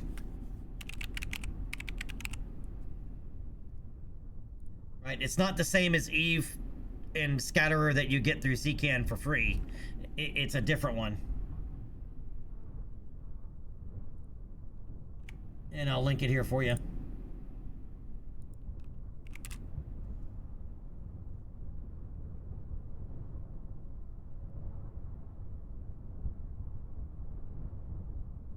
Right, but you don't have to stay subscribed. Just do the 1 month, do the download, and then cancel. Right? There's no way for him to like regulate and he hasn't set it to minimum, which is they've raised their price. It used to be $5, now it's $6.50. It's at the minimum that Patreon will allow, and Patreon doesn't allow like a single purchase. Right? You have to subscribe, but all you got to do is do it once.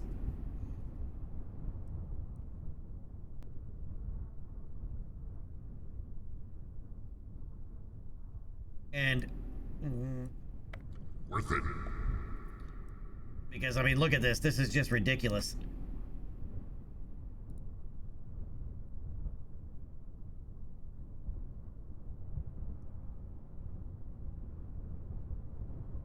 Oh, these are on the ground at 792 kilometers? These are really far away.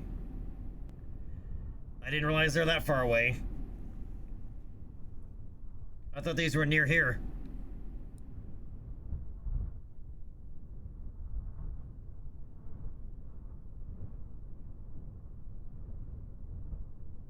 Nope, those are really far away. Those are 700 kilometers away. All right, well, we're not driving there.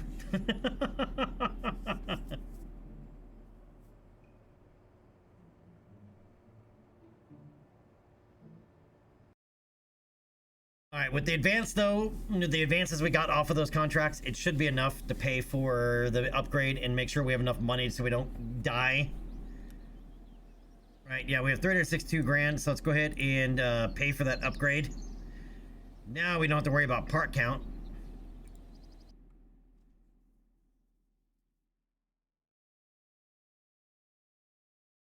And that's where you had to drive all the way there. Mataro did that once. Mataro tried to drive around Kerbin, like all the way around Kerbin. Like circumnavigate it in a rover. Except he didn't want to do it at stock scale. He wanted to do it 1/4 reel or 2.5x scale.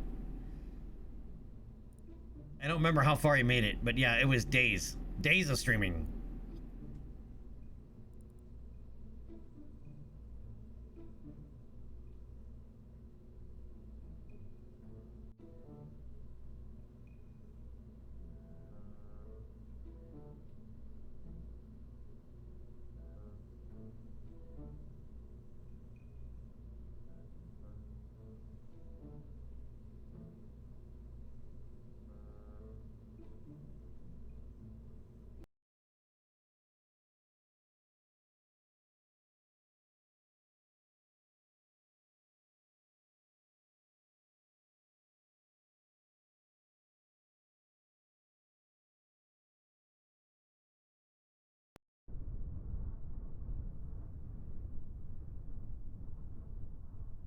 All right, let's go ahead and get guidance all set up here.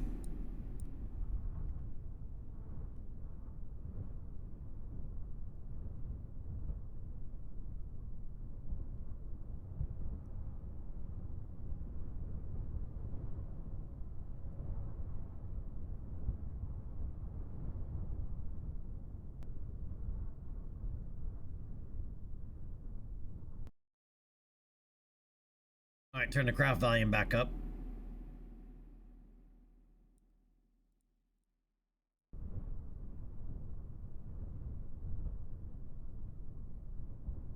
Alright, as I said, the goal here is high space.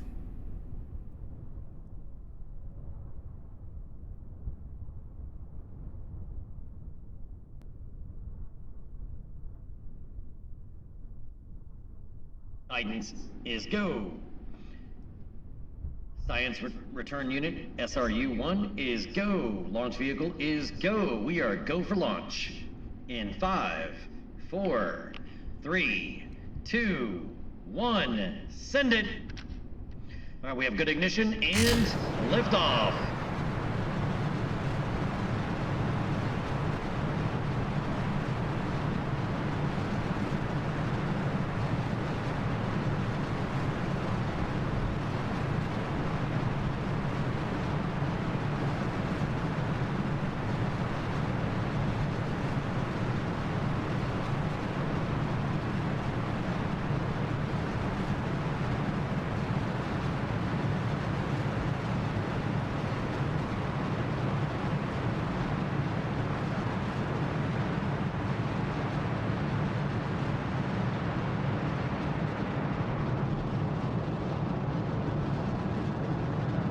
Vehicle is supersonic. Stand by for booster engine cutoff. We have good booster engine cutoff and separation.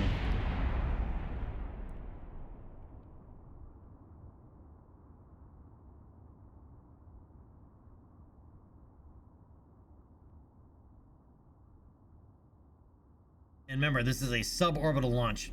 Yeah, these engines don't have a sound effect for reasons.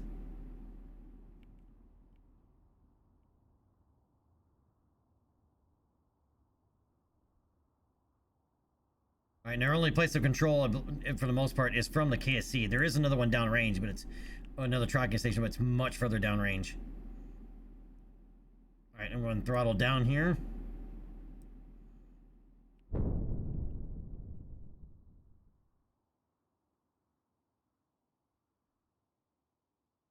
And a little hot.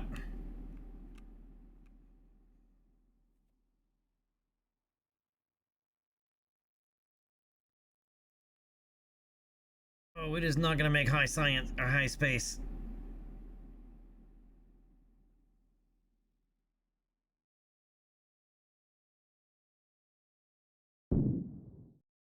Close. So close.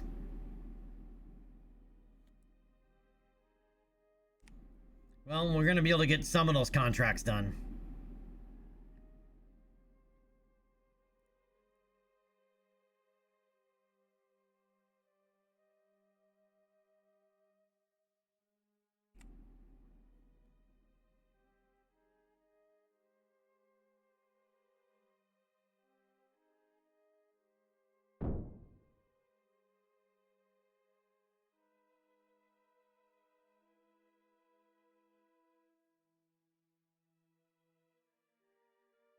My probe is separated. I've already taken the science from the science junior.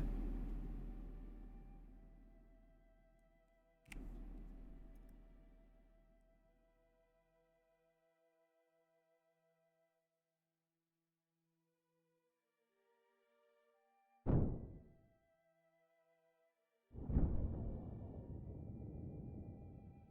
right, so we're going to go ahead and separate from that.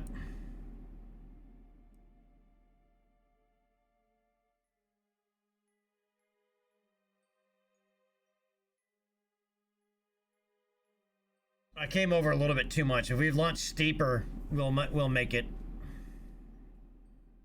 So we'll have to do another launch. But this will complete some of those contracts that we had.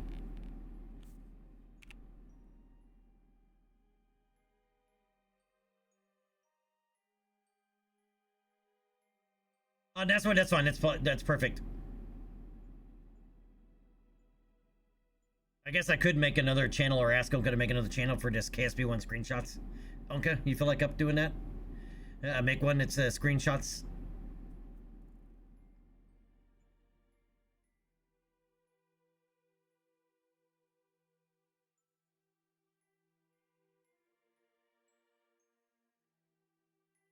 All right, we made it up to 185 kilometers. We needed to go up above 250. You gotta be careful in suborbital flights. You don't want to come down too fast. Like at too sharp of an angle.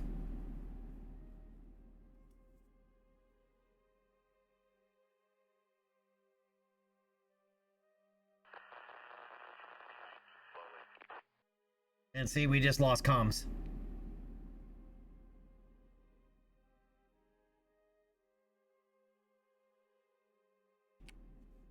All right, parachutes are armed.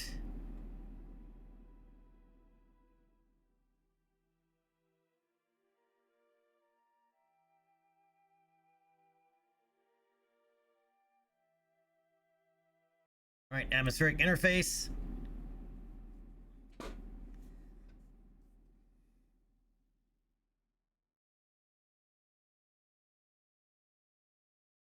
And see the aerodynamic stability.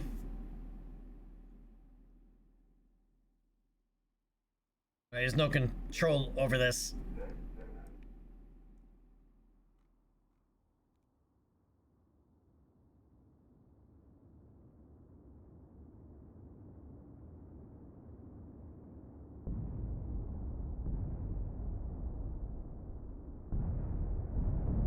Yeah, there's the launch vehicle burning up on re-entry.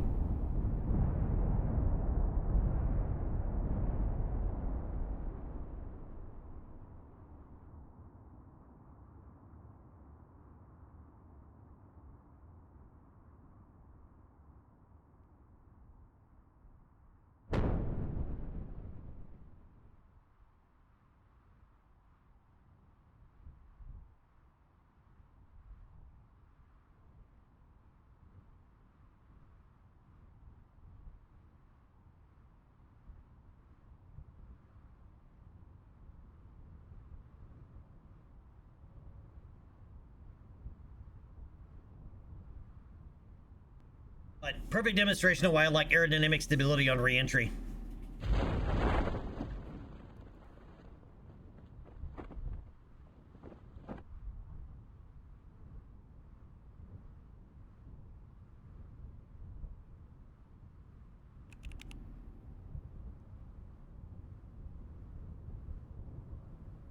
The channel's up. You gave it a little Viagra.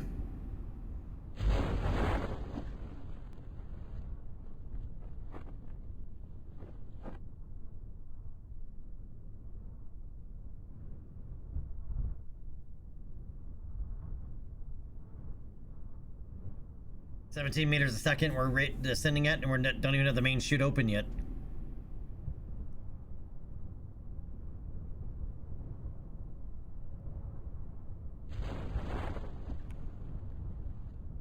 Let's see, if I didn't have the parachutes and everything set up appropriately, they would have never opened, because we haven't had comms since before re-entry.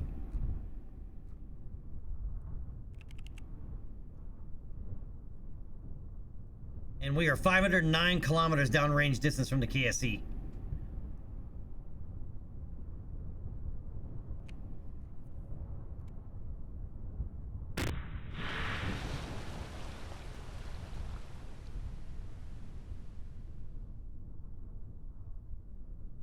All right, and we have probe splashdown.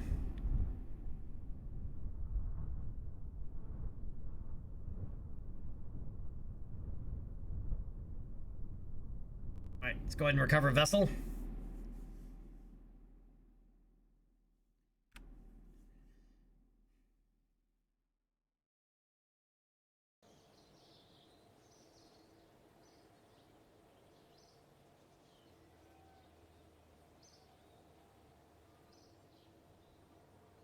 All right, we brought back 27.7 science. All right, and we did, suborbital trajectory and return, 12 grand, 5 rep. Leftover data from experiments on Kerbin, 11 grand, got that. Leftover, again, got that. Full leftover, got that. All right, performing an atmospheric pressure scan while in space near Kerbin, got that one.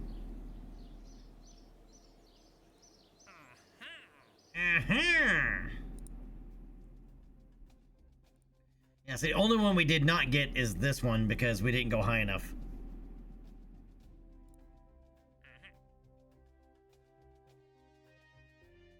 Uh-oh, I didn't see that one as above. That's a problem.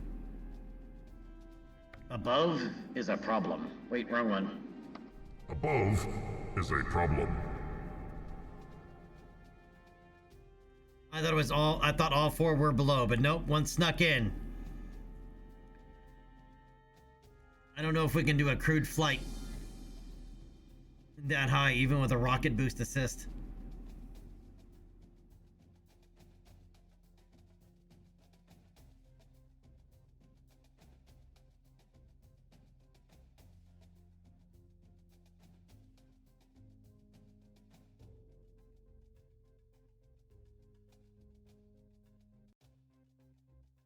Let's take a look at our experimental plane, the one we went supersonic with.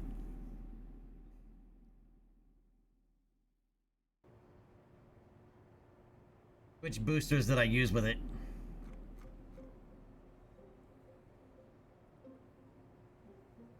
Oh, I used the short ones. That's promising.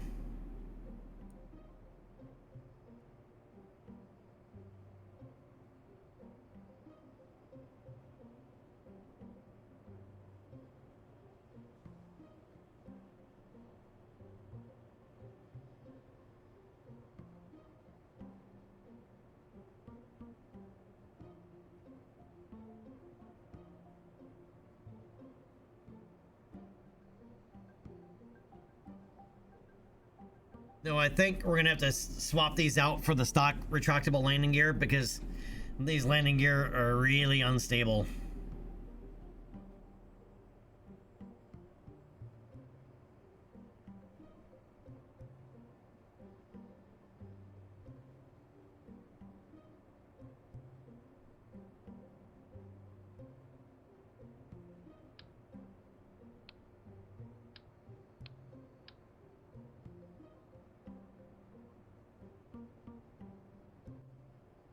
And sneezes came out of nowhere.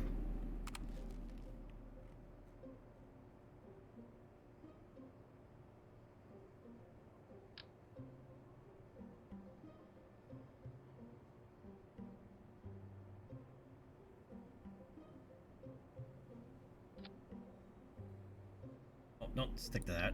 Go to that.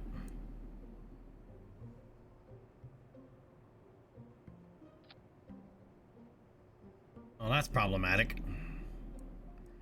These things are huge.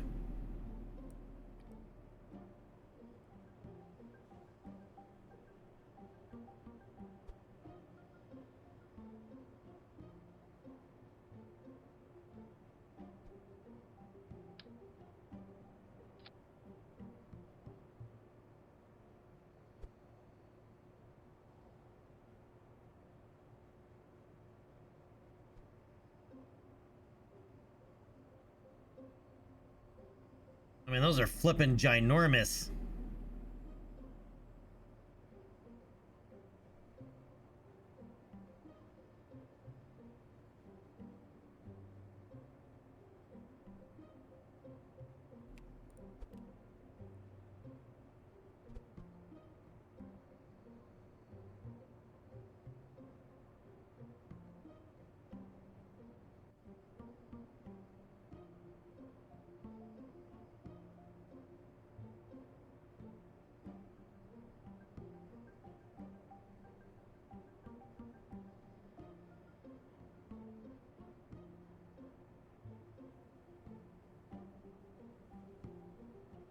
Yeah, no, these are unstable as in Kerbal wheels being unstable makes these unstable.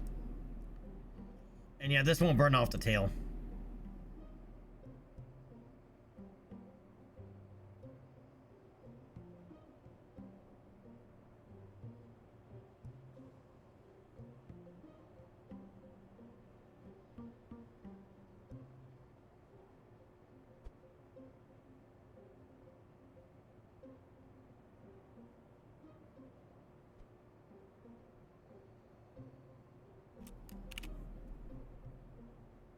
All right, we're gonna make this the B model. Oops.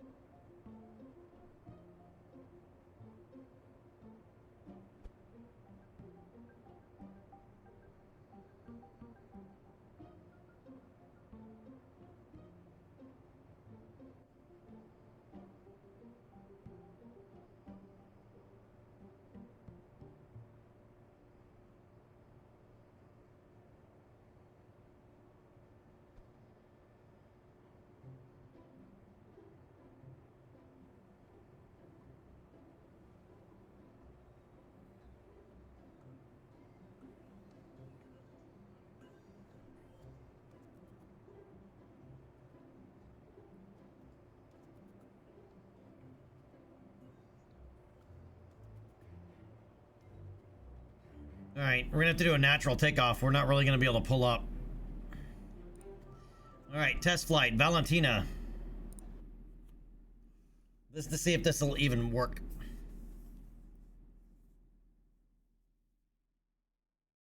Well, our canards are fixed. They can't move. They're not control surfaces.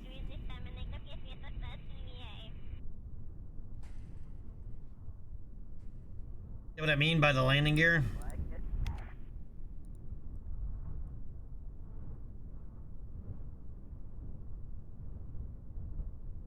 And yeah, they're so low to the ground, I'm gonna need the plane to take off on its own.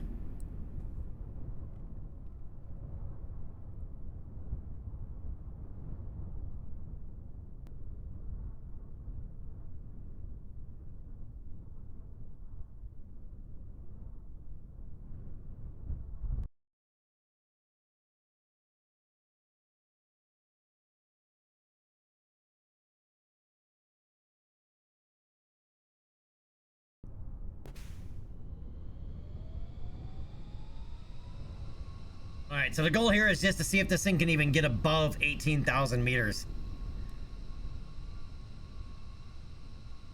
And not die. Landing is also going to be a real bitch.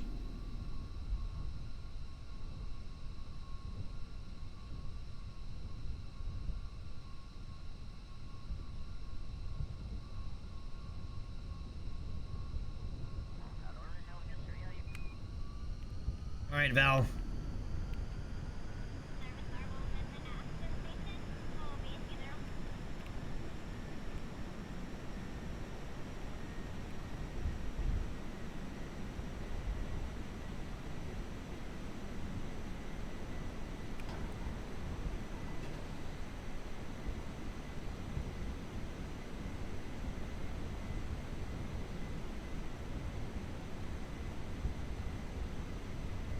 Alright, we got it off the ground.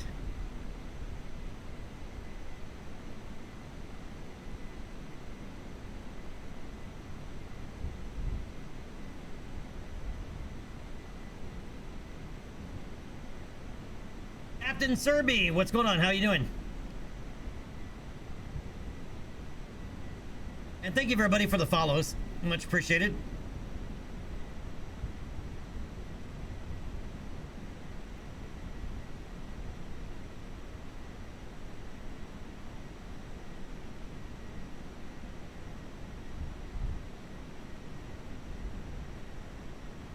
Alright, this is a little goofy looking. We're doing an experiment.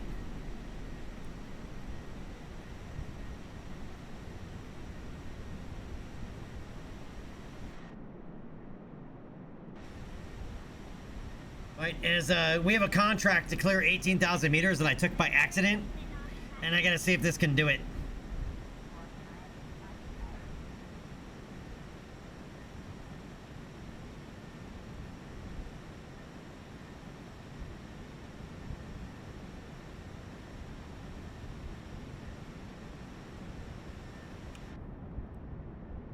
Not to mention it's really far away.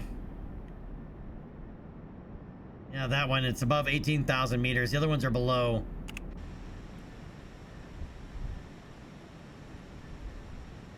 I don't even know if this plane can fly that. This plane wasn't designed to fly far.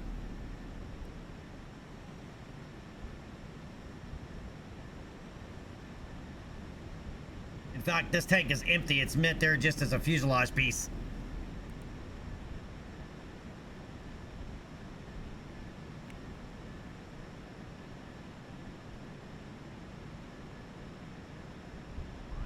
You know what? We're going to consider this flight a simulation.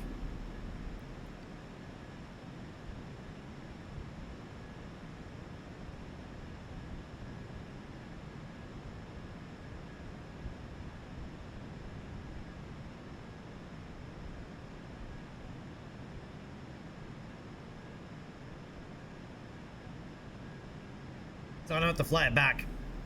All right. Passing 7,000 meters.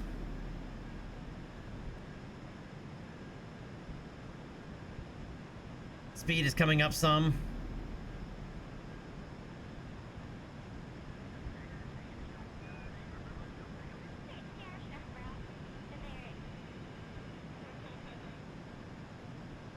I'm gonna drop the nose a little more. So if I can't get us up above 200 meters a second, which is gonna be close to 400 knots.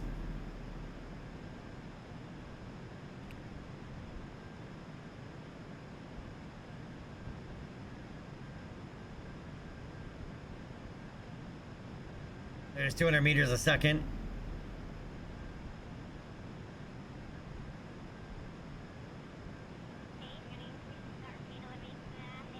There's 400 knots.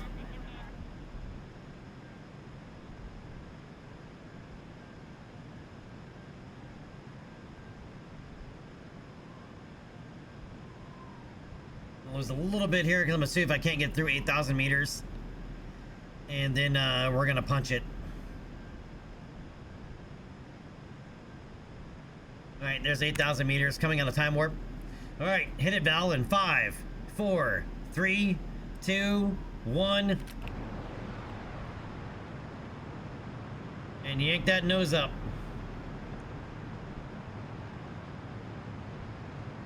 Bring it up to about a 60-degree climb.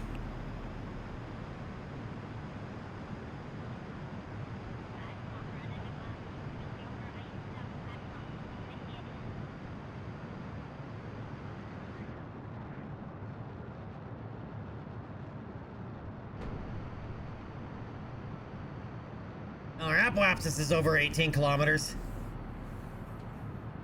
Oh yeah, this is gonna get us there.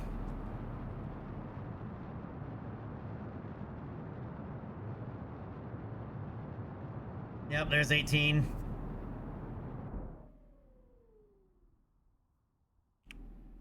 And we have full cutoff.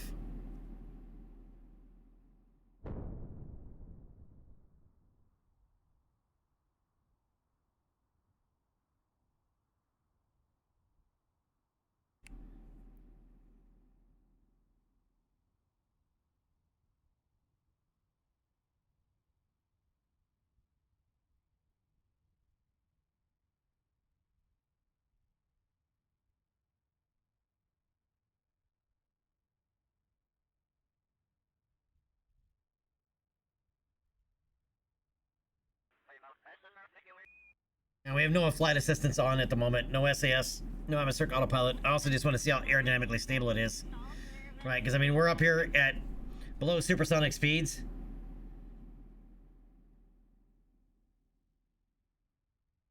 At 27,000 meters. The wings are doing next to nothing. See? Air overlay, they're producing no lift.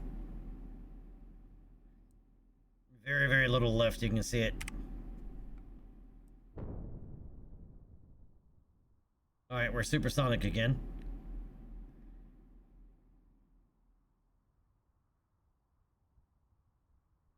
Nighthawk, you want me to explode? Nope. Yep, and it's got nards. It has small fixed nards.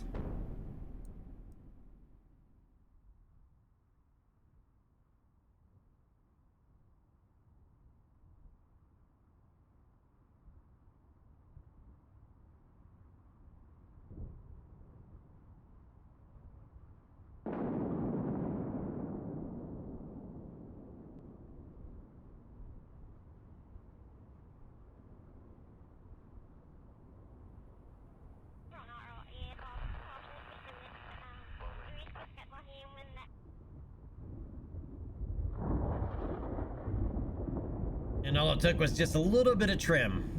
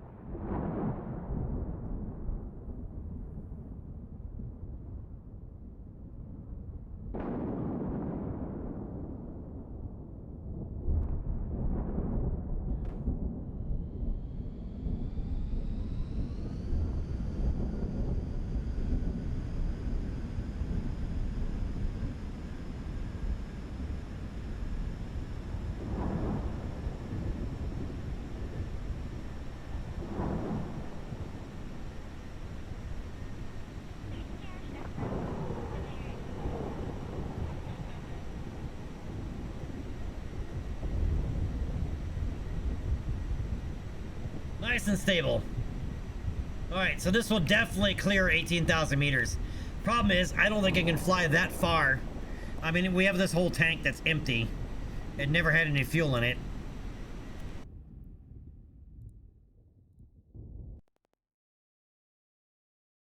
So it might be possible to fly it out there. Can we take off with that much mass?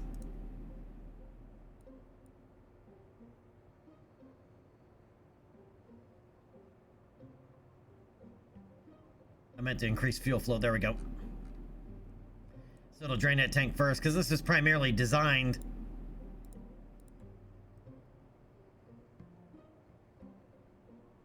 I guess it doesn't matter. They're all centered.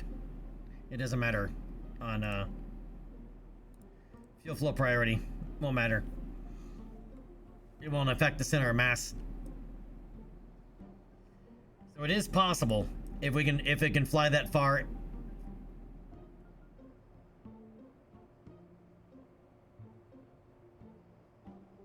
And then come back. That's a long flight though, man. That's almost, that's a 1,600 kilometer round trip.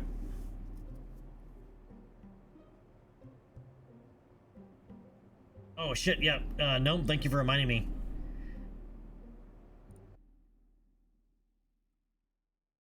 I always get lost in what are we doing? What are we working on? What are we doing? What are we working on? So, all right. We're gonna have to save that for tomorrow. But we did do some pretty awesome stuff today. We made a helicopter. Right, so if you missed that, we did actually make we made 2 helicopters actually. Technically it's the same helicopter, one just modified to be able to land in the water, and we did. We landed in the water multiple times. Flew back to get some splashdown science because we need to get further away from the KSC. So we can look at our screenshots here.